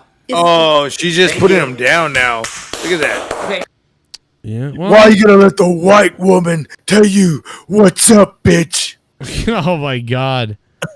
Man, I'd be like, he's a lucky guy. I think he's a lucky guy. I think he's been double teamed by them. I know that's. Of course he is. That's why he's gonna be shut out. He's like, dude, I don't care, dude. I got two of the same sisters. I got two of the same pussies. Yep. And if anything happens to one, he's got another one. You can go with this. You can go with that. You can go with this, or you can go with Nat. You can go with Jen, or you can go with Nat. That's awesome. I swear, dude. Like, if he's banging them both, congrats. That's right. They're nice tits. I think he is. I think he's. Now, have you ever come close to a threesome? I've done a threesome, but once. With the guy or no, or two girls. My girl, and my buddy's girl. Yeah. He didn't show up for the threesome. He took off. He didn't show up for the foursome. It was, dude. It was so awesome that after she broke up with him, and my girl had left me, I was desperately trying to find her number and who she was. Like, I was like, I'm been there. I'm trying to find out what the girl looks like. You know, I don't know, hot little redhead type black. I don't know, like, she was. I don't know, man. She was unbelievable. You're like, hold on. You're going back to your old MySpace accounts or what? No, I'm trying to type. I'm trying to type into Google like a description of what this girl looked like. Okay. To find a girl that reminds me of her or looks kind of like her. It'd be funny if it's her. It's her! Dude, my girlfriend. It's Mae Young. My girlfriend was hot. I thought like pretty hot, or like was pretty good for me. She was all right. This girl was on fire, hot. Like, it was crazy. And we're in the car, and my buddy doesn't show up. He fucking just doesn't. Like, we're all like going to the car. We start doing it, and then my buddy's doing his girl. Then he goes, "Oh, I forgot something in the house," and he leaves. And after a few minutes, she was like, yo, let's like basically like kissing my girlfriend. And I'm like, this is awesome. And then she starts going at me, and I'm like, what the fuck? And then my buddy came back, and he was like, I'll be back in a few minutes. Like, just, you can have them both for a few or something. And I'm like, what? This is like going to be all right. And so, but we're hammered. So, and I'm hammered too. And I'm like, all right. So I just, bro, this was one of the best nights of my life. Like, I was like, this is, it was great. It was so good, dude. This girl was unbelievable. Like, I couldn't believe this chick. I've had the same thing, dude. As I understand how fucking like the planets aligned for you, and you're. Let's do this. Let's do this. Yeah, dude. Like, yeah, you were ready for that shit though. You were fucking. They couldn't handle it without you. You know what I'm saying? You needed that shit. Dude, I'm telling you, I can't believe how hot this girl was. I can't even. I'm trying to. It's like I can't find a visual representation. I can find like people that remind me of what that girl looked like, but I can't find her. You know, I can't find it. It's not quite working. I'm looking, and my girl and her were both skinny, nice asses, and they were bouncing, rubbing into each other. I'd never seen that. My girl had never done that at the time, and I was like, "This is." And we're in a car outside, you know, and we're hammered out of our minds. Yeah. Like, so And yeah, bro, I looked for her. Like, I even hit my buddy up and was like, "Yo, where's that girl? What was her name?" It's fucking crazy. I can't find a pitch. I can't find somebody that looks like her. But just imagine. I mean, it's like I don't know. This girl actually does kind of look like her. I mean, and I'm serious. This type of hot, like this type of girl, this type of hot. But I would say smaller. This girl looks like she might be taller. This girl was like very small, like 5'3". You know, very small. Like, so how small would you date? How small would I date? Did you say that? Yeah, yeah. I mean, I never dated a girl that was under 5'1". I know that. 5'1"? Really? What? I don't know, man. I don't know. I think the smallest girl I ever dated was 5'1" or I don't know how. I think I banged a girl that was 5'1". I don't know. I banged like 40 girls in 2 years. Jesus Christ! I don't. Did you get tested? No, damn. Yeah, I did actually. When we first had our first kid, I had to get tested. Okay. No, I would say that like, because I'd always had girlfriends and shit. I wasn't like a fucking slutty type of person. I'd been with. If you eliminate, no, you're a sweetheart, dude. You're a sweetheart. If you eliminate, I understand. You got to fucking be with the right person. Yeah, I look for the one mate, the one person. Like that's it. You're like, and you'll pursue them, and then it happens, and you're like, hey, if you back away, if you I don't know, if you took away the years 2006 and 7, I would have only had sex with 6 people ever. Like it would have been 6, you know. It would have been Leah, then my ex before that, and a bunch of exes. Somebody else who wasn't a random person, and then another girl. Oh, so randos. Yeah, that's it. Hey, so you've actually had a rando.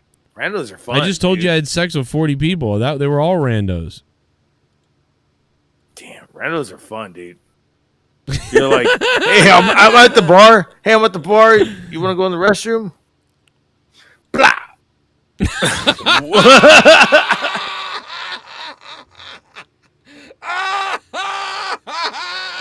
Blah, blah, blah. Oh my god, dude, let me go back. Please tell me that. Oh my god, I don't know you know what I mean? Let's go in the bathroom. Blah. Like, what do you... I'm gonna pass out. Hold on a minute. I gotta clip that. Oh my god, dude.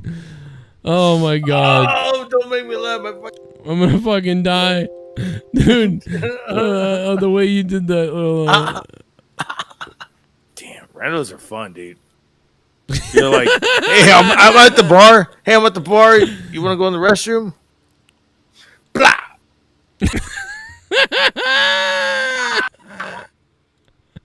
Oh my god, dude. You're like, hey, I'm at the bar. Hey, I'm at the bar. You want to go in the restroom? Blah. Oh my god, dude. Hey, I'm at the bar. Oh my god. At the bar. Hey, I'm at the bar. You want to go in the restroom? Blah.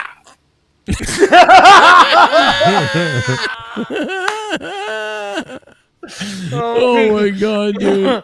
Oh, thank you. Hey, I'm at the bar. You're at the bar. You want to go to the restroom? Blah. Like that. That's what you just did. Holy shit, bro. Splat. Yeah. Randos are fun, and then you get monkeypox. Oh, shit. Little monkeypox. A little bit of monkeypox in my life.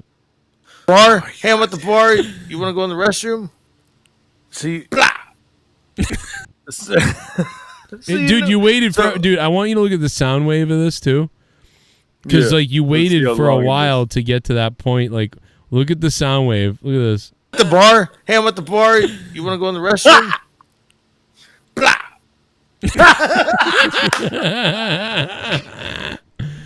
Oh, my God. Yeah, Garguts has a giant hole in his arm. He had to go to the hospital today.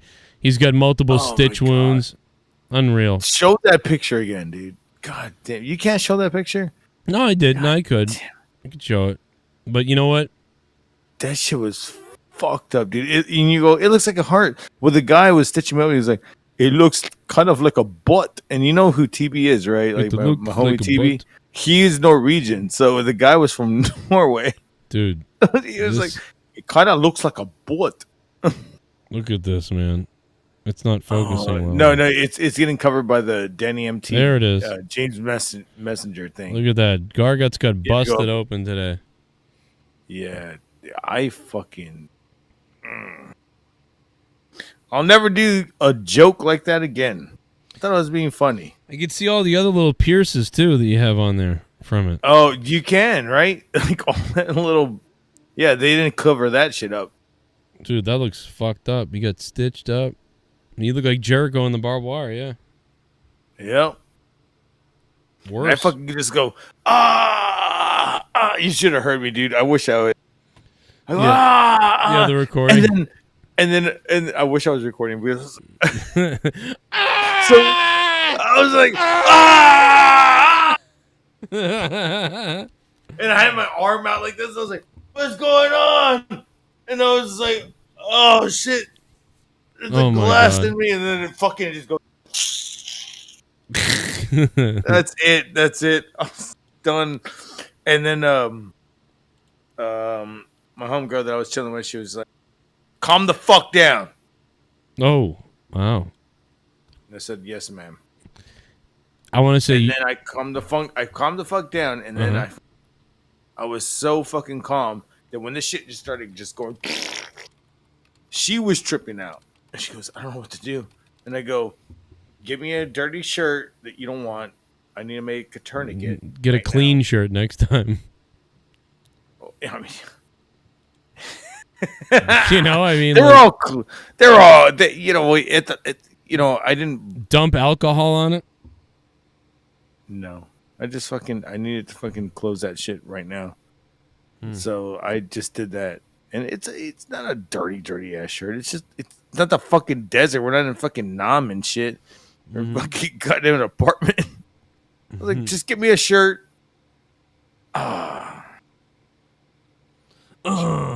Stupid. It's like, dude, Laura, is that you? You raised a piece of shit. Fuck yeah. I bet they keep Tyson Kidd chained in the basement like Sloth from the Goonies. I agree with Joe. This is creepy. So I only waxed my carrot to it twice, not 3 times. Natalie's dad must be Jimmy Hart, not the Anvil. I'd eat wings out of her sister's holes. Oh, that's weird too. Who said that? That was Blue Jays 28, Red Sox 5. Thank you, Pigo. Yeah, thank you, Pedo. Thank you, Pedo. You are a pedo. Pedo 65. Where is everybody tonight? I mean, like, I really should have ended the show like an hour. Honestly, dude, I think everybody got fucking tired out. Well, yeah. Honestly, it's not tired out. Well, we are in a channel that's what it is. Oh yeah, okay. I don't know what you just said. Yeah, we are in a channel you can't get in. We are? Yes. Are you serious? Yes, we've been like that the entire time. What? How can no one get into this channel? It says it's locked. Where? What? Oh yeah, I see that lock. Why are we in a locked channel? Yeah, but this other one doesn't have voice or video. Why is that? What's wrong with this channel, though? I can't get my video to work in here. Well, I think you're going to have to unlock your old channel, or that other channel. Why is it locked? I don't even know how to do that. No idea. It might be for... what the fuck is going on? Yeah, that's what it's... There we go. Is it open now? Now it's booting us out of here? What the fuck is going on? We're doing... Now it's booting me out of there when I'm in there. What the fuck is going on Discord? So You had it locked when you and Rose were doing a shit y'all's podcast. There you go. Now you got people coming in. Why were we? This is like we were locked the entire time. I had no idea about this. I don't even know. But I thought you were doing it for a reason. No, I wasn't. I was outside of. Yeah, but what, do you see? Well, look at the shit. Well, what the fuck is wrong with the channel right now? Look in. Where's our video? Right here. It says no one is currently in voice. Oh, your video is on now. Yeah, there you go. Yeah, it turns off when you switch rooms. It was doing the same shit to me yesterday. I'm so lost. It's pissing me the fuck off, dude. Because Ryan, I had no idea. I would have changed this a long time ago. Yeah, because there were other people trying to join, and they were saying they couldn't find the room. That's why Danny MT couldn't get in. Yep. No, he couldn't get in because he fucking left your server, and then yeah. Well, he's also dumb because he was like, "Oh, you blocked me." And then he left my server, and I was just like, "Well, what the fuck you want to do?" I was like, "Dude, I don't know what the fuck happened, dude. I was drunk." The fuck? I'm retarded, bro. Don't you know this? There we go. There's Pico. Now that we're winding down, everybody's here. Yeah, we'll go to Garguts. It's okay. It's no, okay. I don't want to do anything. Well, I gotta. Okay. No, that's fine. It's all right. You'll do it. I gotta pee though. I'll be right back. I'm gonna pee and grab a water. I'll be right back. And anybody else wants to come in, come on in. I guess we'll hang out for a few. Yeah, we tried telling you all night. I'm a fucking idiot. It's okay. We couldn't get in all night. Me and Panzer and Danny and King. Yeah, because it was all locked. Right. Somewhere. So But then you hit the Discord button, the link in the chat, and it said accept the invite, but you click it and it just would keep saying accept the invite. Well, I think my guess for that is he was just like putting out the Discord link so people could just join the Discord period, and then you would assume they would go to the voice channel, but like we've iterated 1,000 times. Yeah, this is on the on hold channel. This ain't even on the channel. Well, shit like that happens. Fuck. Yeah, it does. Because Garguts and I have mod, and I'm not even able to see that room they were in. Yeah. All I see is I felt left out. Yep. But continuing on, what did y'all think about the goddamn fucking pay-per-view then? If y'all want to talk about it. If not, we can talk about the Marvel shit. No, not that. No, fuck that. So that's when I turn it off. Politics and fucking politics. The Marvel universe and shit. That's when I turn shit off. So the rest. You start talking about Star Trek. Like I start fucking. Oh my going to take god! a shit. The Star Trek shit. The Star Trek shit. Hey man, there's nothing wrong with that. Star Wars. Nothing wrong with Star it. It's just not my cup of tea. I'd rather talk about wrestling or pussy or. So what did you think about wrestling tonight? It's okay. Yeah, which was your favorite match? I only watched a little bit, the last two. Oh, so you already know the last match was fucking. Yeah, it was cool. I just hate 27 false finishes and 38 fucking super kicks and power bombs to kill you. To win the match. I hate that. You must have never watched ROH in your life, have you? No, I'm just old school. I'm older than you and Joe. That's true, but that's how ROH. It's always been. Like, I was taking a chug after every fucking goddamn false finisher. You were doing that anyways. Chug. Hey, when you go to bed, make sure there's no wine glasses on the floor next to you. It's the reason why I'm down to my last beer right now because of ROH. Gotta have plastic cutlery now. And it's only 2.18 paper plates. So what I'm gonna do is fucking sip on this fucking. Sip on this shit and fucking I'm gonna make some fucking tacos.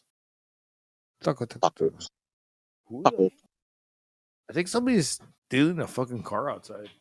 Taco Bell.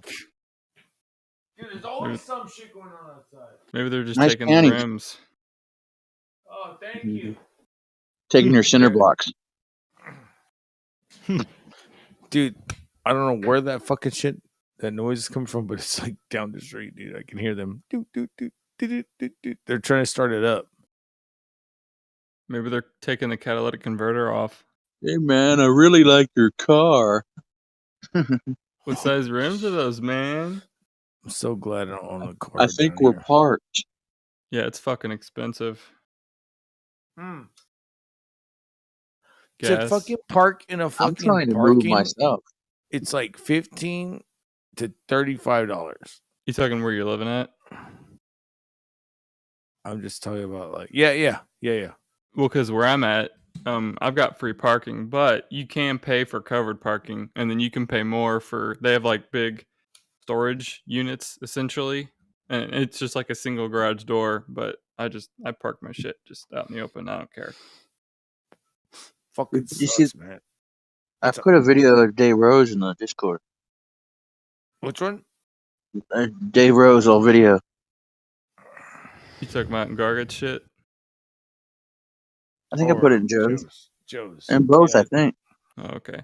Well, yeah, on Joe's when you post a link, It doesn't show. Yeah. It just shows the link. Yeah, it doesn't show the embed shit. You gotta click the link. Well, no one does because we don't know what it is. Yup. Until you get that confirmation. Hey, we're all over you. Yeah. But the only problems with that is like in Gargant servers, sometimes people will paste like 3 links. You know what? Luis Money says, I love Ricky Martin. Well, fuck you. I'll La Vida, you're loca. You know what I mean?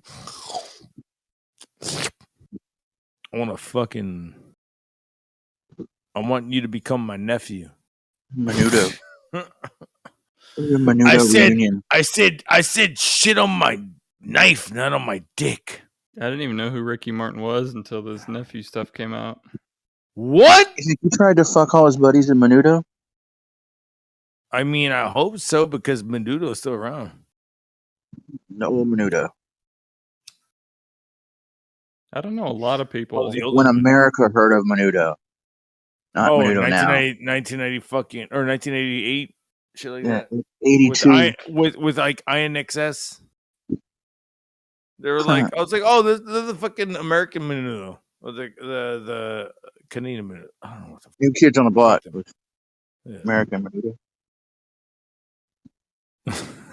American Menudo. There's no such thing as American Menudo. That shit. There's another band called Caldo. Caldo de Reds. Or it was actually there was a band that I liked. It was called Pozole. Band called Paella. And you know, and in Pozole used to open up for Metallica back in the day. In 1983, before I was born. You know what I'm saying? I was a sperm swimming in my daddy's sack. For Chalupa? And I was fucking booking these bands before he Chimichanga? could even he knew how to play guitar. I like Enchilada. That would be the best fucking goddamn story ever. Enchiladas. Enchilada's a good band. You don't know anything about. Okay, what did you like enchiladas? What? Chicken. Oh yeah, meat. Meat. Okay. Verde. Arroz. I don't like all that shit on it. I just like sauce and cheese and meat. God damn it, you're white. I am very white. Okay, what about you, Panzer? What? Enchiladas? Yes. I couldn't tell you a single thing about them. Oh, you fuckhead. You're you don't know shit about enchiladas. Fuck that. Nor have I claimed to. You can get them at okay, so you've never had one? You never had an enchilada? Have to look it up. It's a fucking...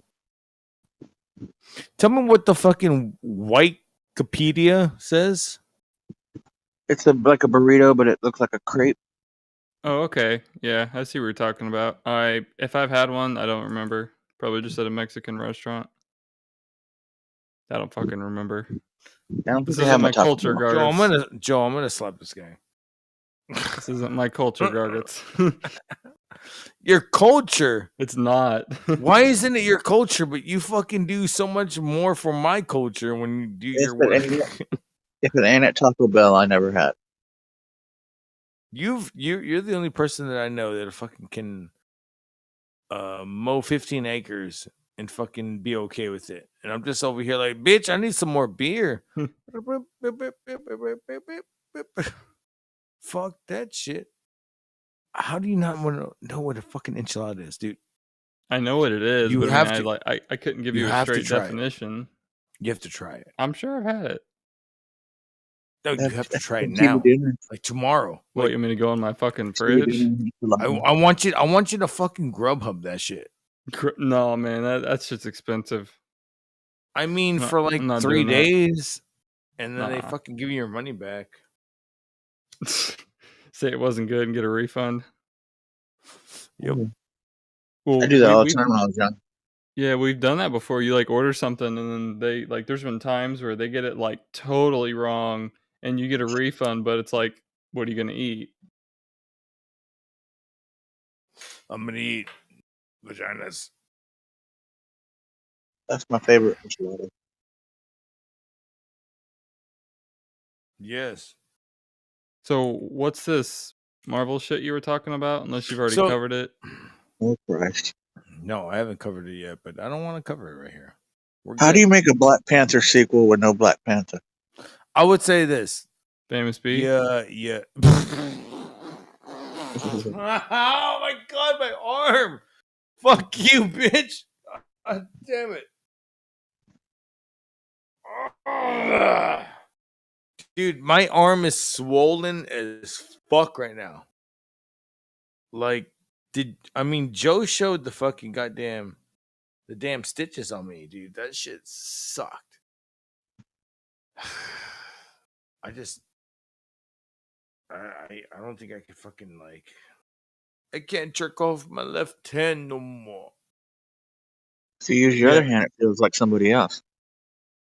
What? Yeah, What? when we were in your Discord, I didn't see the picture of the stitches, but Joe showed them. They're like a breadstick. Wait, did I post the stuff on my Discord? Well, when we were in your Discord earlier, when we were doing the watch along, you showed some of the pictures, but Joe just showed us like an hour or so ago on this stream. He showed us like the actual stitches. You just showed us like the fucking hole. Mm-hmm. Because that was the exclusive right there. I'm Yeah, gonna put see that shit on the Natty OnlyFans. So you gotta keep them waiting, man. Put it on Only Scars. Only Scars? No, who was saying that it was gonna be scarred from MTV? You're gonna have a scar. Yo. You're gonna have a scar, brother. Hey, I'm gonna wrap it up because I meant to go to bed earlier tonight, unless of course Beat the Clock went nuts. But since I didn't really do Beat the Clock tonight, I think I'm gonna do it tomorrow. Damn, brother. But yeah, I gotta get to bed, man. I Do need, it up, brother. Do it up. I'm tired as fuck. I was tired when I got home, and Same. But you know, are you gonna you gonna go live? Love or- you, dude. No, dude, I feel like shit, but You do look fucked. You're still gonna go Yeah, live? you look shitty. Dude, my shit fucking. It's gonna make tacos. Fuck, man. Well, because I jumped in to see you for a few minutes when you were like reacting to ROH because I was at work, and you looked fucked on that. You were like, ugh. Because I only had a few minutes of fucking sleep, dude. Like, I went to go hang out with my homegirl, and then we got to doing stuff, and then cook some food, and I was just tired, and then that happened right when I woke up. I rolled over, just being joking. That's awful. It could have been. So check this out. You could have landed on your dick. Yeah, it could have cut your ball sack off. Imagine that. It cut your dick off. Right there. Oh, good. Well, that would be okay. Yeah. All that shit could have been stabbed. Non-descending gargets. Yeah, dude. That And could've been around bad. the thing. So that's deadly right there, man. So Well, it would have been worse on your neck, to be honest. The worst place would have been, I think, your throat or your neck area. Mm-hmm. Yeah, bro. So we were getting cut by your lawnmower. Fuck out, and she was like, "I can't believe this is happening." And I was like, "I go to the hospital like every other day because of my cancer." But I was like, "This is different." So did you have to like pull out glass pieces, or did it just like kind of go in quickly and go out quickly? It went in quickly, went out quickly, and then they fucking took X-rays, and they said, Okay. we don't see any glass in there, but they cleaned it out anyways." So did it like immediately start bleeding, or did it like take a second and then you were? I was. That's it. I was done. Like I thought I severed something. It was bad. So it immediately started bleeding. It didn't stop bleeding. Oh, I had okay. to put a tourniquet, or I had to make a shirt into a tourniquet, and then I had to fucking put another fucking towel around it, and then I fucking wrapped another thing around it, and then I put my fucking Use a shirt tampon. around it. There you go. To get on the carpet? Everywhere. On Rip. the bed. His house looks like Selena's truck. Oh, Salinas. Oh. All right, guys. Everywhere. But All hail Yolanda. It Fuck. sucked, and I wanna I'm choke her. alive, and I'm glad to be here. No, I'm glad you're okay, but I mean it still sucks. Like that blows, man. What a fucking! I thought I had a bad day. You know, roll out of bed and fucking cut yourself wide open on glass. Yeah, Joe, make sure you don't have any wine glasses next to your bed. Yeah, Well, Dude, seriously. it'll be Leah's fault if it is. Anyway, I'm gonna get out of here. Thanks for being here, man. I had a good time tonight. Long time. Keep it hard. I'll see you later. And if you're live, I might pop in and say something weird. Yeah, I'm down. All right, get down on me. Go down on me. All All right, goodbye, guys. Carcass Entertainment on YouTube. Kisses. Where's Jesse? Come back, Jesse, you loser.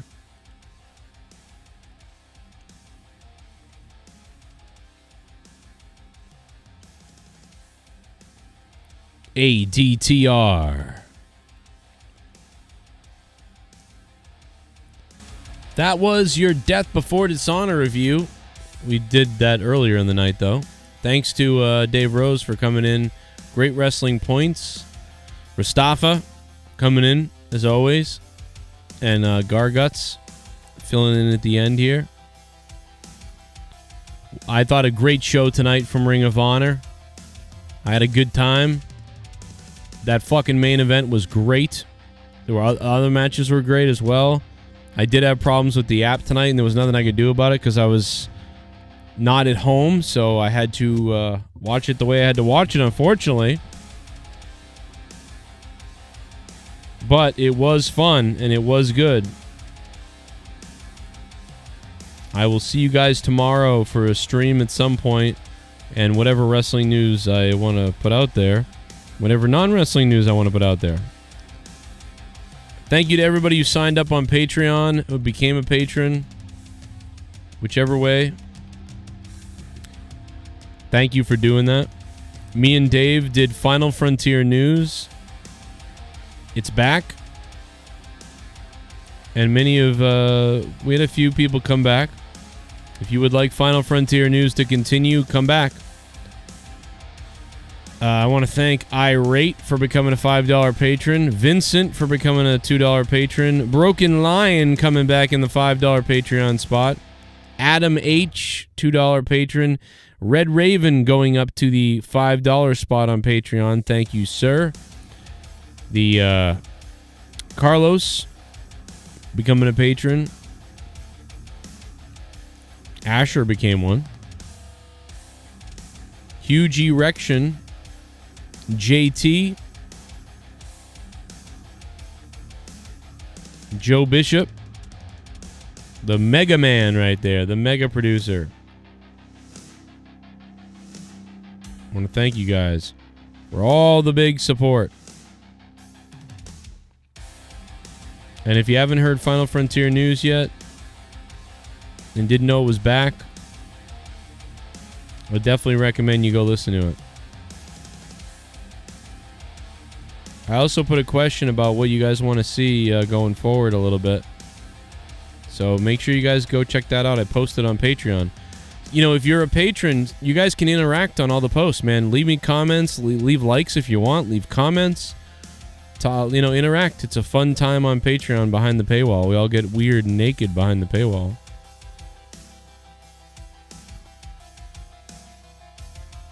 And go listen to Final Frontier News. New episode 2 days ago. You might like it. You might not. You may listen to it and think that, that's bullshit. I know exactly about how the moon landing worked. Dave, you're a dummy. I did challenge Dave on a few things. And it's a painful process to build it back again. But That's going bullshit. to Mars... I have to fucking fake it. And I'm going to have to put on a fucking smiley face for, people to believe it. Right. Think of the pressure that's being put on them. Now, I'm not excusing their stuff. But what's the other option? Them getting fucking killed like in the Apollo 1 fire? Right. Because, Well. there were several people on that flight that basically made it known that they realized what was happening. So what are you going to do? Get murdered and your family murdered? Or are you fucking moon? I was on the moon, people! I mean, they're so devoid of excitement or anything. It's so... Go listen to it. You'll get wet. Trust me. You'll get wet. Take us away, Justin Bailey. Well, it's time for Out of Nowhere. We're gonna take some calls and talk some news. We're also gonna talk about Roman Reigns at a Raw. There's 9,000 people who are going to stand up and say, fuck Ric Flair. Good night, everybody.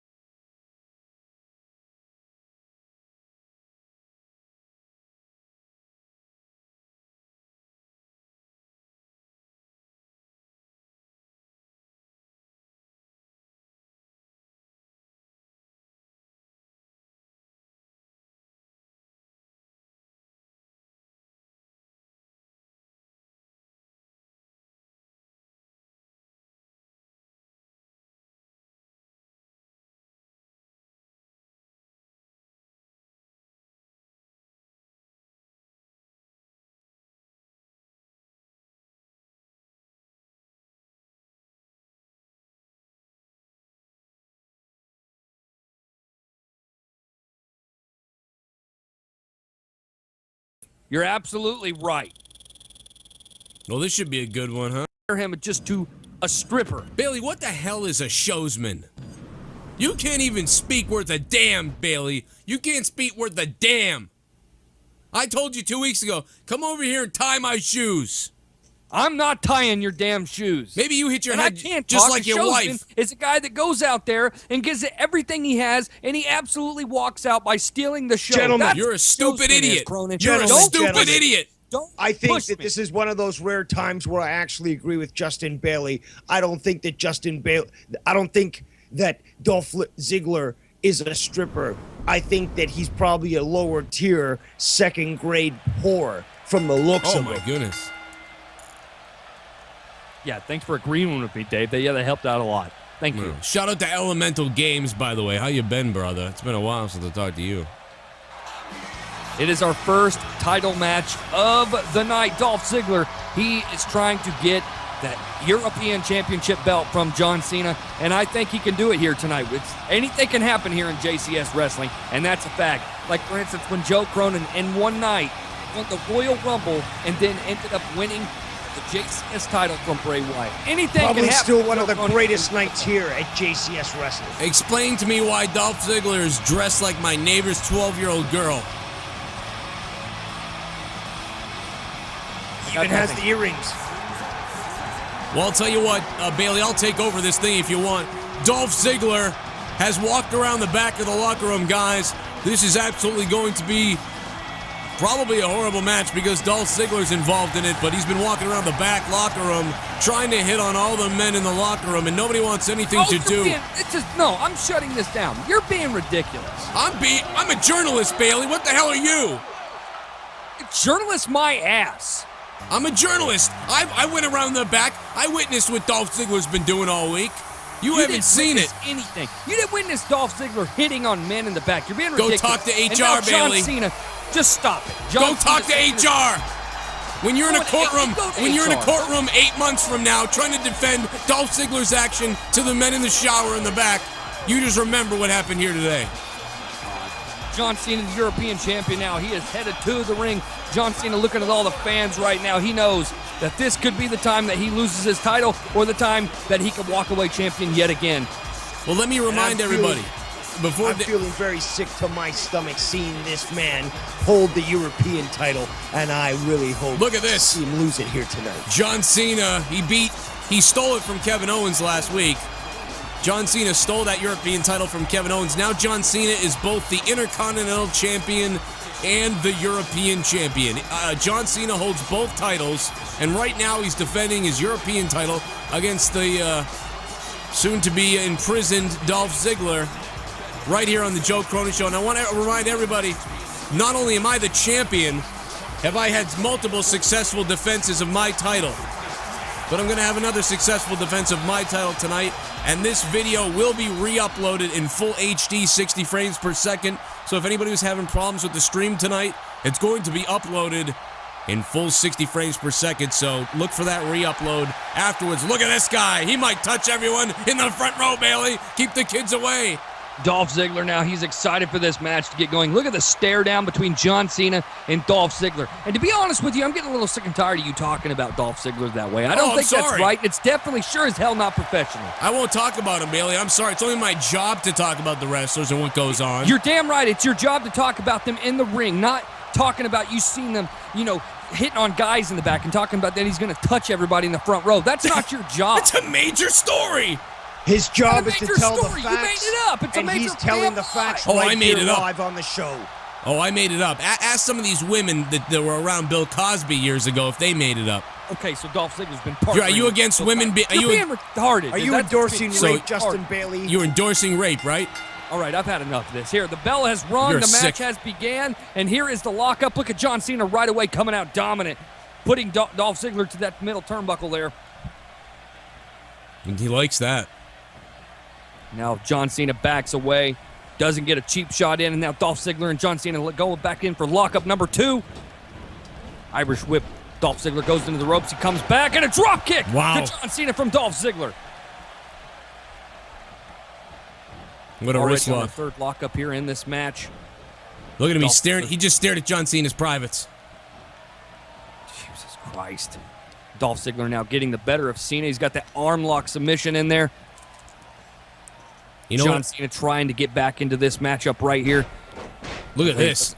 You know, Bailey, I just uploaded a video of Brutal Bob Evans. Oh, what a DDT by Ziggler of Brutal Bob Evans playing possum. And he won a match that way. I almost wonder if John Cena's playing possum here on Dolph Ziggler, trying to let him get the best of him early on, and then maybe he'll just start firing back anytime now. Well, we're going to find out. John Cena comes back from the ropes and a huge hip toss there from Dolph Ziggler. Whoa, look out! There it is! Back body drop out of nowhere, Bailey! I seen it. Now John Cena, he's headed to the offense now on Dolph Ziggler. Drops a foot to the back. And now Cena picking up Dolph Ziggler quickly here, bringing him to the middle of the ring. And now a flip over slam there from John Cena. Now Cena hops up there, drops that foot right to the face of Dolph Ziggler. I don't understand how people like either one of these guys. You know, you got John Cena stepping on a guy's eye. What the hell kind of move is that? I'm gonna step on your eye. And you got Ziggler. This whole match he's gonna wrestle with a woodpecker because of John Cena. And oh God, getting close to that stiffy, Cena. Oh, and a huge front flapjack from John Cena to Dolph Ziggler. We'll see if John Cena. Rolling. We'll see if he can hang on to that European title, Justin. I don't think he can. I think he's got every chance to do so now as he takes John Cena down once again with that elbow. But now Cena takes him down with a shoulder tackle. Now Cena getting Dolph Ziggler back to his feet. Look at Dolph Ziggler with a European uppercut to Cena. And now he gets him back once again, grapples him, hits him in the face with a knee. What's it going to be like when Dolph Ziggler's in the back wearing that championship with his hogger behind it? You think John Cena ever wants that title back? Why do you keep talking about Dolph Ziggler's private area? Maybe you're the one you need to be talking about. Hey, I'm not. If seeing is believing. Oh, did I hit a nerve there, Cronin? No, I'm telling you what I see. Watch your tone, Justin Bailey. You're talking to the world champion here. That's right. Shut up. I can have you fired. And a neck breaker there from Dolph Ziggler. This has got to be it, Bailey. Flying knee there from Dolph Ziggler. You know what? Here we go. And now here's Here the we go. Quickly from Ziggler. One, two. Oh, you know what? John Cena kicking out. Bailey, you know what? As much as I don't like Dolph, I love to see him just take that belt off of John Cena. I hate John Cena. Well, I mean, you're kind of wishing that for the wrong reasons. But again, Dolph Ziggler does indeed have every right to have a title on his shoulder. He's a very strong competitor. He's definitely paid his dues, and winning the European Championship would definitely put him back into relevance. But he's having a very good showing so far in this match as he flips Cena around and drops him once again with that neck breaker. The only thing I think he's paid is the ref. Oh. That's ridiculous. How close was that? You know, Bailey, if you had more than 2 inches, I'd ask you to jump up there and measure how close it was. And you know how big, long my penis is. I asked Dolph Ziggler. That's funny. Real funny, Joe. And It is and funny. Ziggler was up top, and John Cena flipped him right over on the top rope. What a move off the top. Now Cena picking up Ziggler. Now Cena's got an idea of his own. Looks like he's gonna. What the hell's he doing? He's gonna throw him over. Whoa! God, what Wow. a vicious clothesline from John Cena. Where's JBL? Clothesline from Hell Alert, bro. It's a very big clothesline from John Cena. Look at the shots from Cena. He seems to be like he set a fuse off in a snap suplex from John Cena. Now here's the cover from Cena. Oh, we got it. Wow. One count there. Dolph Ziggler, he's not done by any means See that? so far. It's Look at because that. the adrenaline that went on down there when he felt John Cena's sweaty chest press up against him. He just... Okay, I've heard enough of this. I've heard enough of it. You know, Cena's from the mean streets, huh? West Newbury, Massachusetts. You know, I looked up West Newbury, Massachusetts the other day. The median income is about $85,000. Well, I'm sure those trucker bathroom stalls are still a little rough. Well, that's where Dolph Ziggler will be hiding out. Okay, stop it. And now John Cena once again with that layover slam, and here's the cover once again. 1, 2, and Dolph Ziggler kicks out once again. Oh my Elbow goodness. right on top of the head of Dolph Ziggler. Ask him, ref. Look at this. Look at this. Look at John Cena just driving those elbows vicious into the head of Dolph Ziggler. He's just really working on that upper section of Dolph Ziggler. You know, the best outcome for this match for me would be both guys go over the top rope and break their legs. What? Are you wishing injuries on people? What is the matter with you tonight, Cronin? I'm just saying, that could happen. Making up stories about Dolph in the back, and now you're wishing injury on two I'm not competitors? making up a story, Bailey. If you tell me I'm making up a... Oh, look at that, Bailey, a super kick from Dolph Ziggler to John Cena. He's done. I'll do that to you. 2, 3. He got Wow. No, John Cena kicked out. He kicked out. Bailey, I'll do that to you if you don't shut your mouth.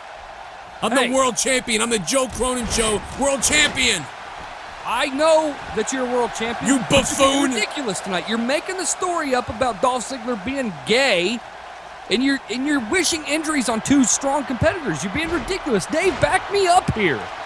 Gentlemen, let's keep our eyes on the action here in the ring. You're right. He's absolutely right. We got to be professional here. I am We have a professional. I don't know hell of what a match the hell going you're on now. talking about. Dolph Ziggler in control. Well, Here's to the be pin quite from- honest, I was a little embarrassed to say this. I'm feeling a little humiliated, but Dolph Ziggler did hit on me in the back. Oh, see what I mean? Fool! You see what I mean, Bailey? That is ridiculous. First He witness. said I had nice hair. Just and then another he held witness. my hand. Neck breaker by Ziggler. I'm done with this story. This is ridiculous. You guys are being... There's You your guys are out of line. When he's in a courtroom, you'll testify, right, Dave? Now John Cena gets thrown into the turnbuckle by Dolph Ziggler. I'm going to try. It is a very emotional aspect. Yeah, okay. And now Dolph Ziggler headed up to the top. What is he going to do? And oh my God! Wow. A top rope face buster from Dolph It's Ziggler. over. New champion. 2, and John Cena once again kicks out. The line that has been made so famous by John Cena, never give up. He is utilizing that so far in this matchup against Steroids. Dolph Ziggler. This has been absolutely great. And once again, a huge back body drop there from John Cena to Dolph Ziggler as he drags him to the middle of the ring now. But Dolph Ziggler gets right back up. It's the roids. And now John Cena gets thrown into the turnbuckle by Dolph Ziggler. Now, oh, and what a boot to the face from John Cena. And now John Cena spins him around in a huge back suplex. Arm drag there from Dolph Ziggler. It's just back and forth and a standing DDT there from Dolph Ziggler. Now it seems to me that these two guys are wrestling to figure out who is the top, who is the pitcher. I think What they're did both. you say? Are you on drugs, Dave? These guys are wrestling for the European Championship. Bailey doesn't know what they're wrestling for. I guess you don't either, Dave. Listen, let me help Dave. Let me help him out. Let me help everybody out. I know they're wrestling for a title, but you can see there's a little more going on between the two of them. Sexually. Perhaps this is a fight between scorned lovers.